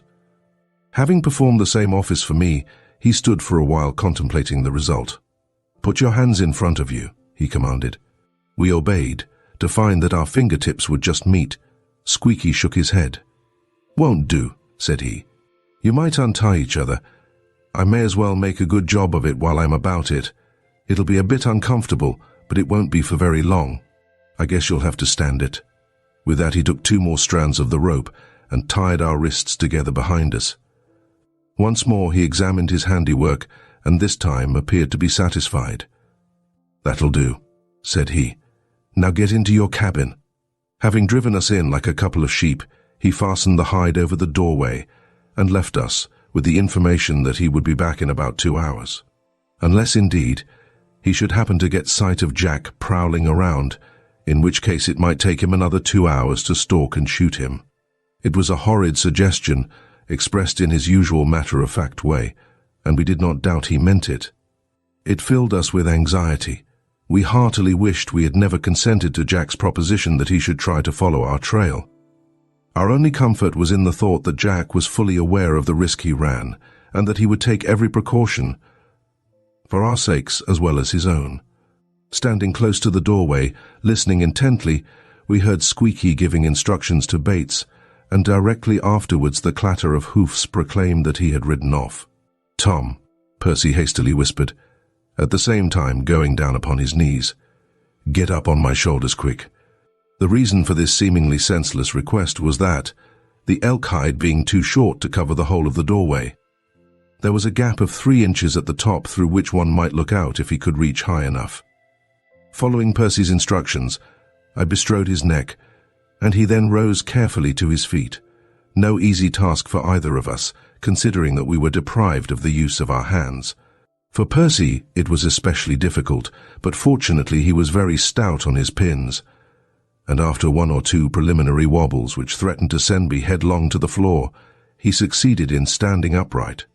For 5 minutes he thus supported me, while I watched Squeaky as he rode across the open, entered the strip of woods, appeared again on the other side, and vanished into the gorge when I whispered, "All right," and Percy going down upon his knees again, I dismounted.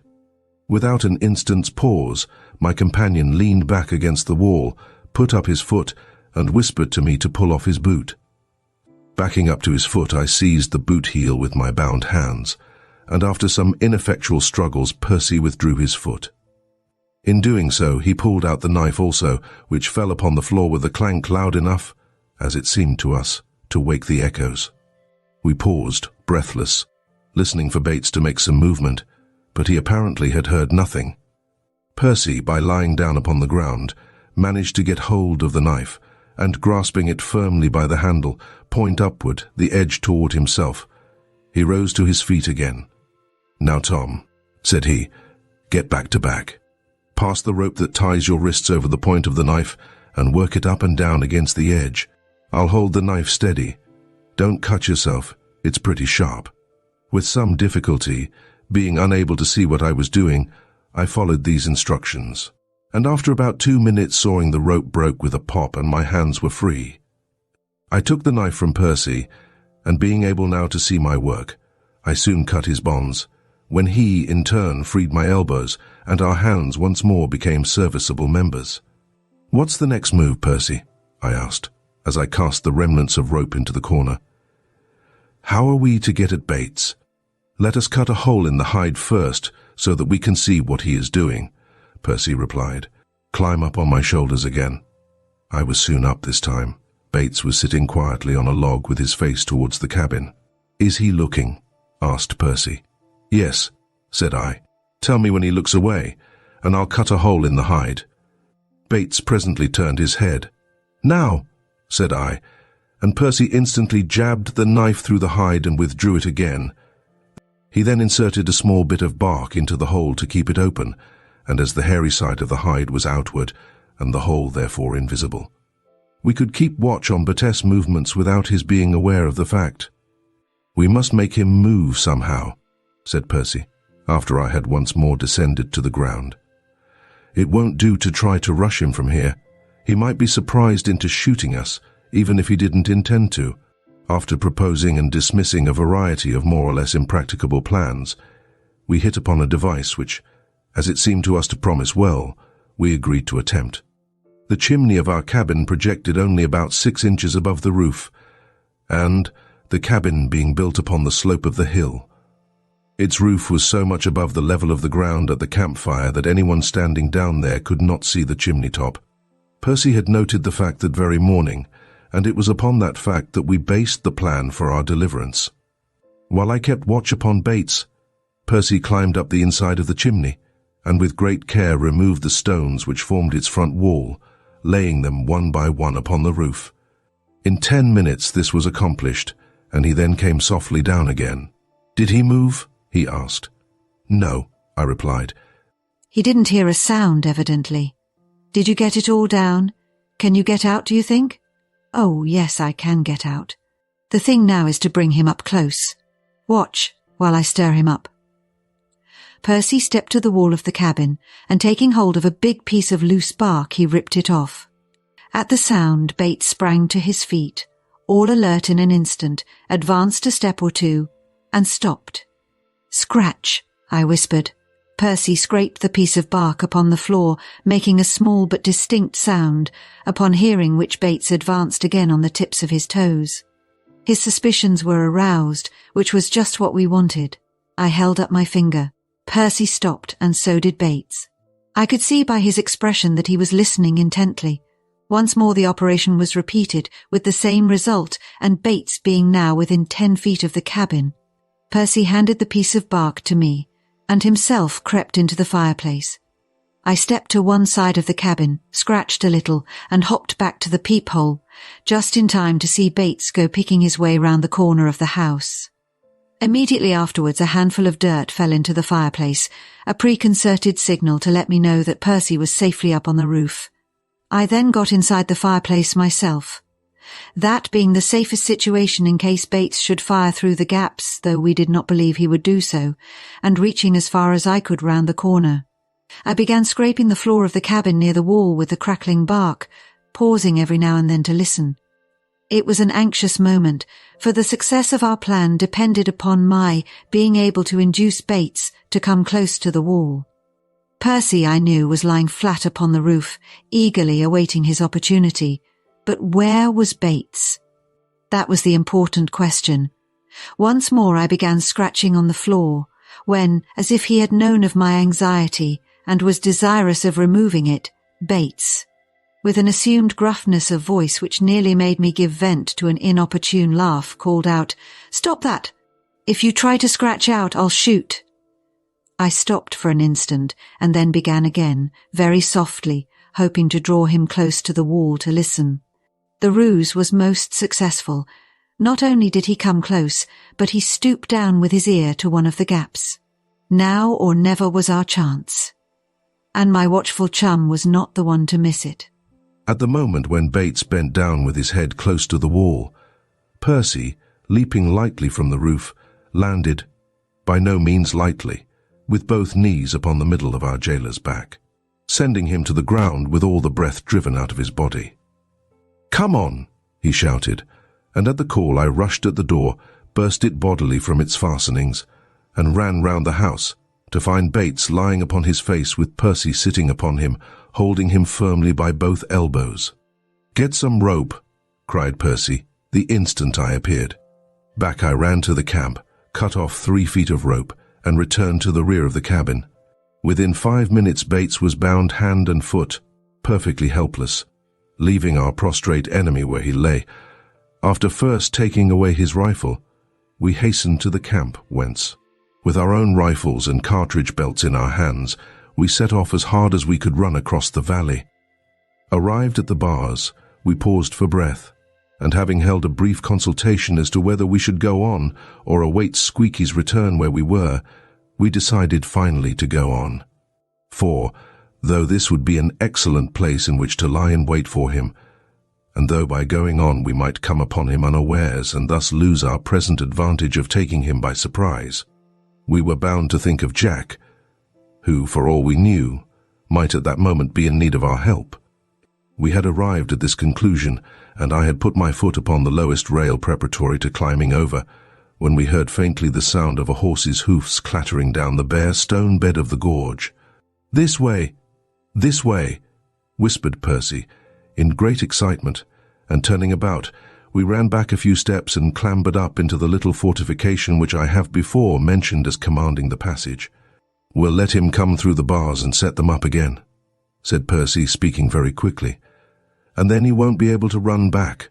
As soon as the bars are up, I'll step out and order him to throw up his hands. If he makes any sign of an intention to shoot, you must shoot at him through the loophole. Will you do it?" Percy asked this question, knowing very well by his own feelings how reluctant I should be to shoot a man. "Yes," I replied, after a short hesitation, "I'll do it. As far as I see, there's nothing else for it. It is his life or ours, so, as it can't be helped, I'll do it."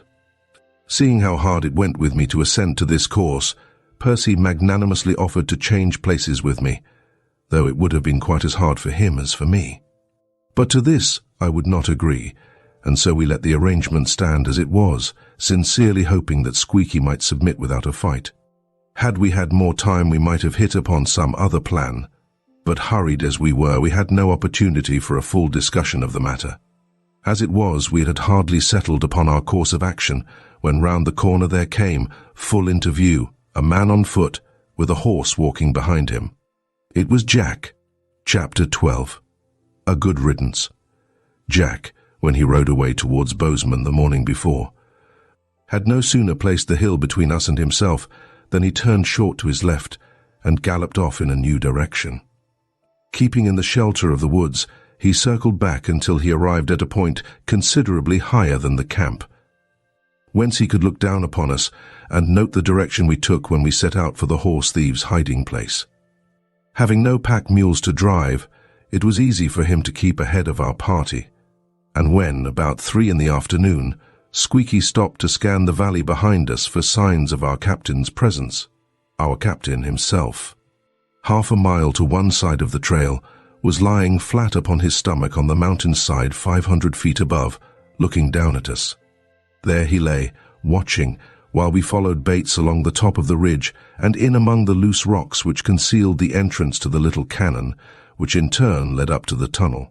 Knowing nothing, and for the time suspecting nothing, of any such underground passage, Jack lay still, waiting for our reappearance, or at least for a sight of the smoke of our campfire, until dark, when he went back to the dry gully where he had left the horse and dog, and riding part way down the mountain again, he made camp for the night. In a secluded hollow well concealed by the trees he lighted a little fire, and wrapping himself in the saddle blanket. He passed a rather comfortless night, for at that altitude and at that time of year the night frosts were decidedly sharp.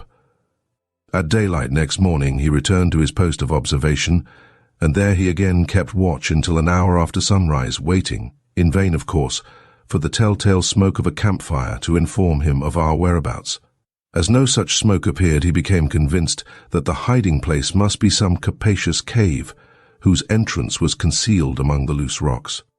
And very much troubled he was to decide whether to go on, or to give up the attempt. He decided at last to go on. Riding down to the point where we had disappeared from view, he there left Toby standing, and went forward on foot with Ulysses, who seemed perfectly to comprehend the state of the case, sniffing along in front of him. The ground was so hard that no sign of a hoof mark was to be seen. Nevertheless, there must have been a lingering scent of the mules and horses, for the old dog, without any hesitation, led the way to the dry watercourse, and down it to the edge of the stream. There, to his great satisfaction, Jack picked up a shotgun cartridge, and at once he jumped to the conclusion that one of us had had the sense to drop it as a guide for him. Hastening back, he brought Toby down, and taking up Ulysses on the saddle, not knowing but that the stream might be strong enough to knock the dog's feet from under him and send him rolling over the fall, he rode up the steep incline until he came in view of the arched mouth of the tunnel. Ah, thought he to himself, so it is a cave. Once more he stopped to consider whether to go on or to turn back, and once more he decided to go on, advancing into the cavern until there was but a glimmer of light behind him and perfect darkness ahead. He stopped again, this time for 3 or 4 minutes, listening with all his ears. There was no sound of voices, no sound of a horse snorting or shaking himself, no crackling of a fire, no smell of smoke. Jack began to suspect that the cave was merely a passage. To make sure, he ventured to strike a match, and looking quickly around, he saw that he was probably right. There was no opening visible anywhere. The walls were quite solid.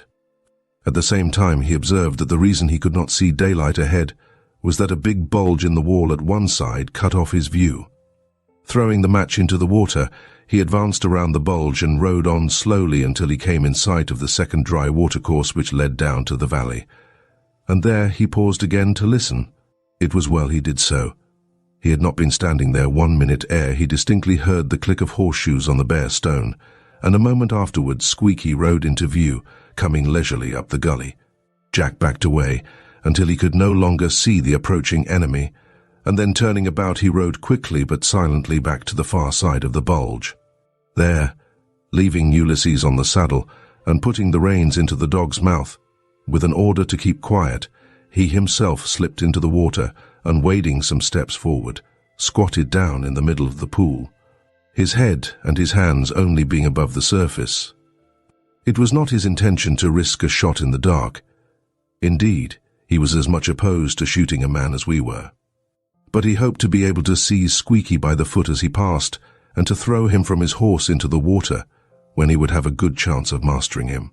Meanwhile, Squeaky came riding into the tunnel, quite unsuspicious of Jack's presence, and advanced straight upon him until Jack, fearing that he was about to be trodden upon, was on the point of hitting the horse upon the side of its head with his rifle barrel to make it swerve, when the horse itself, suddenly thrusting forward its nose, snorted in Jack's face and whirled round.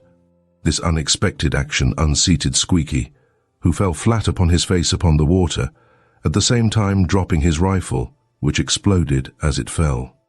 Jack was upon him in a moment, like a cat upon a mouse, and grasping him by the collar with his right hand, he pressed his head beneath the water, while he held his rifle ready in his left to strike him upon the skull if he must.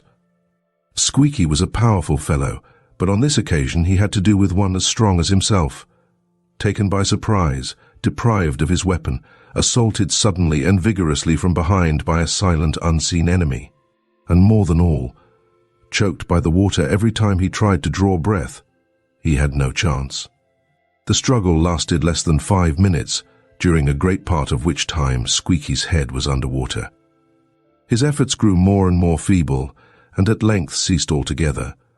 Then, still holding him by the collar, all ready to duck him again if he should be shamming, Jack dragged his defeated foe to the end of the tunnel and dropped him upon dry ground, where he lay motionless, streaming water from every part of his body.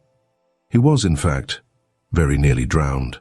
Having whistled to Toby, who at once came wading out of the darkness, Jack cut from the saddle 3 of the long buckskin strings with which it was adorned, and with them he bound his still unconscious antagonist by his wrists, his elbows, and his ankles.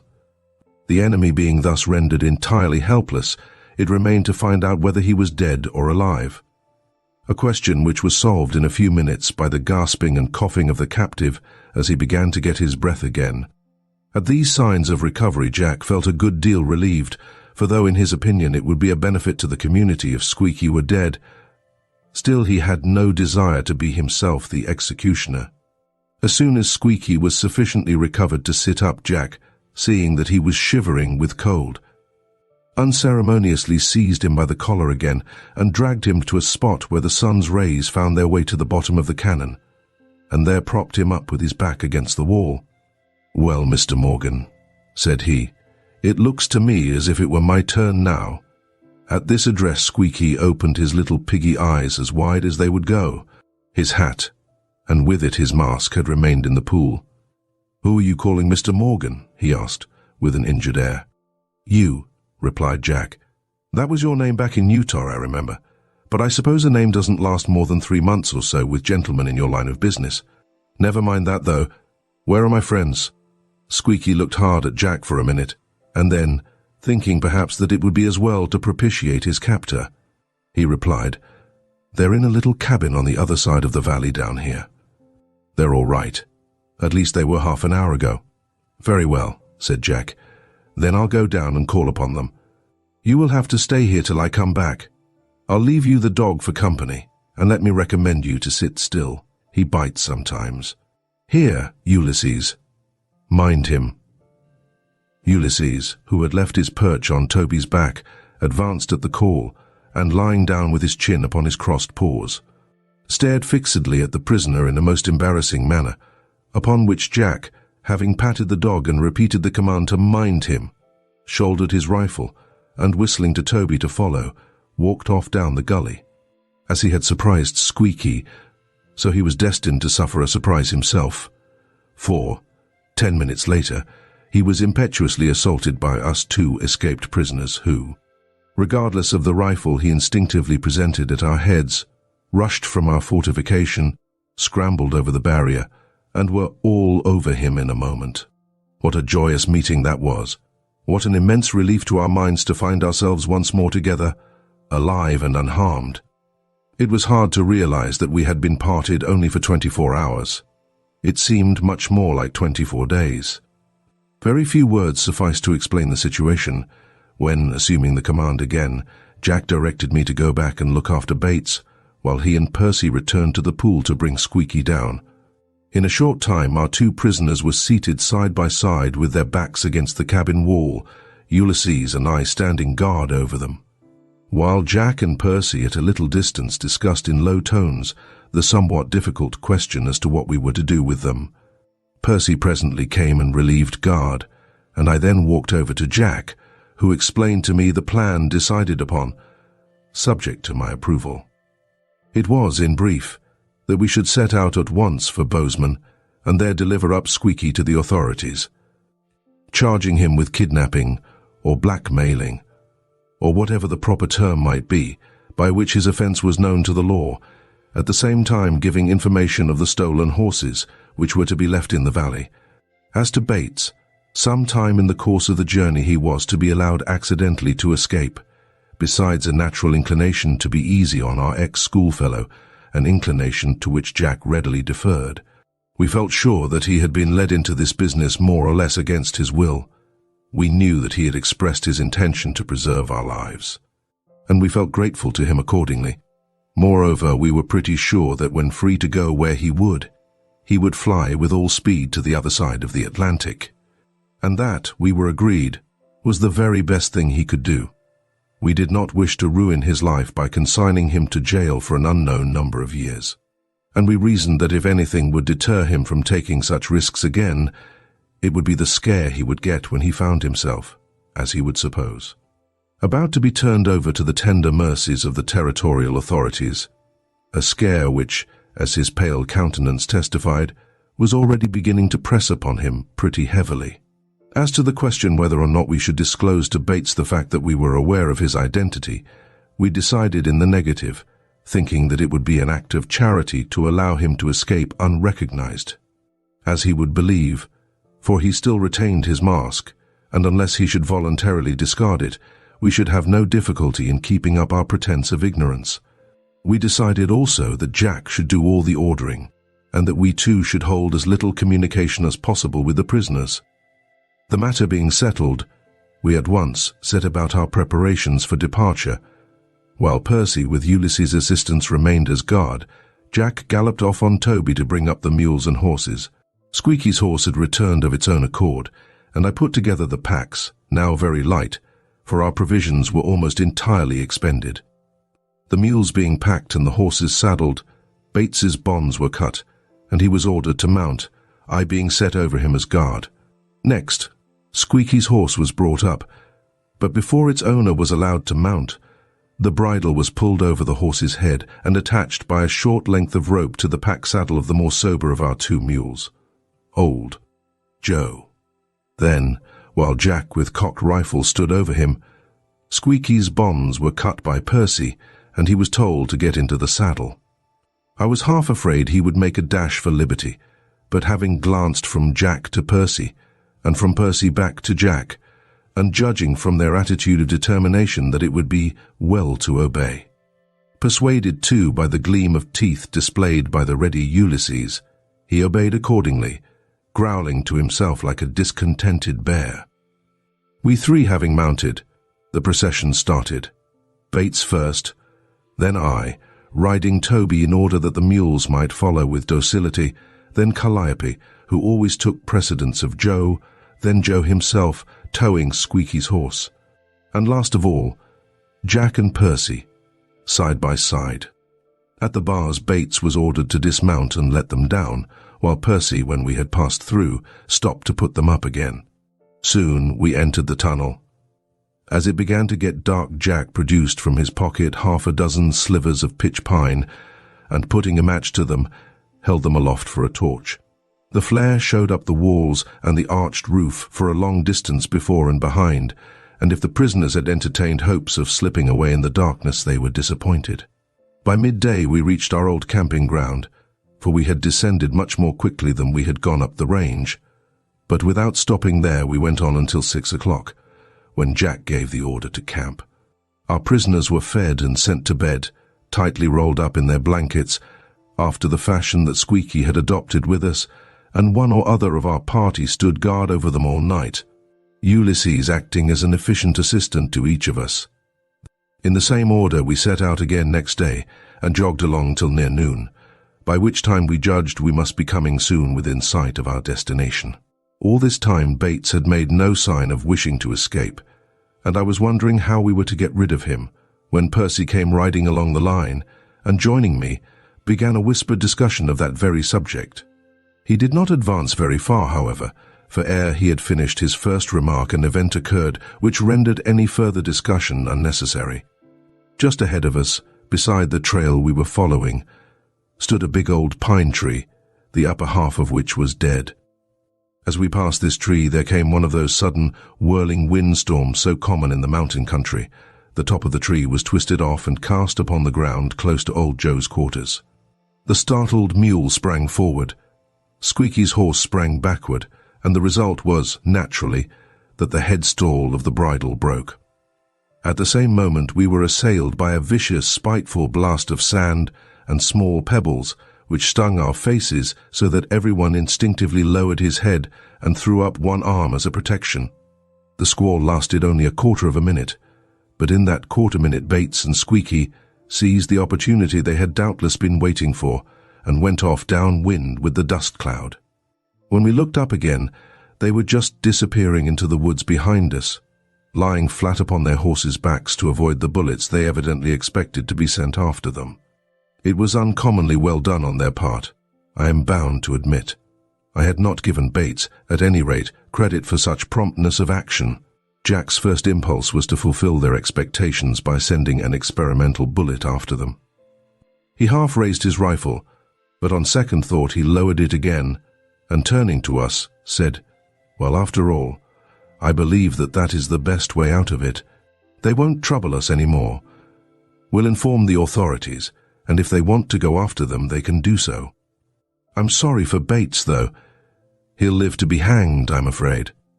"I wish he had escaped before," said Percy. "Now that he has gone off again with Squeaky, there's no telling what scrape he will be led into next. It is a pity we didn't tell him we were going to let him escape."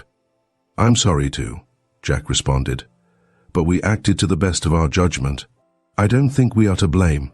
There is one thing.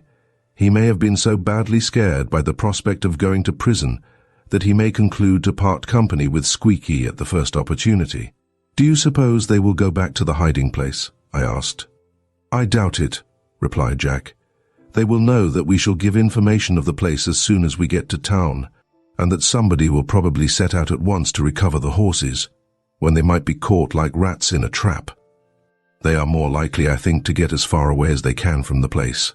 Come on, let us jog along. We must get in before sunset, if possible." The citizens of Bozeman were accustomed, I suppose, to the sight of rough-looking strangers riding through their streets, and we were rough-looking enough, surely, with our elbows showing through our coat sleeves and our knees through our trousers, with our hair down below our collars, and our faces so sunburned that Jack and Percy looked like a pair of Mexicans while I was about the color of the rising moon. At any rate, nobody took any notice of us as we rode along the main street of the little town to the post office, and there pulled up. Jack dismounted and went in, returning in a few minutes with a handful of letters, and we then passed on through the town and encamped upon the stream just outside. There were 3 or 4 letters for each of us. Eagerly, and with a bit of a tremor, Percy and I tore open the envelopes, one after the other, glanced at the contents, and simultaneously heaved such a big sigh of satisfaction that Jack looked up. "All right?"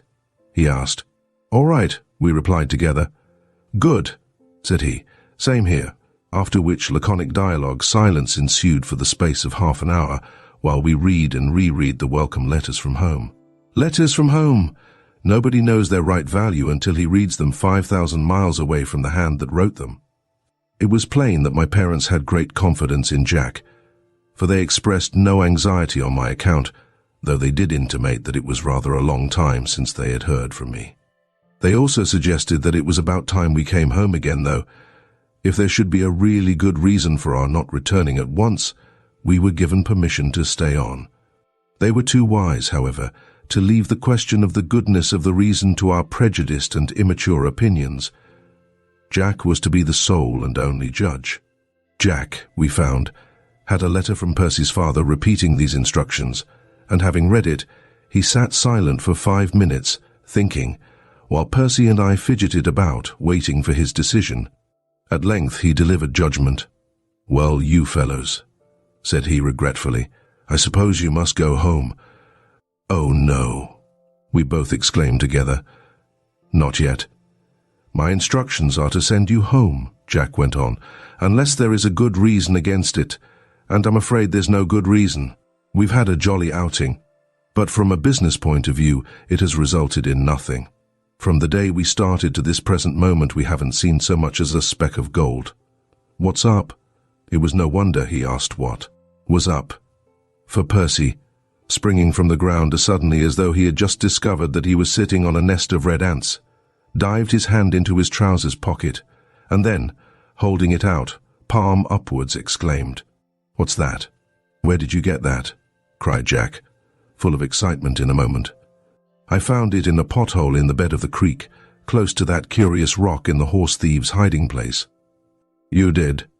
Jack took the little nugget, looked it over and over, took out his pocket knife and cut little nicks in it, and then, for several seconds, stood staring hard at nothing. While we stood silently by, staring hard at him, presently he heaved a big sigh, shut up the knife with a snap, and said quietly, but with much decisiveness, "I'm going back." "Then so are we," said Percy. Chapter 13. The Cleaning of the Potholes. No, said Jack. "I think you ought to go home. Besides, it's too dangerous. I don't like the responsibility of taking you back there." "But look here, Jack," Percy persisted.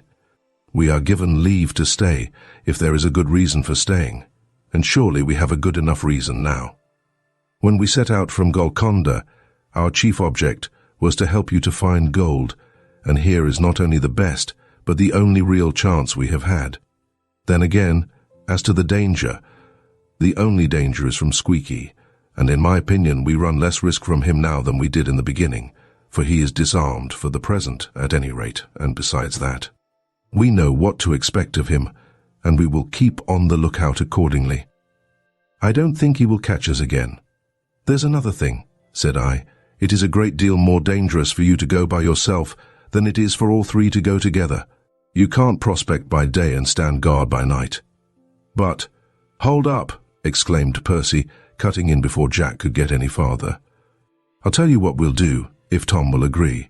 As Tom says, you certainly can't prospect by day and stand guard by night. You'd wear out in 2 days. Well, we may not be much to brag of as prospectors, but we can stand guard just as well as anybody. And here is what I propose to do. We'll go back to the thieves' den. We'll carefully examine the whole valley to make sure that Squeaky hasn't returned, though as to that, we should see his tracks. Because you remember, it rained as we came out. And if he is not there, which he won't be, I'm pretty sure, Tom and I will take it in turn to stand guard in that little fortification, day and night. And night and day, we'll just live there. And I'd like to see Squeaky or anybody else pass those bars while we are squinting at them through the loopholes with a rifle in our hands. There! What do you say, Tom?" "I'm agreed," said I briefly. "Then what do you say, Jack?" "I say you're a bully good pair of fellows, and I'm ever so much obliged to you, and I accept your offer. Back we go, all three of us." "Hurrah!" shouted Percy. "When?" "Tomorrow morning, if possible, but we must hustle, for we have plenty to do before then." "Let me think." Our captain stood silent for a minute, and then, in a quick, decisive manner, issued his orders. "I must go," said he, "and hunt up the sheriff and tell him about those horses. If he'll go back with us, so much the better. While I'm doing that, and there's no telling how long it will take me, you must go and buy some hay. The grass here is no good, and a small sack of oats, and give the mules and horses a good feed. When you have done that, go to a store, the one where the post office is, and buy 2 50-pound sacks of flour and 25 pounds of sugar, and wait there until I join you. While you are waiting, buy some writing paper and write home. That's all. Off you go." In the course of an hour or so we had fulfilled these commands, and had each of us written a long letter home when Jack joined us in the store. He had been obliged to wait for some time in the sheriff's office, and had himself utilized the time by writing letters. "It's all fixed," said he. "A deputy sheriff is coming with us. He will come to our camp the first thing tomorrow morning, and we'll all go together." This was very satisfactory. We felt that we should have the law on our side, and if there was any shooting to be done, the deputy would be the one to do it, which I must confess was a very comforting reflection. It was a great satisfaction to me, therefore, when, soon after sunrise, the deputy appeared, a thin, wiry man with a hooked nose and high cheekbones, and not only he but another man, a burly fellow with a black beard. A determined-looking pair they were, and I thought I would a good deal rather have them on my side in a fight than against me. We set off at once, and soon after midday of the second day we were back again on the hog back. As we went down the dry watercourse, the bearded man, looking upward at the rock which overhung the edge of the chasm, remarked, "That there rock up there, if it was to fall down, would block this passage pretty neat. A man ood need stand from under if he didn't want to be squeezed out as flat as the King of Trumps." "That's what," replied the deputy. "Looks as if a man might shove it down with his foot too, don't it? Hallo, up that way, eh?" As Jack, who was leading, turned to the right and began to go up the waterway. We ascended the slope, waded through the tunnel, which greatly excited the astonishment of the two men, and went on part way down the second dry watercourse. But as we turned the corner which brought us in sight of the bars, Jack pulled up, and addressing the men said, "There's a set of bars here, and a little stone fort just beyond. If the men have come back, and if they have any arms, that is where they'll be." "Very well," said the deputy calmly. "Then it's my business to turn them out. It's no concern of you boys. So you can keep out of range. Just stay here while I go down." Without more ado, he stepped round the corner, stood for a minute with his cocked rifle in his hand, gazing earnestly at the loopholes, and then marched straight down the middle of the ravine, climbed over the bars, and scrambled up into the little fort. "Nobody here," said he, jumping down again, and coming back to the bars he let them down for us to pass through. It was an extremely plucky thing to do, in my opinion. I know that nothing would have induced me to face those loopholes, but the deputy seemed to be absolutely without fear. I myself, standing in safety around the corner, was a great deal more afraid for him than he appeared to be for himself. He was taking his life in his hands, for all he knew, and yet he did it as calmly as though it were part of an ordinary day's work. He was an uncommonly plucky fellow, that deputy. We were soon at the exit of the gully, and there Jack once more requested a halt. Going forward a short distance, he examined the ground carefully, and then called out, "It's all right. Nobody has been down here." At the mouth of the gully there lay a fan-shaped bed of sand, brought down by the overflow of the spring above. The rain of 3 or 4 days ago had been heavy enough to send a thin stream of water over it, obliterating all the old tracks and leaving it perfectly smooth. There was not a footmark or a hoof mark upon it, old or new. This was a very satisfactory discovery, and we rode on down into the valley with a great accession of confidence. "Well," exclaimed the deputy, as he issued from among the trees and surveyed the little valley with its surrounding wall, "if this isn't the very finest ready-made corral for the horse-thief business ever I saw." "Call me a horse-thief myself, and how they ever come to find it beats me," added his companion. "Some hunter or prospector, maybe, hiding from the Indians in among the rocks up above there, got into the stream to cover his tracks, and so found the tunnel," suggested the deputy. "That's it, likely," said the other. "But there's deer in here too. I see a bunch of 'em down at the far end now." "How'd they get in? Same way?" "Same way, I guess, unless they tumbled in.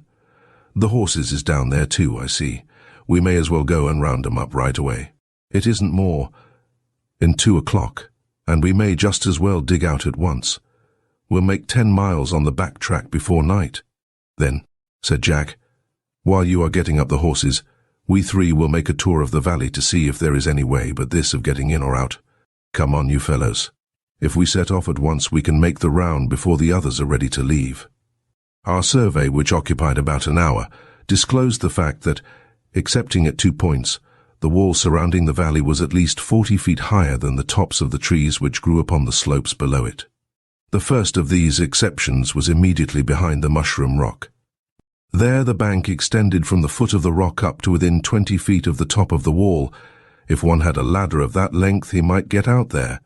The second exception was at the cannon, where the stream left the valley, but as to getting out in that direction, it seemed as impossible as it would be to fly over the wall itself.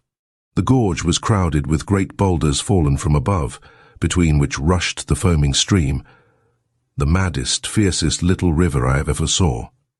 None but a man in the last straits of desperation would ever think of attempting the passage. He would be pounded to death in 5 minutes, almost to a certainty. The result of this tour was most gratifying to us. It proved conclusively that if Squeaky should entertain the idea of paying us a visit, he could not come in except by the high road, and as long as we occupied the fort he could not come that way either without our leave.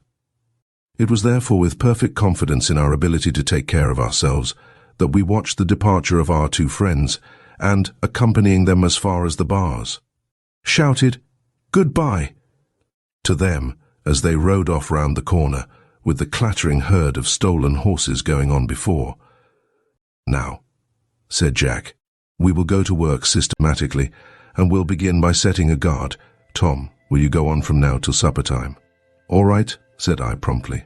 "You and I, Percy," he continued, "will see if we can't improve this barrier, so that nobody can come in without making a noise. I think I know how it may be done. Come with me. Ulysses shall stay with you, Tom." As I took my station in the fort, the other 2 walked off down the gully, and soon afterwards I heard above my head the sound of an axe. They were chopping wood up there for some reason or other. Presently Jack appeared upon the edge of the ravine, called out, "Look out! Below!" and then, crash, came a small dead pine tree to the bottom of the gully on the upper side of the bars. 2 others followed, when Percy came down again, and having arranged the 3 trees so that they lay side by side, completely covering the whole width of the bed of the gorge, he looked up and shouted, "All right, Jack, send down the rest." Down came 3 more trees, which were placed upon the top of the others, and the bars were then restored to their places. It was a great addition to our defences. The trees, arranged with their butts downhill, presented a mass of brittle points to any intruder, and nobody could possibly climb over them or remove them without making a noise loud enough to arouse the sentinel if he should happen to be dozing. And as it was our intention that the sharp-eared Ulysses should always be a member of the guard, we were satisfied that now, at any rate, neither Squeaky nor anybody else could pass the bars without our permission. This abatis being completed, Jack and Percy went off to arrange the camp, selecting a position in a bunch of trees, a little to one side of the mouth of the gully, and soon after sunset Percy came up to relieve guard and to give me an opportunity to get my supper. While I was thus engaged, Jack explained to me the course he proposed to follow, and the arrangement of the order of guard mounting, of which he was to take his share at night. After which, leaving Percy and Ulysses to keep the first watch, he and I retired to bed. Until all these preliminaries had been settled, Jack did not so much as mention the word gold, but next morning, soon after sunrise, while I took my place as sentinel for the day, he and Percy, who, as the finder of the nugget, naturally accompanied him to show him the place, went off together for the first day's prospecting. The stream, as I think I have mentioned, had cut for itself a little groove in the solid stone floor of the valley, while the floor itself, for a space of 20 feet on either side of the groove, had been laid bare by occasional freshets. Upon this level, smooth-swept surface stood the mushroom rock. How it ever came there was a puzzle. It could not have rolled down the mountain, for, as Jack at once discovered, it was composed of 2 different kinds of stone, the lower being a sandstone, the upper a granite rock, and, of course, had it fallen from the mountain, the pieces would have come apart in doing so. Jack's solution of the problem appeared to be the only reasonable one. He said it must be one of those vagrant rocks known as erratic boulders, which had been carried here during the glacial period, and had been left standing when the ice melted away under it. That such a top-heavy rock should not have upset on the journey was hard to believe, but in all probability the stem had been originally as large in circumference as the cap. Larger, perhaps, but being of softer material it had worn away in the course of ages more rapidly than the upper part. Percy led the way to the spot where he had found his gold button, and pointed out to Jack the curious round hole in the bed of the stream from which it had come. There were several of these potholes, all of them, as it happened, downstream from Mushroom Rock. They had been formed by the rattling around in them of a pebble, the hole ever growing larger, and the pebble ever becoming smaller, until at last, in the unequal contest, the latter had been worn out entirely. Some of the holes were large enough to hold a bucketful of water. It must have taken hundreds of years and worn out hundreds of pebbles to make them. Having inspected these potholes, and having found that each one of them had its little bed of black sand lying in the bottom, Jack said, "Well, Percy, the first thing to be done is to gather as much as we can of this black sand and test it for gold. The greater part of the gold, if there is any, will be below the sand, so the holes must be scraped out perfectly clean." Percy agreed that this was undoubtedly the proper course, but having come to this decision without any trouble, they were next confronted by the question, how were they to do it? It would be an everlasting task to pick up the sand in pinches between one's finger and thumb, and even then it would be impossible to clear the holes entirely of the residue which they expected to be the most valuable, if not the only valuable part. Jack's inventive mind hit upon the means of getting out the bulk of the sand. He ran back to the camp, and returning with one of our spoons in his hand, he bent the head of this domestic implement at right angles to the handle, thus forming of it a kind of scoop. Selecting as the first to be tested the hole in which Percy had found the nugget, he went down upon his hands and knees and ladled up a spoonful of the deposit. Up came the spoon, brimming with sand, but the moment it reached the surface, the current whisked away the contents, and the spoon was empty. This process had every appearance of being a failure. "Hold up a second," cried Jack, and off he ran once more to the camp, returning directly with a small tin cup in his hand. This he set in the bottom of the hole and filled by means of the spoon, and then, taking it up with the palm of his hand covering the top, he emptied it into the gold pan which Percy was holding in readiness. So far, so good, but presently Jack had scraped out all that the spoon would take up, and still there was a good deal of material left at the bottom of the hole. In turn, they peered down through the water, persuading themselves that they could detect a yellow shimmer about the residue, though the ripple and flash of the stream rendered it very uncertain whether they were right. But scrape and scrape as they might, they could get up no more of the sand. The matter could not, of course, be left in this unsatisfactory state. But what were they to do? For some time they sat side by side upon the edge of the stream, like a pair of pelicans waiting for a fish, trying to think of some means of clearing out the hole, until presently Percy slapped his knee and exclaimed, "I know, Jack, how we can do it. Do you remember, in the story of Ali Baba and the 40 Thieves, how Ali's brother's wife put some tallow on the bottom of the pot she lent him to measure his money with, and how a piece of gold stuck to the tallow? Well, let us take a lump of deer's fat and press it down all over the bottom of the hole. It will pick up everything there is there." "That's a great idea," said Jack. "But I'm afraid if we use fat, we shall have a great deal of trouble in getting rid of the grease afterwards. An old prospector once told me that. And besides, grease floats and is apt to carry off the gold with it. Isn't there anything else we can use?" "Dough," suggested Percy thoughtfully. "Dough would do, perhaps," said Jack dubiously. "But I expect it would be about as bad as grease as far as getting the gold out of it again is concerned." "Think again." "Clay," said Percy. "That's the stuff," exclaimed Jack, jumping up. "All hands turn loose and hunt for clay." I have said before that Jack did not profess to know much about gold washing. Had his friend, the old prospector, been at hand, he would have told him that the extraction of gold from clay was a process of notorious difficulty and tediousness. But of this fact, Jack was ignorant, very fortunately for him, as it turned out. A little learning is a dangerous thing, perhaps, but, strange to say, the littleness of Jack's learning in the art of gold washing proved to be most advantageous to him. The two clay hunters had not far to seek. On the bare stone beneath the mushroom rock, they found a fair supply of some white material which they took to be clay. It was soft and sticky, and would therefore suit their purpose excellently. And gathering all they could find, they carried it to the edge of the stream, where Jack, going down again upon his knees, made up a ball as big as his 2 fists, dropped it into the pothole, and kneaded it about all over the bottom until he supposed it must have picked up everything there was down there. He could not see how the process was working, for the water turned milky the moment the clay was put into it. Percy having returned the black sand from the pan to the cup, Jack fished up the clay ball, which being now in a slimy condition concealed anything it might contain, dropped it into the pan, and filled the pan with water. As the clay gradually dissolved, he poured away the muddy water and renewed the supply, repeating the process many times, until at length the soft material had been all washed away and the water remained clear.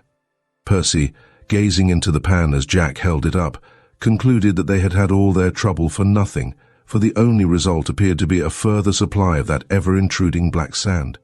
He was tired of black sand.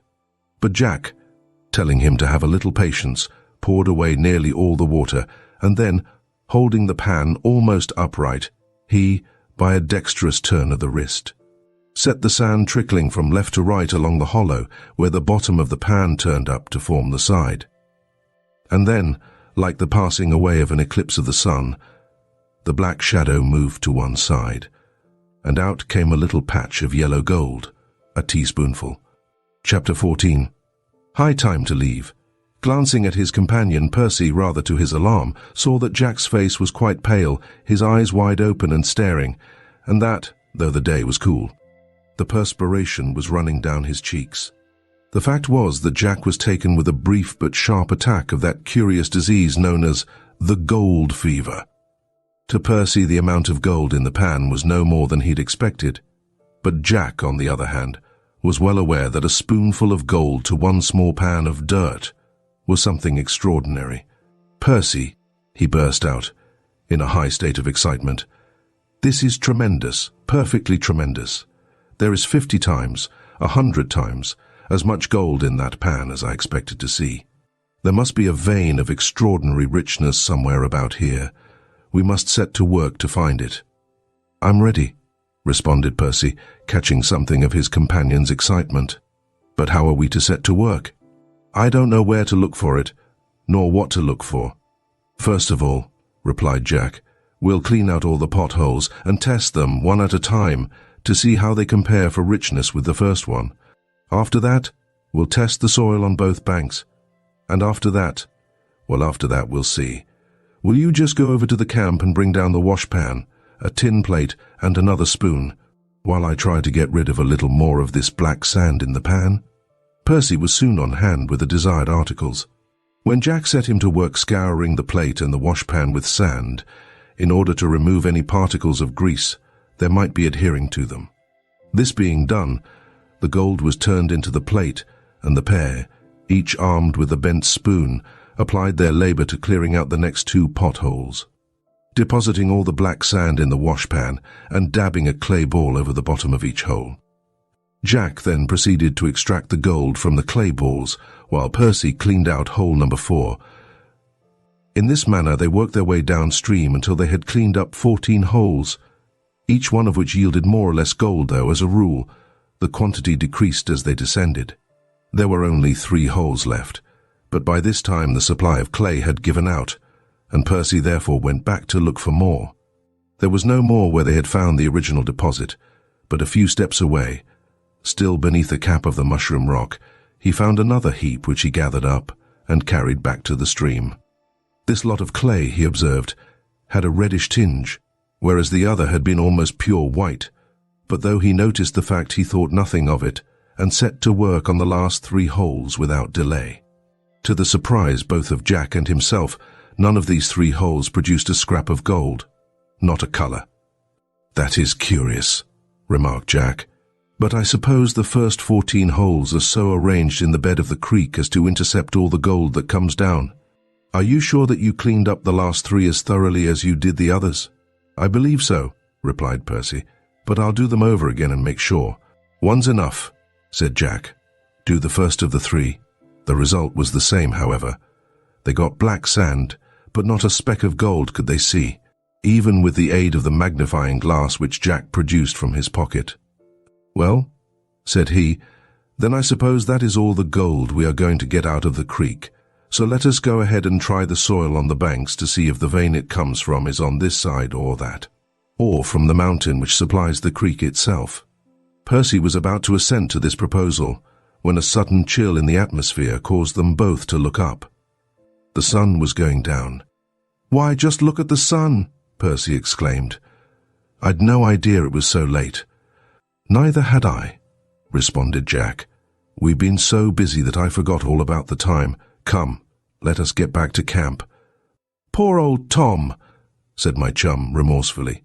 "There he has been, perched up in his sentry box all day, and not a scrap of dinner has he had. He'll think we've forgotten him." "If he does, he'll be right," said Jack, laughing. "Poor old chap, though, I'm sorry. Here, Percy, I'll carry the things. You run on and let him out." I did think they had forgotten me, I confess. All day long I had stood, or sat, at my post, with nothing to do but whistle and talk to Ulysses. Noontime came, but no dinner. Should I run down to the camp and get something to eat? No, I shouldn't. I was here to keep watch, dinner or no dinner, and watch I would keep if I got none for a week. There was one way, I knew, by which I could make my companions come flying to my relief, namely by firing my rifle. But that, I thought, would not be fair. It would alarm them unnecessarily. I remembered, besides, the fable of the shepherd boy who called wolf when there was no wolf. No, I must stick it out. And stick it out I did, though such a long, tedious day I never spent before. But when Percy came running up the gully and clambering into the fort, with one breath apologized for forgetting me, and in the next told me how it happened, I forgave them. And when, going down to the camp, I saw the little heap of gold in the tin plate, I forgave them still more. I did not wonder that they had forgotten me, for I should certainly have done the same by them. "What do you suppose it is worth, Jack?" I asked, as I stirred up the wet and shining heap with my finger. $30 or $40. Jack laughed. $300 or $400 is nearer the mark, I expect, said he. Just lift it. The tin plate was standing in the gold pan, and when I went to take it up, I thought for the moment they must be stuck together. It was so much heavier than I had anticipated. "Why," said I, "it must weigh 2 pounds. "Just about," replied Jack. "Tin plate, black sand and all, and so I make a guess that the gold is worth $400 or so, reckoning gold at $18 the troy ounce, as they do here." It seemed impossible, such a little heap. "But Jack," said I, as the discomforting thought suddenly occurred to me, "suppose it should not be gold at all. How do you know it isn't copper?" "Oh, there's no mistaking gold when you've once seen it," replied Jack. "This stuff is gold, all right. I have no doubt about it at all.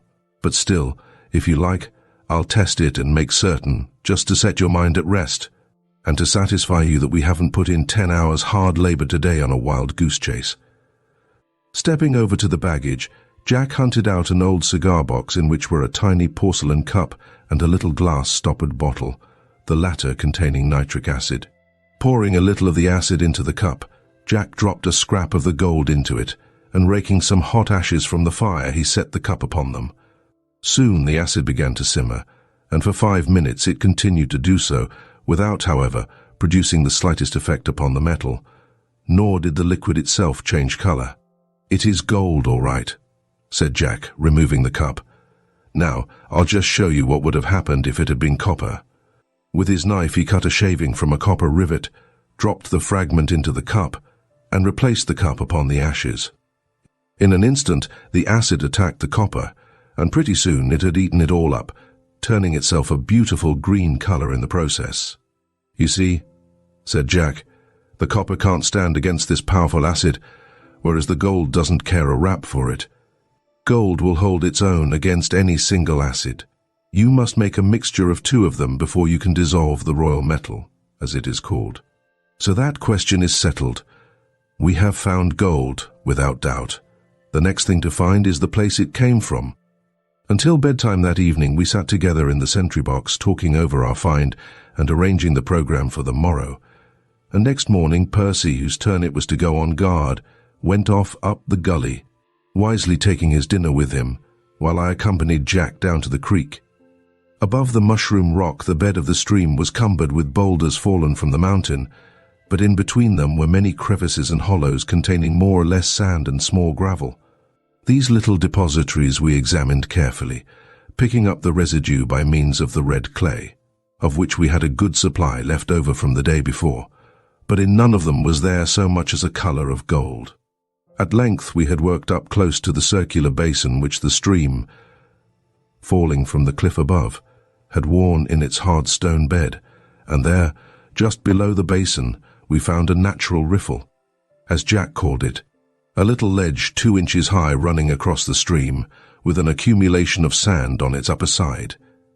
This sand Jack proceeded to clear out with his spoon, but as we had again used up our stock of clay, he sent me back to the old place to look for more. There was very little left, but I managed to collect a double handful, including a small amount of the white material which I scraped up with my knife, and carrying it back to the scene of operations I handed it over to my chief. This time we did find gold. A small amount, certainly, but enough to convince Jack of what he had suspected all along, namely, that the vein was somewhere upon the mountain above the wall. "We shall have to make a ladder," said he, "and set it up on top of the bank there in order to get up the wall. A ladder 20 feet long will do, I think. But before we do so, we will test the soil on both banks of the creek to make sure that the gold did come from upstream and not from the mountain on either side." As we fully expected, our tests of the soil, and we made many of them, were unproductive. The vein, we felt certain, was somewhere on the mountain in which the stream had its source. With that belief impressed upon our minds, we turned to, forthwith, to build a ladder, carrying a couple of long poles to the highest point of the bank and setting them against the wall. We next cut into strips the elk hide which had once served as a door to the cabin, and with the thongs bound cross pieces to the uprights every 2 feet of their length, making by these means a rough but serviceable ladder. Though by this time it was getting on towards sunset, we scrambled up to the top of the wall to make a brief survey of the country we proposed to prospect. And a tremendous task, it seemed to me, we had set ourselves. Dozens of gullies, big and little, wide and narrow, straight and crooked, led down to the creek, in any one of which, and in any part of any one of which, the vein might lie concealed, a vein perhaps no wider than one's hand. It looked to me very much like a hopeless task. Jack, however, did not seem to be disconcerted by the outlook. "We'll begin tomorrow," said he, "and take these gullies one at a time and search them thoroughly. It is my belief that the vein is composed of some soft material which washes away easily, and that we shall find it. When we do find it, in some deep crevice, for, as you will have noticed, all the gold we have washed out yet has been entirely free of any quartz or other rock, or of vein matter of any kind, rather unfortunately, for we have no sample of the rock to go by. As it is, we shall have to bring down specimens of any veins we may find, grind them up between 2 stones, and wash them like any other gravel. It seems to me, Jack," said I, "that it might take us a year to go over all the country that drains into this creek. There is so much of it." "I hope not," replied Jack, "because we can't give it more than a month at most. It will be high time for you fellows to be going home. And what is more, at this altitude we are likely to have a snowstorm any day, which would cover up the country and stop our prospecting anyhow. Let us go back to camp now. Tomorrow, while you are on guard, Percy shall go and bring in a deer so that we may have a good supply of meat on hand, and I will come up here and make a preliminary survey, in order that we may get to work in a systematic, business-like manner." This plan was duly followed out, and for 20 days thereafter Percy and I, taking it turn about, accompanied Jack up the mountain, tramping up and down all day long, prying into all its cracks and crannies, and bringing back every night 1 or more samples of rock for the sentinel of next day to grind up between 2 stones. And a blessing it was to the sentinel to have such an occupation to fill up the time, for, as it was not necessary that he should keep his eye glued to the loophole without intermission, he had a large amount of spare time on his hands. But of all the dozens of samples we ground up, not one showed so much as a trace of gold. It was very disheartening. To Jack, Especially, it was a great disappointment. After our astonishing find in the potholes, his hopes had been so high. He had felt so sure that before next spring the mine at Golconda would be going again. Full blast. He was so full of plans for the future, when he and his father and mother and sister would be all living there together, that his disappointment at our non-success was all the more keen. And now our time was almost up. The threatening weather warned us that we must prepare to leave, and not a vestige of a gold vein had we found for all our searching. Poor old Jack. He became more and more gloomy as the days went by, and what with the hard work and the shortened allowance of sleep, for he always took his share of night watching, he was beginning to look quite gaunt and careworn. Percy and I had less cause for worry and more time for rest, but the work was beginning to tell upon us too. It was hard enough in any case, tramping over the rocks at the heels of a leader so eager and energetic as Jack, but the loss of 1/3 of one's natural sleep made it almost unbearable. Day after day, we became more and more tired. The tiredness seemed to accumulate. It became chronic. We dragged our feet after us as we walked, and as to running, nothing less than a ramping, raging grizzly bear could have induced us to run a step. It was a good thing we had those samples of rock to grind up in the daytime, or, I fear, without that occupation for mind and body, there would have been a very good chance of the sentinel being caught napping. Had there been anybody to catch him, which apparently there was not. All this time, we had seen no sign of Squeaky, and we had come to the conclusion that he must have been scared out of the neighborhood altogether. It was after supper on the evening of the 21st day of our stay in the valley that Jack came to the sentry box, where Percy and I were sitting over a little fire discussing our prospects, and after standing thoughtfully warming his hands for a few minutes, he said, evidently with much reluctance, "Well, you fellows, the jig's up. We must go. We're all pretty well worn out, and what's more, there is a snowstorm brewing, and a heavy snow might make it difficult to get out of the valley. We'll put in one more day here, and the next morning we'll pack up and get out. I hate to give up, but there's nothing else for it that I see. We must go." "But look here, Jack," said Percy, "it seems a pity to give up until we are obliged to do so. Let us take a day off tomorrow and rest up, and I believe we might leave off mounting guard at night if we all three were to sleep here in the fort. Ulysses would never let anyone come near us. Then we shouldn't feel so desperately tired all the time, and we could go on with our prospecting until it does snow." "That seems to me to be a pretty good idea," I put in. "And if it clouds up so that we feel sure that it is going to snow, why then, we'll clear out at once. I vote that we don't give in till we must." "You may be sure," said Jack, "that I don't want to give in any more than you do, but I'm afraid it is going to snow very soon, and if it does, that will be the end of our prospecting, for the ground won't be clear again till next spring. You have noticed, perhaps, how the wind has been blowing from the south for the last 2 or 3 days.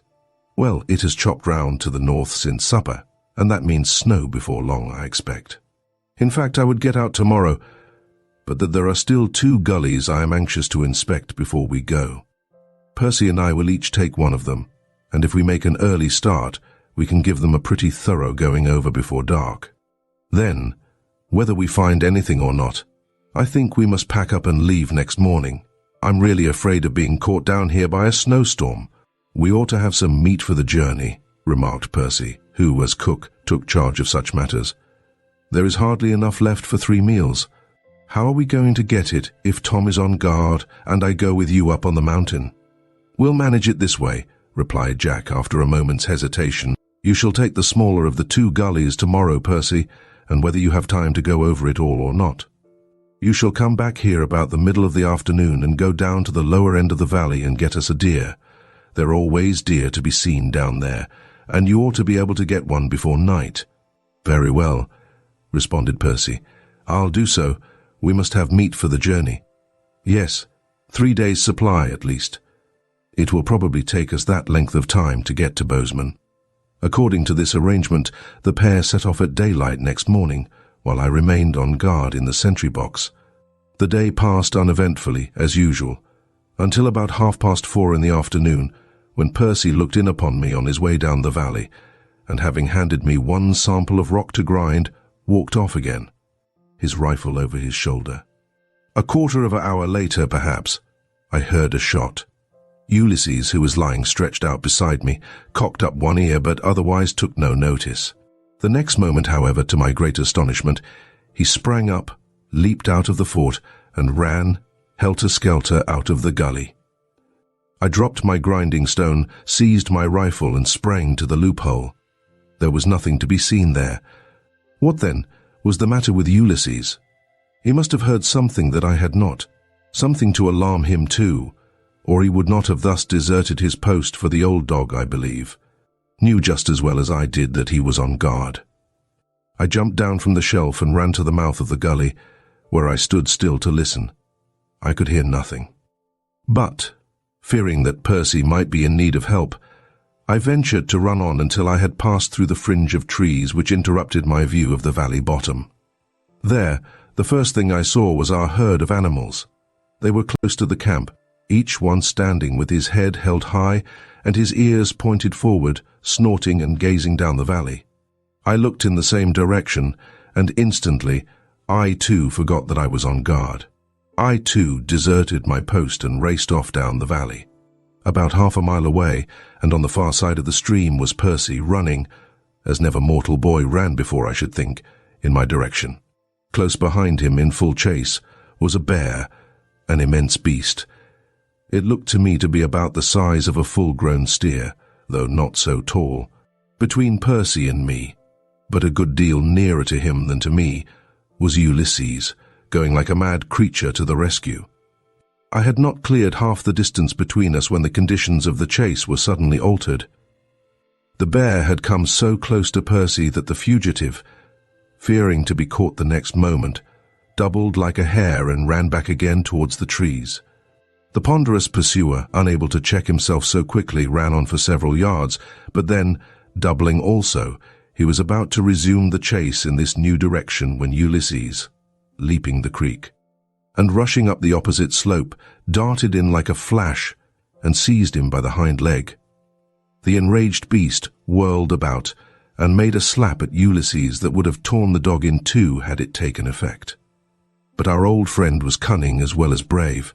He let go and jumped away, and then the two stood, their noses about 6 feet apart, eyeing each other like two gladiators, the bear growling and showing all his formidable teeth, and Ulysses going, "Grr, grr, en-yam, en-yam, en-yam," as a dog does when he sees through the parlor window another dog come into the front yard and scratch up the grass as if it belonged to him. This diversion, as I believe, saved Percy's life. It gave him time to reach a tree, up which he went like a demented squirrel. Meanwhile I had come within fair range of the bear, and kneeling down I took careful aim and fired. That my bullet struck the beast was evident, for he roared with anger, and then, with an activity surprising in so unwieldy an animal, he sprang at Ulysses. Ulysses, however, knowing that in this case discretion was very much the better part of valor, nimbly got out of the way, upon which the bear turned short round and came charging at me. My, how I did run! Nobody knows his own capabilities as a foot racer until he has undergone the experience of running away from a wrathful bear, whose firm-set determination it is to tear him to pieces if he can catch him. Though Ulysses, the moment the bear turned his back, seized him again by the leg, the big beast took no notice of him. Strong as a bull, he dragged the dog after him with ease, and even with that encumbrance hampering his movements, he gained upon me at every stride. Fortunately, having a good start, I succeeded in reaching the trees while the pursuer was yet some distance behind. Seeing which, the bear gave up the chase and stopped again to slap at Ulysses. I had dropped my rifle, as had Percy also, I found. So, there we were, on opposite sides of the little valley, each perched in a tree, with a vengeful bear keeping strict watch and ward over us. I wondered how long we should have to stay there, and I wondered also whether Jack would presently come to our rescue. From the positions of the two trees we occupied, neither of us could see up the valley, and for the same reason Jack would not be able to see us. He might, however, observe Ulysses and the bear out in the open, though not unless he came pretty soon, for the clouds were heavy that evening, and it was already growing dark. 2 or 3 times both Percy and I made attempts to recover our rifles, but our watchful antagonist would not permit it, each time driving us back in haste to our places of refuge. The time wore on, and the darkness rapidly increased, but at length, when it had become so dark that I could no longer distinguish with certainty between the dog and the bear, I saw through the branches of the trees a sudden flash of fire, followed by the report of a rifle. Next I heard the joyful barking of Ulysses, and directly afterwards the sound of Jack's voice calling to Percy. Down I scrambled from my tree, and running to the spot whence the voice came, I found Jack standing over the body of the bear, while Percy had just arrived from the opposite direction. "Hallo, Tom," exclaimed our captain in surprise. "You here too?" "Yes," said I, remembering for the first time that I was supposed to be acting sentry. "I was obliged to come. I quite forgot, I confess, that I was on guard, but I have no doubt I should have come just the same if I had remembered. I had no time to think, as it happened, but all the thinking in the world would have made no difference. I should have come just the same." I then related to Jack the circumstances of the case, upon which, to my relief, he remarked, "I see. Yes, of course. You were quite right. You couldn't do anything else. I should certainly have done the same, even if I had known that Squeaky was likely to be down on us in the next 5 minutes. Oh yes, you were perfectly right.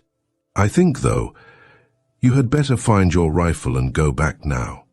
Percy and I will follow as soon as we have cut out one of the bear's hams."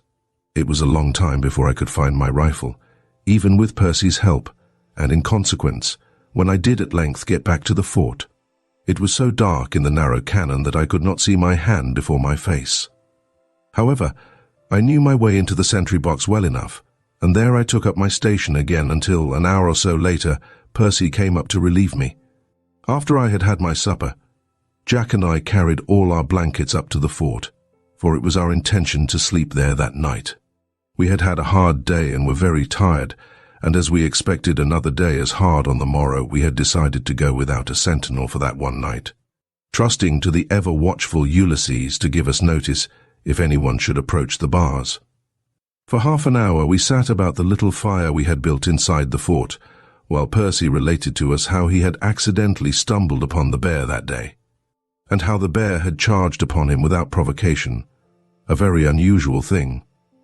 After which Jack explained his part of the affair, telling us how, when he returned to camp, he had espied Ulysses and the bear standing in the midst of the valley, and how, guessing that Percy must be in trouble, he had run to help him, never thinking that he should find me there as well.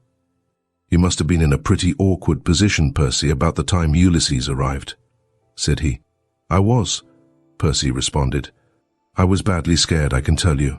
Ulysses, old chap," putting his arm around the dog, who was sitting with his chin in the air, blinking at the fire, "whenever I get my share of that gold we can't find, you shall have a medal.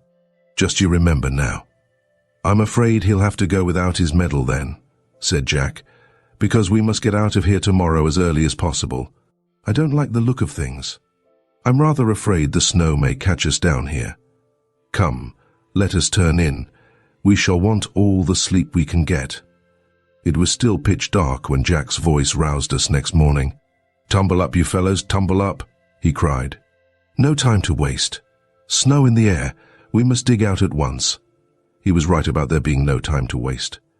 Already the snow fluttering into the fort was covering our beds with ominous rapidity, and to our dismay.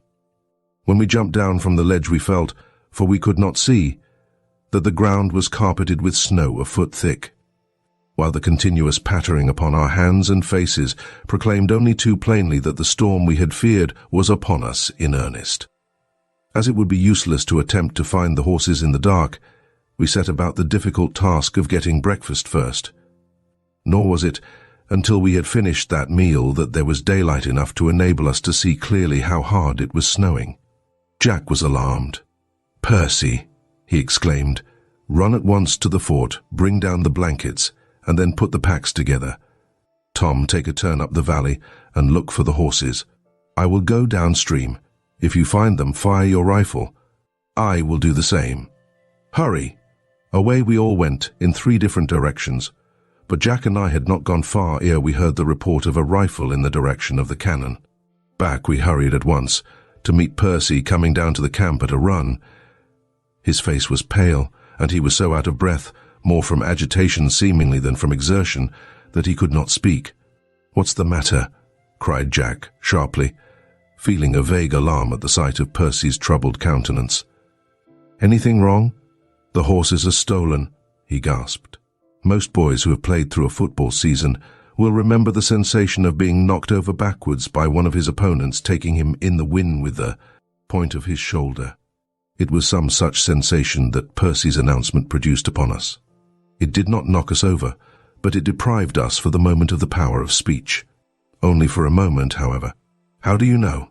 asked Jack, as soon as he had recovered from the first shock of this staggering news. "The bars are down, and the dead trees are all pulled to one side," replied Percy.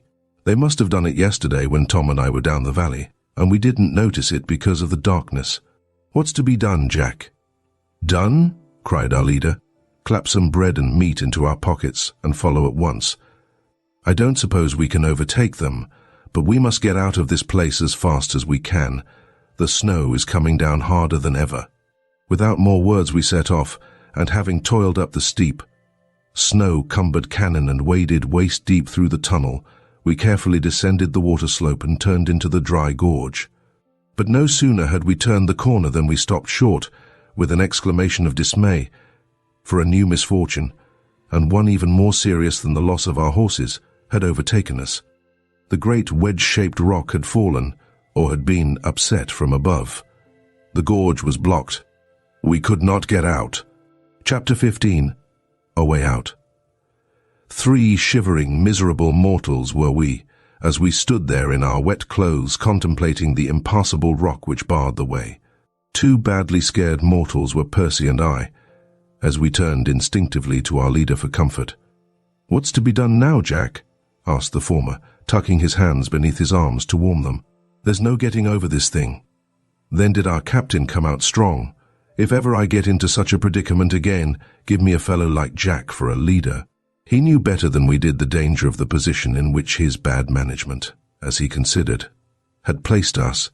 He was quite as much alarmed as we were at the plight in which we found ourselves. But, seeing that if he should give way to his fears, his 2 followers would instantly be plunged into the depths of despair, he assumed a cheerfulness he was far from feeling.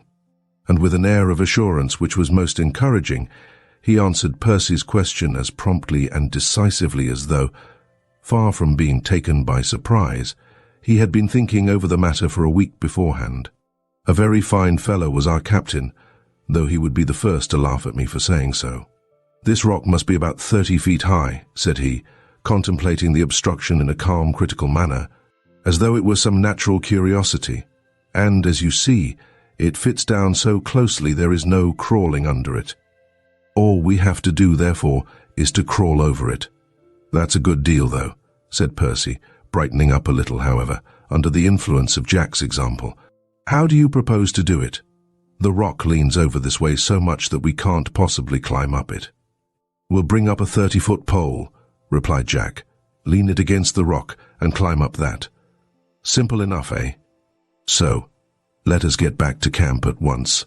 You 2 shall transfer our baggage to the cabin, because I think it quite probable that we shall have to stay here until the storm is over, and a roof will be a good thing in this snow.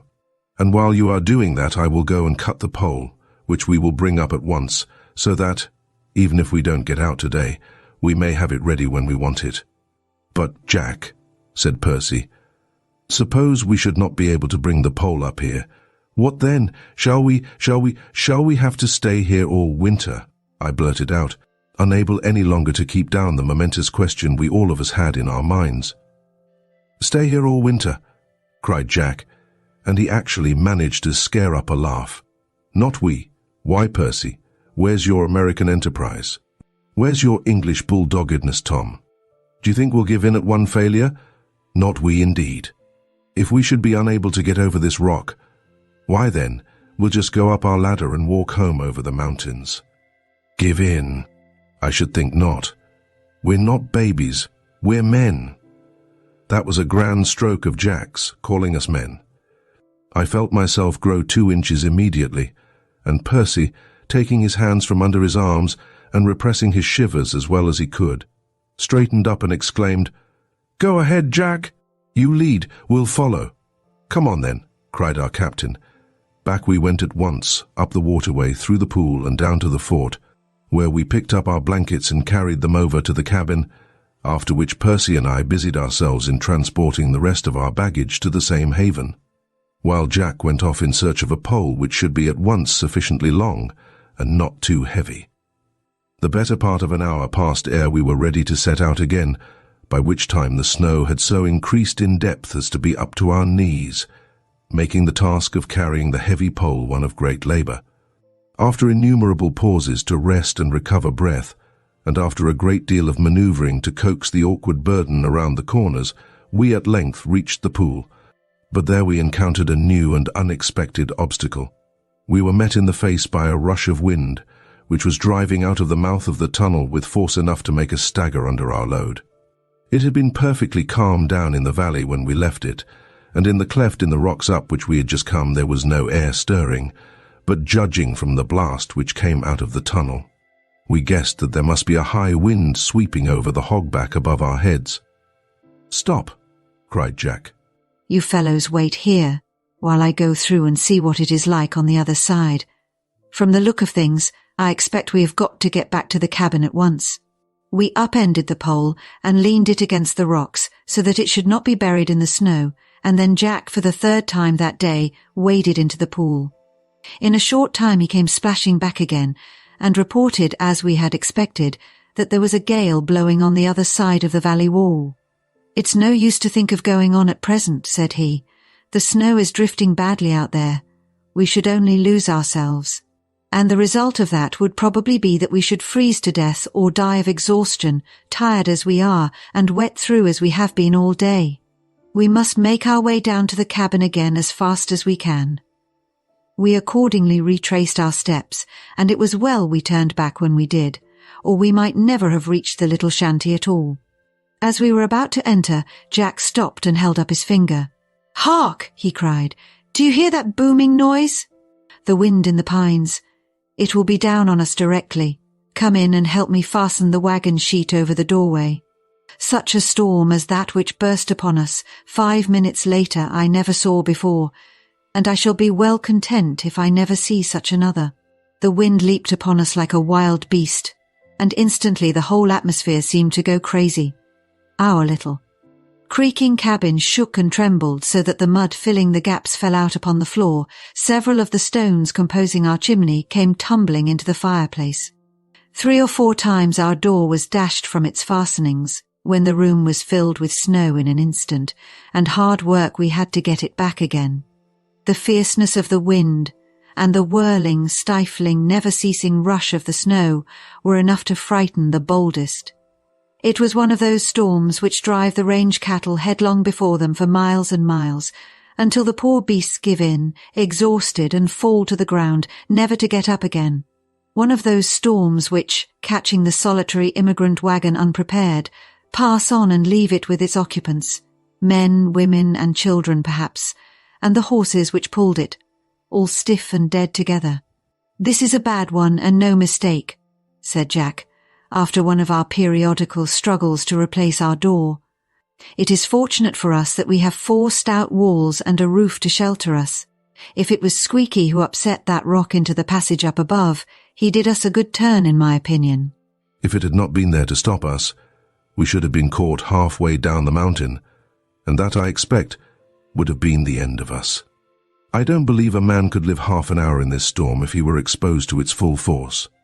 All the rest of that day we sat still or walked restlessly up and down listening to the commotion outside, and all through the night we slept in fitful snatches, roused now and then when a blast of extra power burst in our door or sent crashing to the ground one of the trees on the slope close behind the cabin. It was an anxious night, nor did we get relief until midday next day, when the wind stopped as suddenly as it had begun. Jack stepped to the doorway and removed the wagon sheet. The sky was clearing rapidly. The snow had ceased to fall. Except for a few drifts, the valley was swept clean, the mountain tops were bare, and the branches of the trees, which before had bent under the weight of snow, had now shaken themselves free of their burden. For a minute, Jack stood in the doorway, silent and frowning to himself, and then, "Come over and look at the pass," said he, and set off across the valley. The pass was gone, vanished. We could not tell even where it ought to be, so completely was it filled up, and such a maze of drifts of all shapes and sizes was there among the woods which bordered it. The entrance, supposing we had found the right place, was buried under 50 feet of snow. I glanced at Jack, expecting to see him overwhelmed by this crowning misfortune, but not a bit of it. He merely nodded his head in the direction of the pass and said, "No getting out that way, seemingly. Let us go and look at the ladder." But that way, too, was barred. Nature seemed to have made a dead set at us. A freak of the wind had piled a great drift upon the top of the wall just above the ladder, where it hung like a combing wave, ready to fall at a touch to all appearance. Indeed, a large mass had already fallen, breaking the ladder in two. Our case seemed to me to be pretty desperate, and from the concerned expression upon Percy's face, I guessed that he was of the same mind. But upon Jack, this accumulation of difficulties, instead of casting him down, seemed to have the opposite effect. It aroused his fighting spirit. "Give in," he cried, just as though someone had suggested it, and shaking his fist at the world in general. "Not if I know it. We'll find, or force, a way out somewhere. You see," he went on, addressing us, "some of these drifts are pretty sure to reach to the top of the wall somewhere, and as soon as the snow has settled a bit, and after the sun and frost have hardened the surface, we shall be able to get about, and then we'll make an exploring expedition.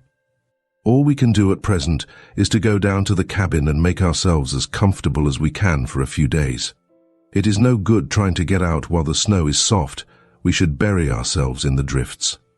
In spite of Jack's heroic efforts to put a good face on the situation, I confess that I, at least, felt much inclined to despair of being able ever to climb out of the old crater by means of the unstable drifts, while Percy, I have good reason to believe, felt much as I did about it.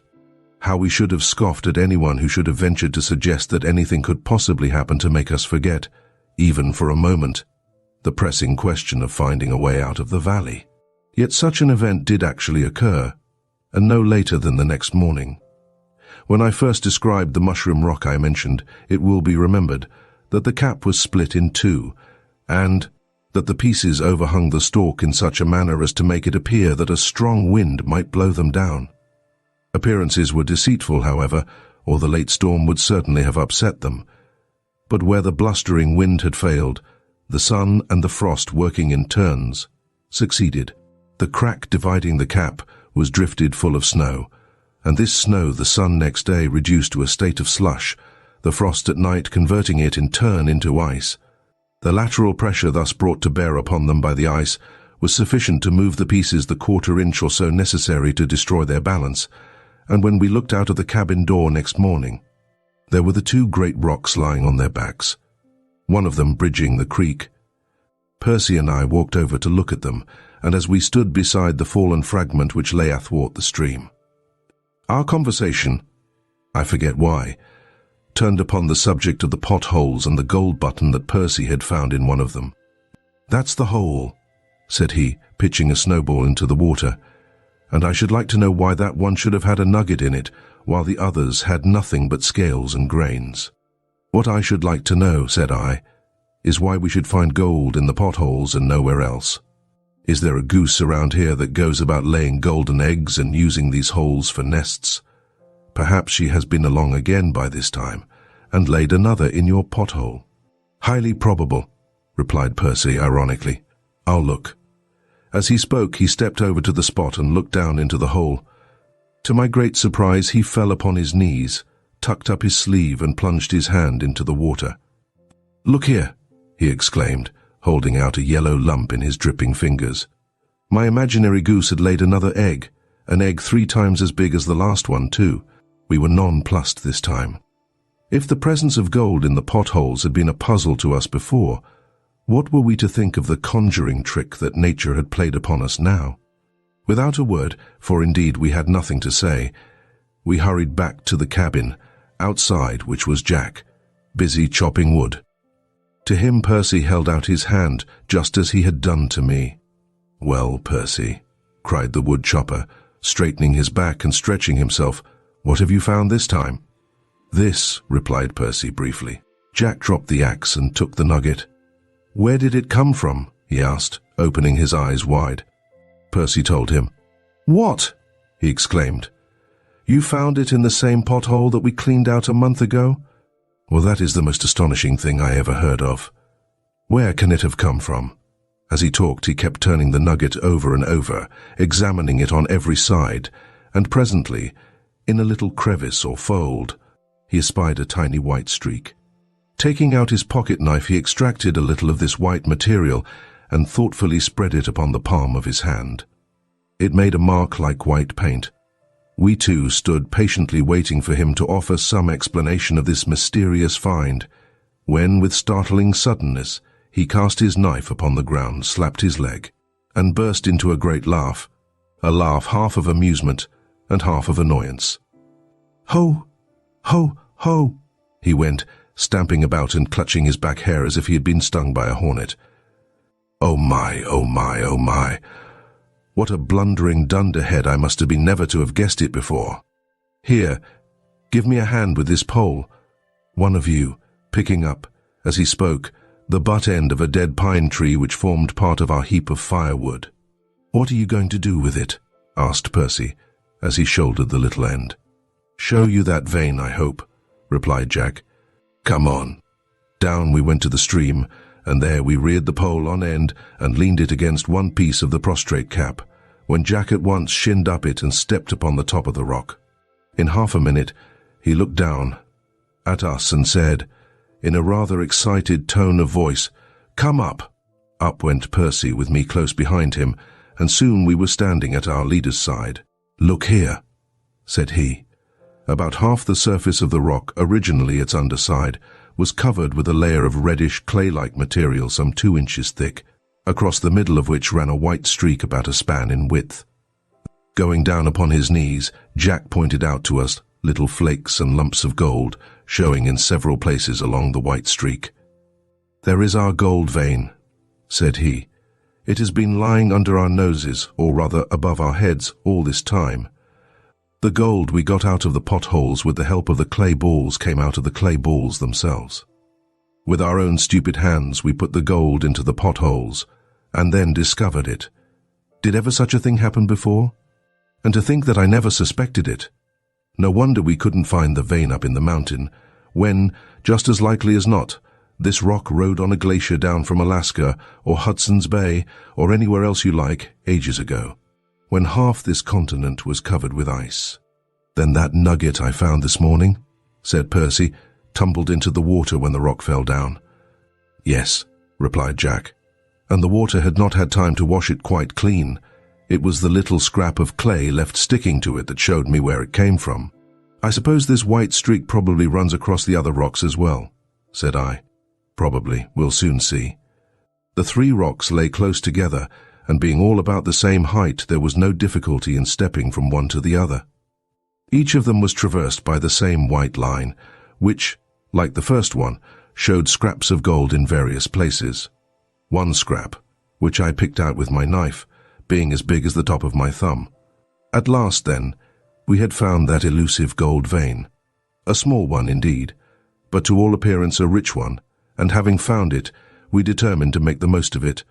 That day, and the next 3 days as well, we spent upon the top of the rock exposed to the full blast of the wintry wind, for the winter now seemed to have set in earnest, each with a sheath knife cutting a trench along the line of the white streak, and carefully saving every scrap of the frozen clay thus laboriously collected. By the time the work was finished, we had accumulated some 500 pounds of the precious stuff, which we carried to the cabin and there proceeded to wash, a double handful at a time. In the gold pan, a slow and tedious undertaking. Our reason for doing this work in the house was that the little creek had ceased to flow, being now frozen solid, and we were obliged in consequence to resort to melted snow for washing and drinking purposes. The iron pot was kept continuously upon the fire, and one of us was constantly engaged in bringing in shovels full of snow with which to feed it, in order to supply Jack's insatiable demands for more water. In the corner of the house we dug a hole 2 feet deep to serve as a sink, and in this corner sat Jack, hour after hour, with his feet planted on either side of the hole, washing dirt in the pan, pouring away the muddy water into the sink, and saving the precious residue of gold and black sand. By the time all of the original 500 pounds of clay had been washed, we found ourselves in possession of about 1/10 of that amount of black sand, which was then all washed over again with the greatest care. At last Jack declared that he was afraid to wash it any more for fear of losing some of the fine particles of gold. So our labour was concluded when the mass had been reduced to about 30 pounds weight, of which 2/3 perhaps was gold. Percy and I were anxious to know what was the value of the little heap, but to make the calculation was beyond our power, for we had not the least idea of how many troy ounces there might be in a pound of avoirdupois, and gold, of course, is sold by troy weight. Jack said he thought he could calculate it, and with a burnt stick he forthwith proceeded to work out the sum upon the wagon sheet. "In the first place," said he, "there are 29,166 troy ounces in a ton of 2,000 pounds of avoirdupois."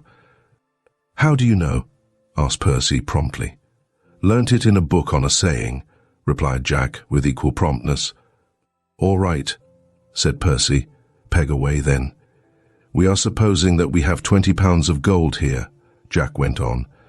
20 pounds is 1/100th part of a ton. HM, 291 ounces, and a fraction troy, say 290. Multiply that by 18. Gold is reckoned at $18 an ounce up here in Montana, you know. There, as he drew with his burnt stick a line beneath the total. "Oh, get out," exclaimed Percy when he saw the figure. "You don't mean to say that this little heap is worth $5,220? "Something of the sort," replied Jack. "Of course there is a great deal of guesswork about it, but I expect that my calculation is not far out. I shouldn't wonder if this heap, and the gold we got out of the potholes, were to mount up to $6,000, or even more." It was hard to believe that so small a heap could be worth so much, but Jack seemed to be pretty confident, and so we took his word for it, hoping he might turn out to be right. That our treasure might be packed in handy form for travelling, we applied our time that evening to making little bags of canvas cut from the wagon sheet, and these having been packed tight and sewn up, they were put into other bags made of buckskin, having thongs of the same material attached with which to tie them to our belts. "There," said Jack, as he restored the needles and thread to the case, and the case itself to his pocket. "Now we are ready to get out as soon as we can. We'll try the drifts tomorrow. Those near the north end look most promising. We'll try them first." But, as it happened, we had no occasion to try the drifts after all. Before we set out next morning, Percy suggested that it might be worthwhile to look into the cleft in the valley wall through which the stream ran out. "For," said he, "if this creek here is frozen so solid, it may be that we can walk on the ice down the canon, and if we can, that will be much the easiest way to travel, because then we can follow along the stream, which is sure to bring us out somewhere, instead of climbing over the mountains." "We'll have a look," said Jack, "but I doubt if we shall find it frozen. The water runs at such a tremendous pace." Jack was right. The water was not frozen. It was just as wild as ever. But we could walk over the top of it nevertheless, for at the very entrance of the canon, the stream vanished into a tunnel of snow. The great storm had drifted the gorge half full. Resting upon the boulders which cumbered its bed lay a heavy mass of tightly packed snow, roofing the stream from one end of the canon to the other. We might walk out of the valley whenever we chose. Chapter 16. All accounts squared. That very day we started on our tramp into the unknown wilderness, trusting that the stream would, as Percy had said, bring us out somewhere. Heavily laden with a week's provisions, our rifles, 2 blankets each, the axe, and last, though by no means least in importance, the little bags of gold washings, and leaving all the rest of our camping outfit behind.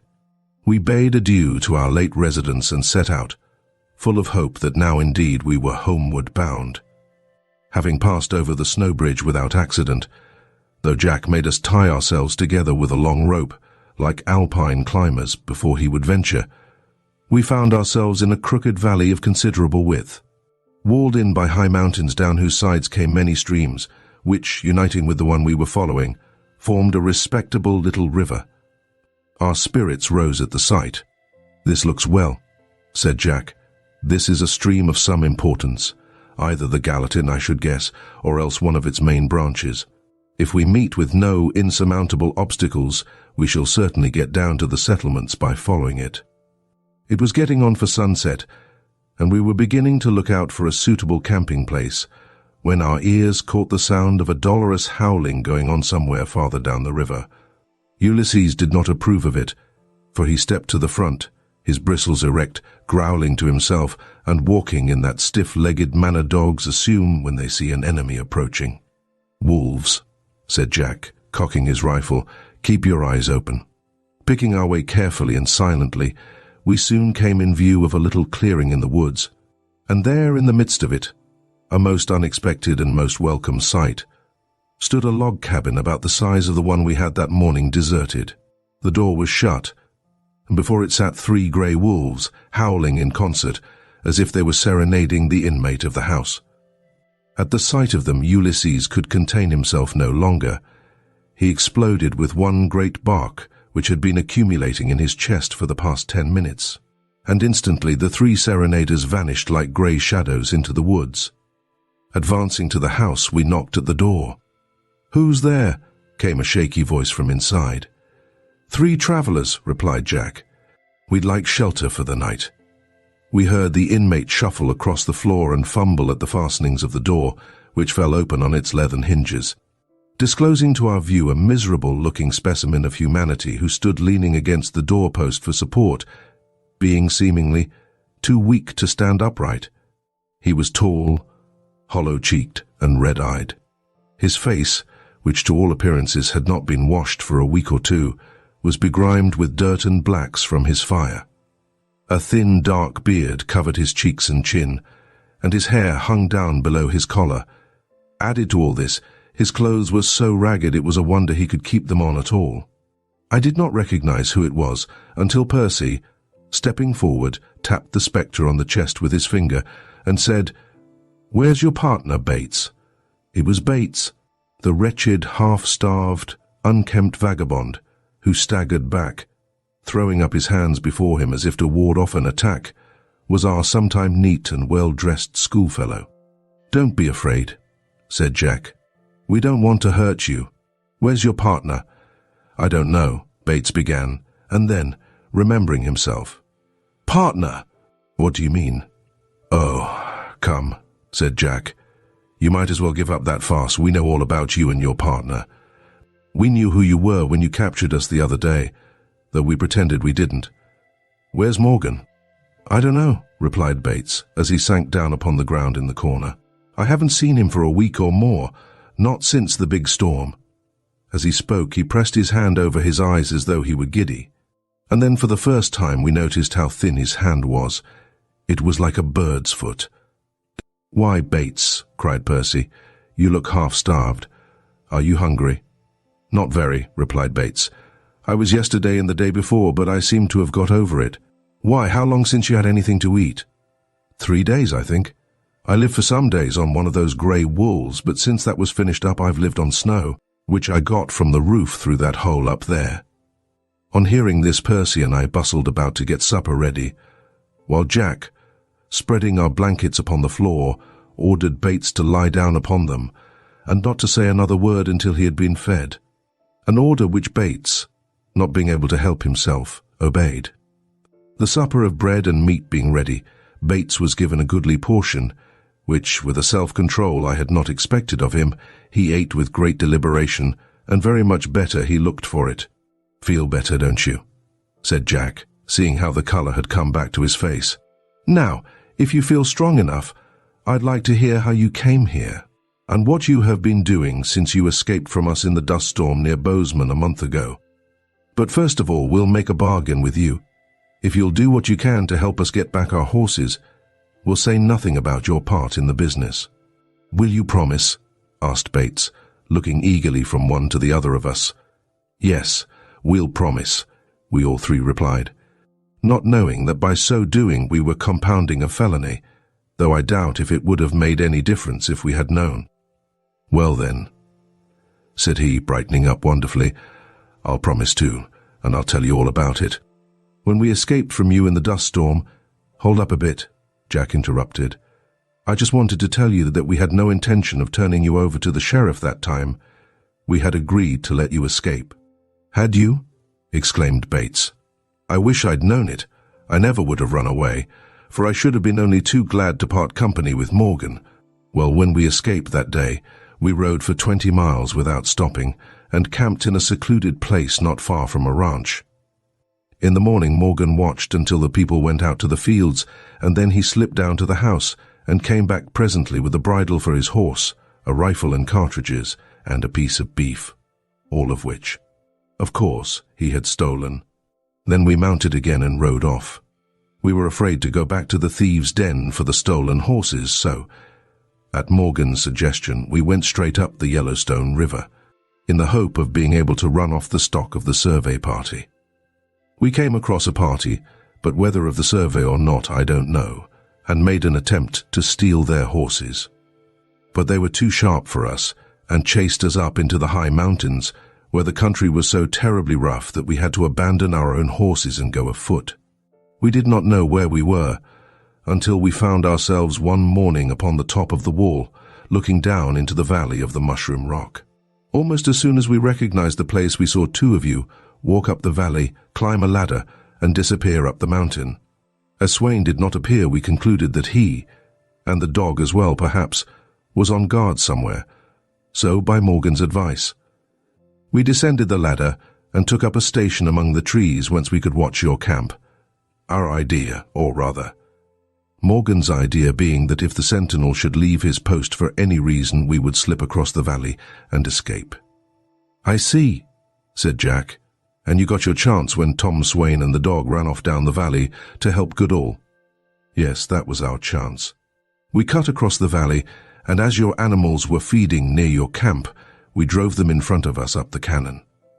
And there I held them against the bars, while Morgan slipped back to get a couple of saddles and bridles, and as soon as we were ready I let down the bars, pulled aside the brush, and off we went." "Did Morgan upset that big rock into the gully?" asked Jack. "Yes," replied Bates. "His intention was to keep you down there until he should get money for your release from the people at home. But though I pretended to agree to this plan, my intention was to desert Morgan at the first opportunity, give information of where you were, and get you out. I was afraid you would starve to death if you had to spend the winter down in that hole." "That was good of you," said Jack. "What did you do next?"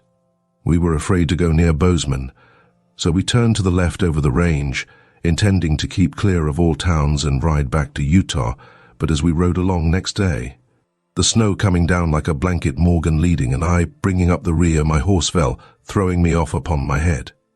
How long I lay there I don't know, but when I recovered I was buried completely in the snow, and Morgan and the horses were gone. I have never seen them since. I came very near to freezing to death, for the wind was blowing terribly, and after wandering about for some time, I came upon this cabin, and here I spent the night. Next morning, when the storm ceased, I went out to collect firewood, for my teeth were rattling in my head from the prolonged exposure to the cold. I had gathered a good deal and was going out for more, when 4 grey wolves made a rush at me, and I had to retreat hastily and shut the door. They have been besieging me ever since.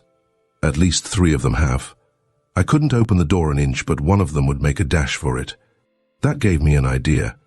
After my wits had been sharpened by going a whole day without food, I drove a stake into the ground behind the door, so that the door would open only about 8 inches. Then, with a stout club ready in my hand, I let the door fall back against the stake.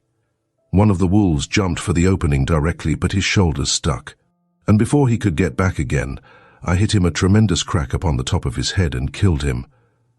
He was mostly bones, but he lasted me 4 days. Since then, I have had nothing. The other wolves have sat outside, waiting for me to come out, so all I could do was to sit in here and starve. Well, said Jack, you certainly have had a hard time of it, but you are all right now. We'll stay here tomorrow and give you a chance to pick up a bit, and then you shall come on with us to Bozeman, or wherever else we come out. Thank you, said Bates. You are very kind. Then, in an embarrassed, hesitating manner, he went on, I shan't forget your kindness. I'll do anything I can to help you to recover your stock, and I beg your pardons, all of you, for my part in this horse-stealing business. The beginning of it all was my losing my money in a gambling place. There's another thing I should like to mention, he went on, after a short pause, though it is no concern of yours and may not interest you. While I have been sitting here starving and thinking, I have made a resolution. I will never bet or play cards for money again as long as I live. Good for you, exclaimed Jack, reaching out and shaking hands with him. It is a pretty rough cure for gambling. But if you stick to that resolution, you will look back at this experience of yours as the most fortunate thing that ever happened to you. I'll stick to it, said Bates with a very earnest countenance. Never fear. I may add that Bates did stick to it, and as Jack had prophesied, he came to regard that hard experience as the most fortunate episode of his life. Our patient was so much recovered next morning that we were able to make a short march of about 10 miles, camping in a sheltered curve of the woods which the wind had swept bare of snow, and passing a tolerably comfortable night in spite of the cold. On the 3rd day after this, climbing over a high ridge, we were rejoiced to see, far away in the distance, a wide-spreading plain, over one point of which hung a cloud of smoke. It was the smoke made by the housewives of Bozeman, getting dinner ready. We were naturally much encouraged by the sight, and went into camp that evening with the expectation that one more march would bring us to the desired haven. As a matter of fact, it did so, but with a change in our mode of progression we could hardly have anticipated. When next morning we crawled out of our blankets, we were surprised to find that the fire was blazing high, having been renewed, seemingly, a couple of hours before. But this surprise was small in comparison with the astonishment we felt when we discovered that Bates had gone. And not only had he gone, but he had taken Ulysses with him. It was most unaccountable. Had he gone off to explore the road?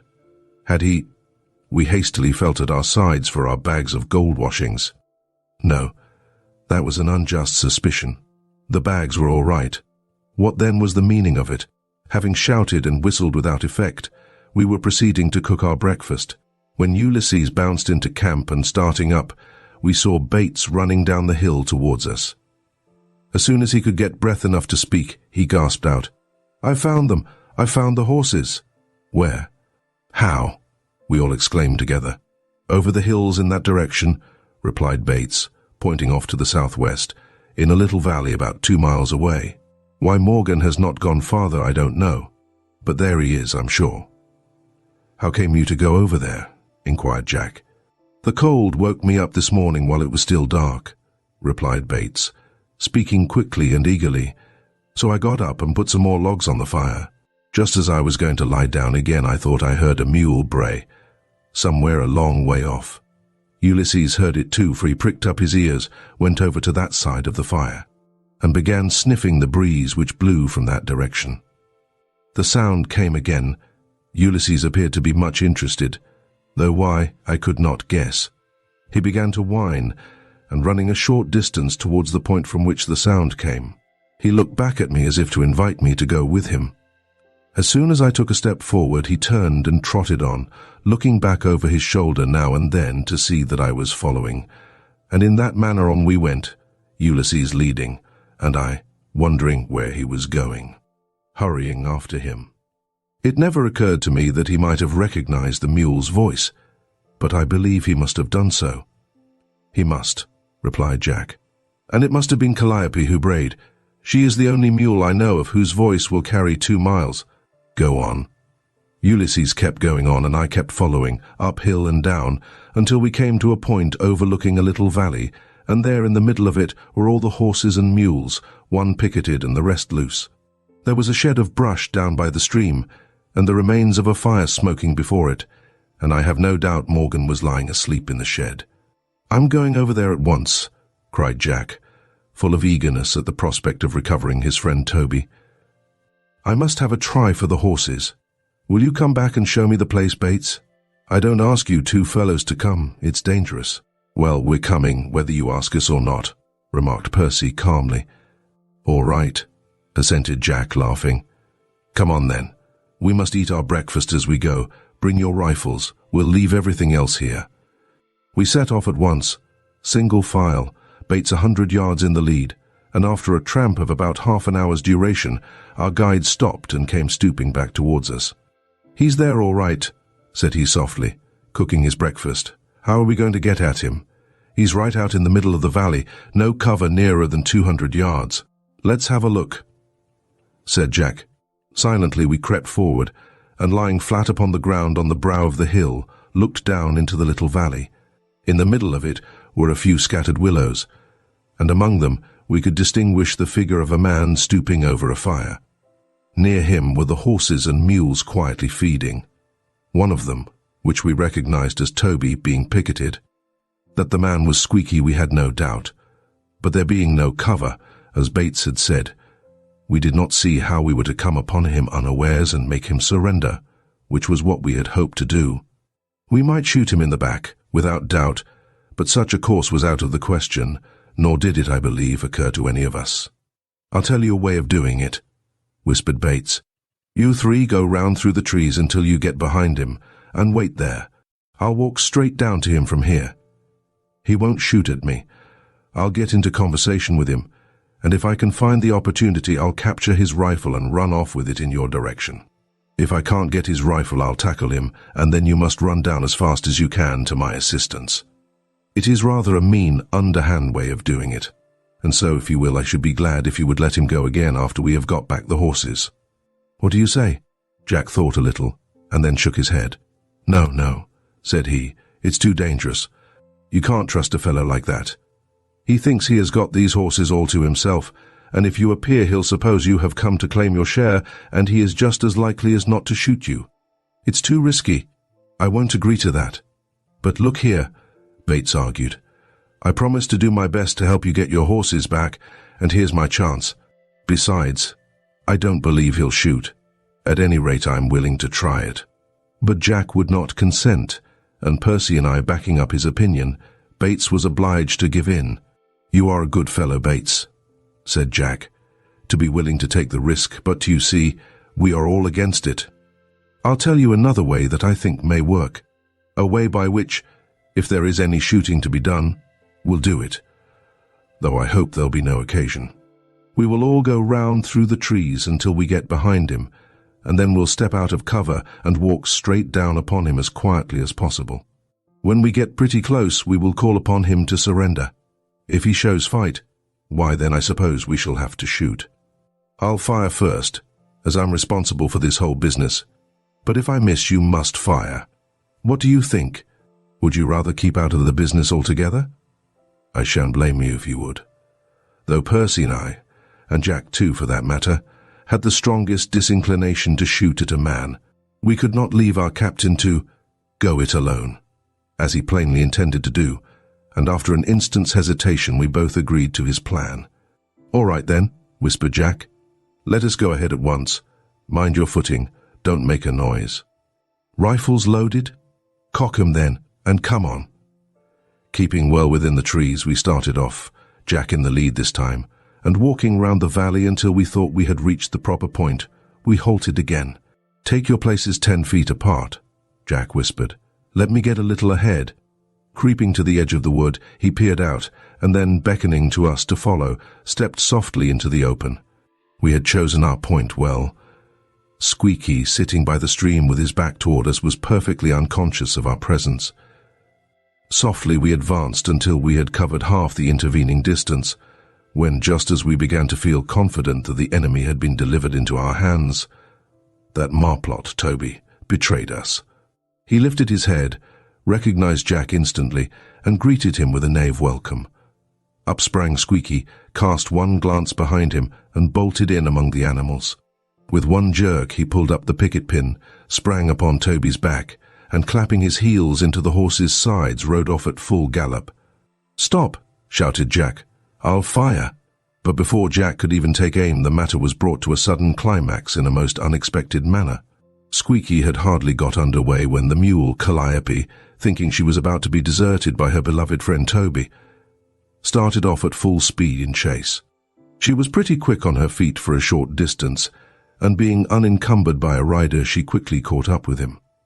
The fugitive was leaning forward beside the horse's neck, gathering up the trailing rope with both hands, when Calliope, coming up behind, stepped upon the picket pin. The sudden jerk flung Squeaky to the ground, head first, and broke his neck.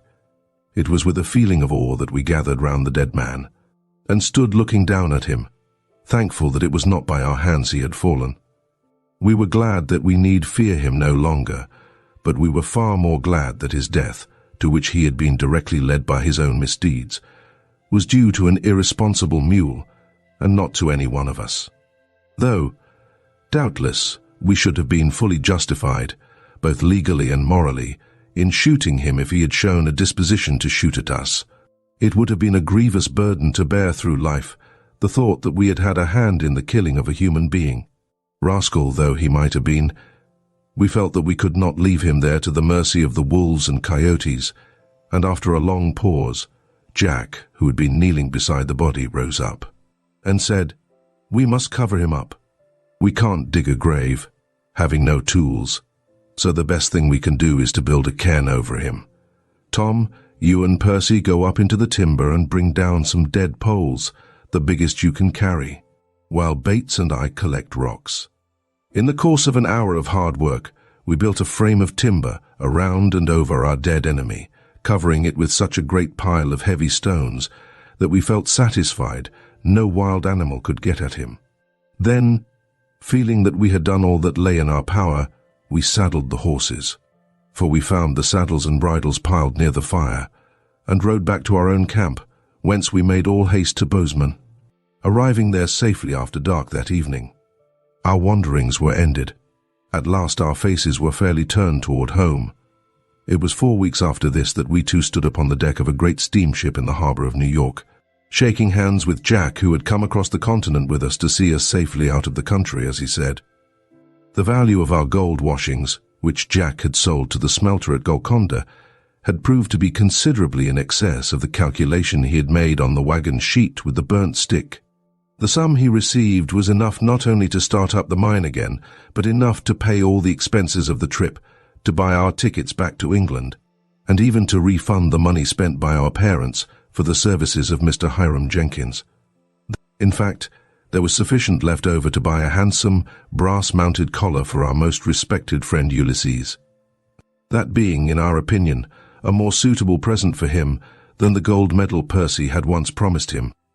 "Goodbye, you fellows," cried Jack, shaking hands with us for the last time, as the bell rang for strangers to leave the ship. "Goodbye. You won't forget me, I know, and you may be very sure I'll never forget you. Next time you run away from home, mind you run straight to Golconda. I'll take charge of you. Goodbye." With that he turned and ran across the gangplank. The big boat moved slowly out into the river. One last "goodbye" was shouted to and fro, and Jack's kind, brown face was lost to sight. We had experienced many hardships since the night when Percy climbed out of the window at Moseley's, but the greatest of them all was the parting with Jack. The night was drawing in when, some 12 days later, a dog cart rattled out of Southampton toward Moseley's, and the old church clock in the village was striking 8 as the cart pulled up at the vicarage gate. Percy and I descended from it, and having paid the driver, walked up the pathway to the house and entered without knocking. At the sitting-room door we paused to listen. We could distinguish several voices inside. "My father is here," whispered Percy excitedly, at the same time digging me in the ribs with his elbow so violently that I could not have contradicted him, had I wished to do so. "And so is Sir Anthony. Hark! He is talking now." He gently opened the door. As we walked in, we heard Sir Anthony say, "You may depend upon it they will bounce in upon us suddenly." Then, as his ear caught the click of the latch, "And here they are. Dear, dear." To think that we foolish youngsters had ever run away from such kind people as these. We were fairly smothered with welcomes, if anything had been needed to convince us that home was the finest place in the world. But what is the use of talking about that? Every sensible boy knows that for himself, or else he is a very unfortunate boy. It was 12:30 ere Sir Anthony rose to go home. "Well, you young scapegraces," said he, with a kindly twinkle in his eye, as he shook hands with both of us at once. "I'm very glad to see you safely back again. I won't prosecute you for poaching this time, on one condition though. Next time you make up your minds to run away from home, go and ask advice of your parents first. Remember, boys," he went on, abandoning his joking tone, and laying a hand upon the shoulder of each of us, "remember, whenever you get into trouble, go and ask advice in the right quarter, and remember, each of you, that you never will have, and never can have, such perfect friends as your own parents." "We have found that out for ourselves, sir," said Percy. "You have. I congratulate you. If your escapade had had no other result, it would have been worth all the hardships you have suffered yourselves, and all the anxiety you have caused your elders to have made such a grand discovery. You are a very fortunate pair. So, good night, my boys, and welcome home." Sir Anthony was a wise old man. I acknowledge readily and thankfully that he was perfectly right when he said I never could have such good friends as my own parents. At the same time, I must not omit to state that there is a certain American one Percy Goodall who will always come treading very close upon their heels. Thank you for joining us on this thrilling adventure through The Treasure of Mushroom Rock by Sidford F. Hamp. We hope you enjoyed the excitement and intrigue of the treasure hunt as much as we did. Don't forget to like, comment, and subscribe to Storytime Haven for more captivating stories and adventures. Share this tale with friends and family, and stay tuned for more literary journeys that will spark your imagination and curiosity. Until next time, keep your sense of adventure alive.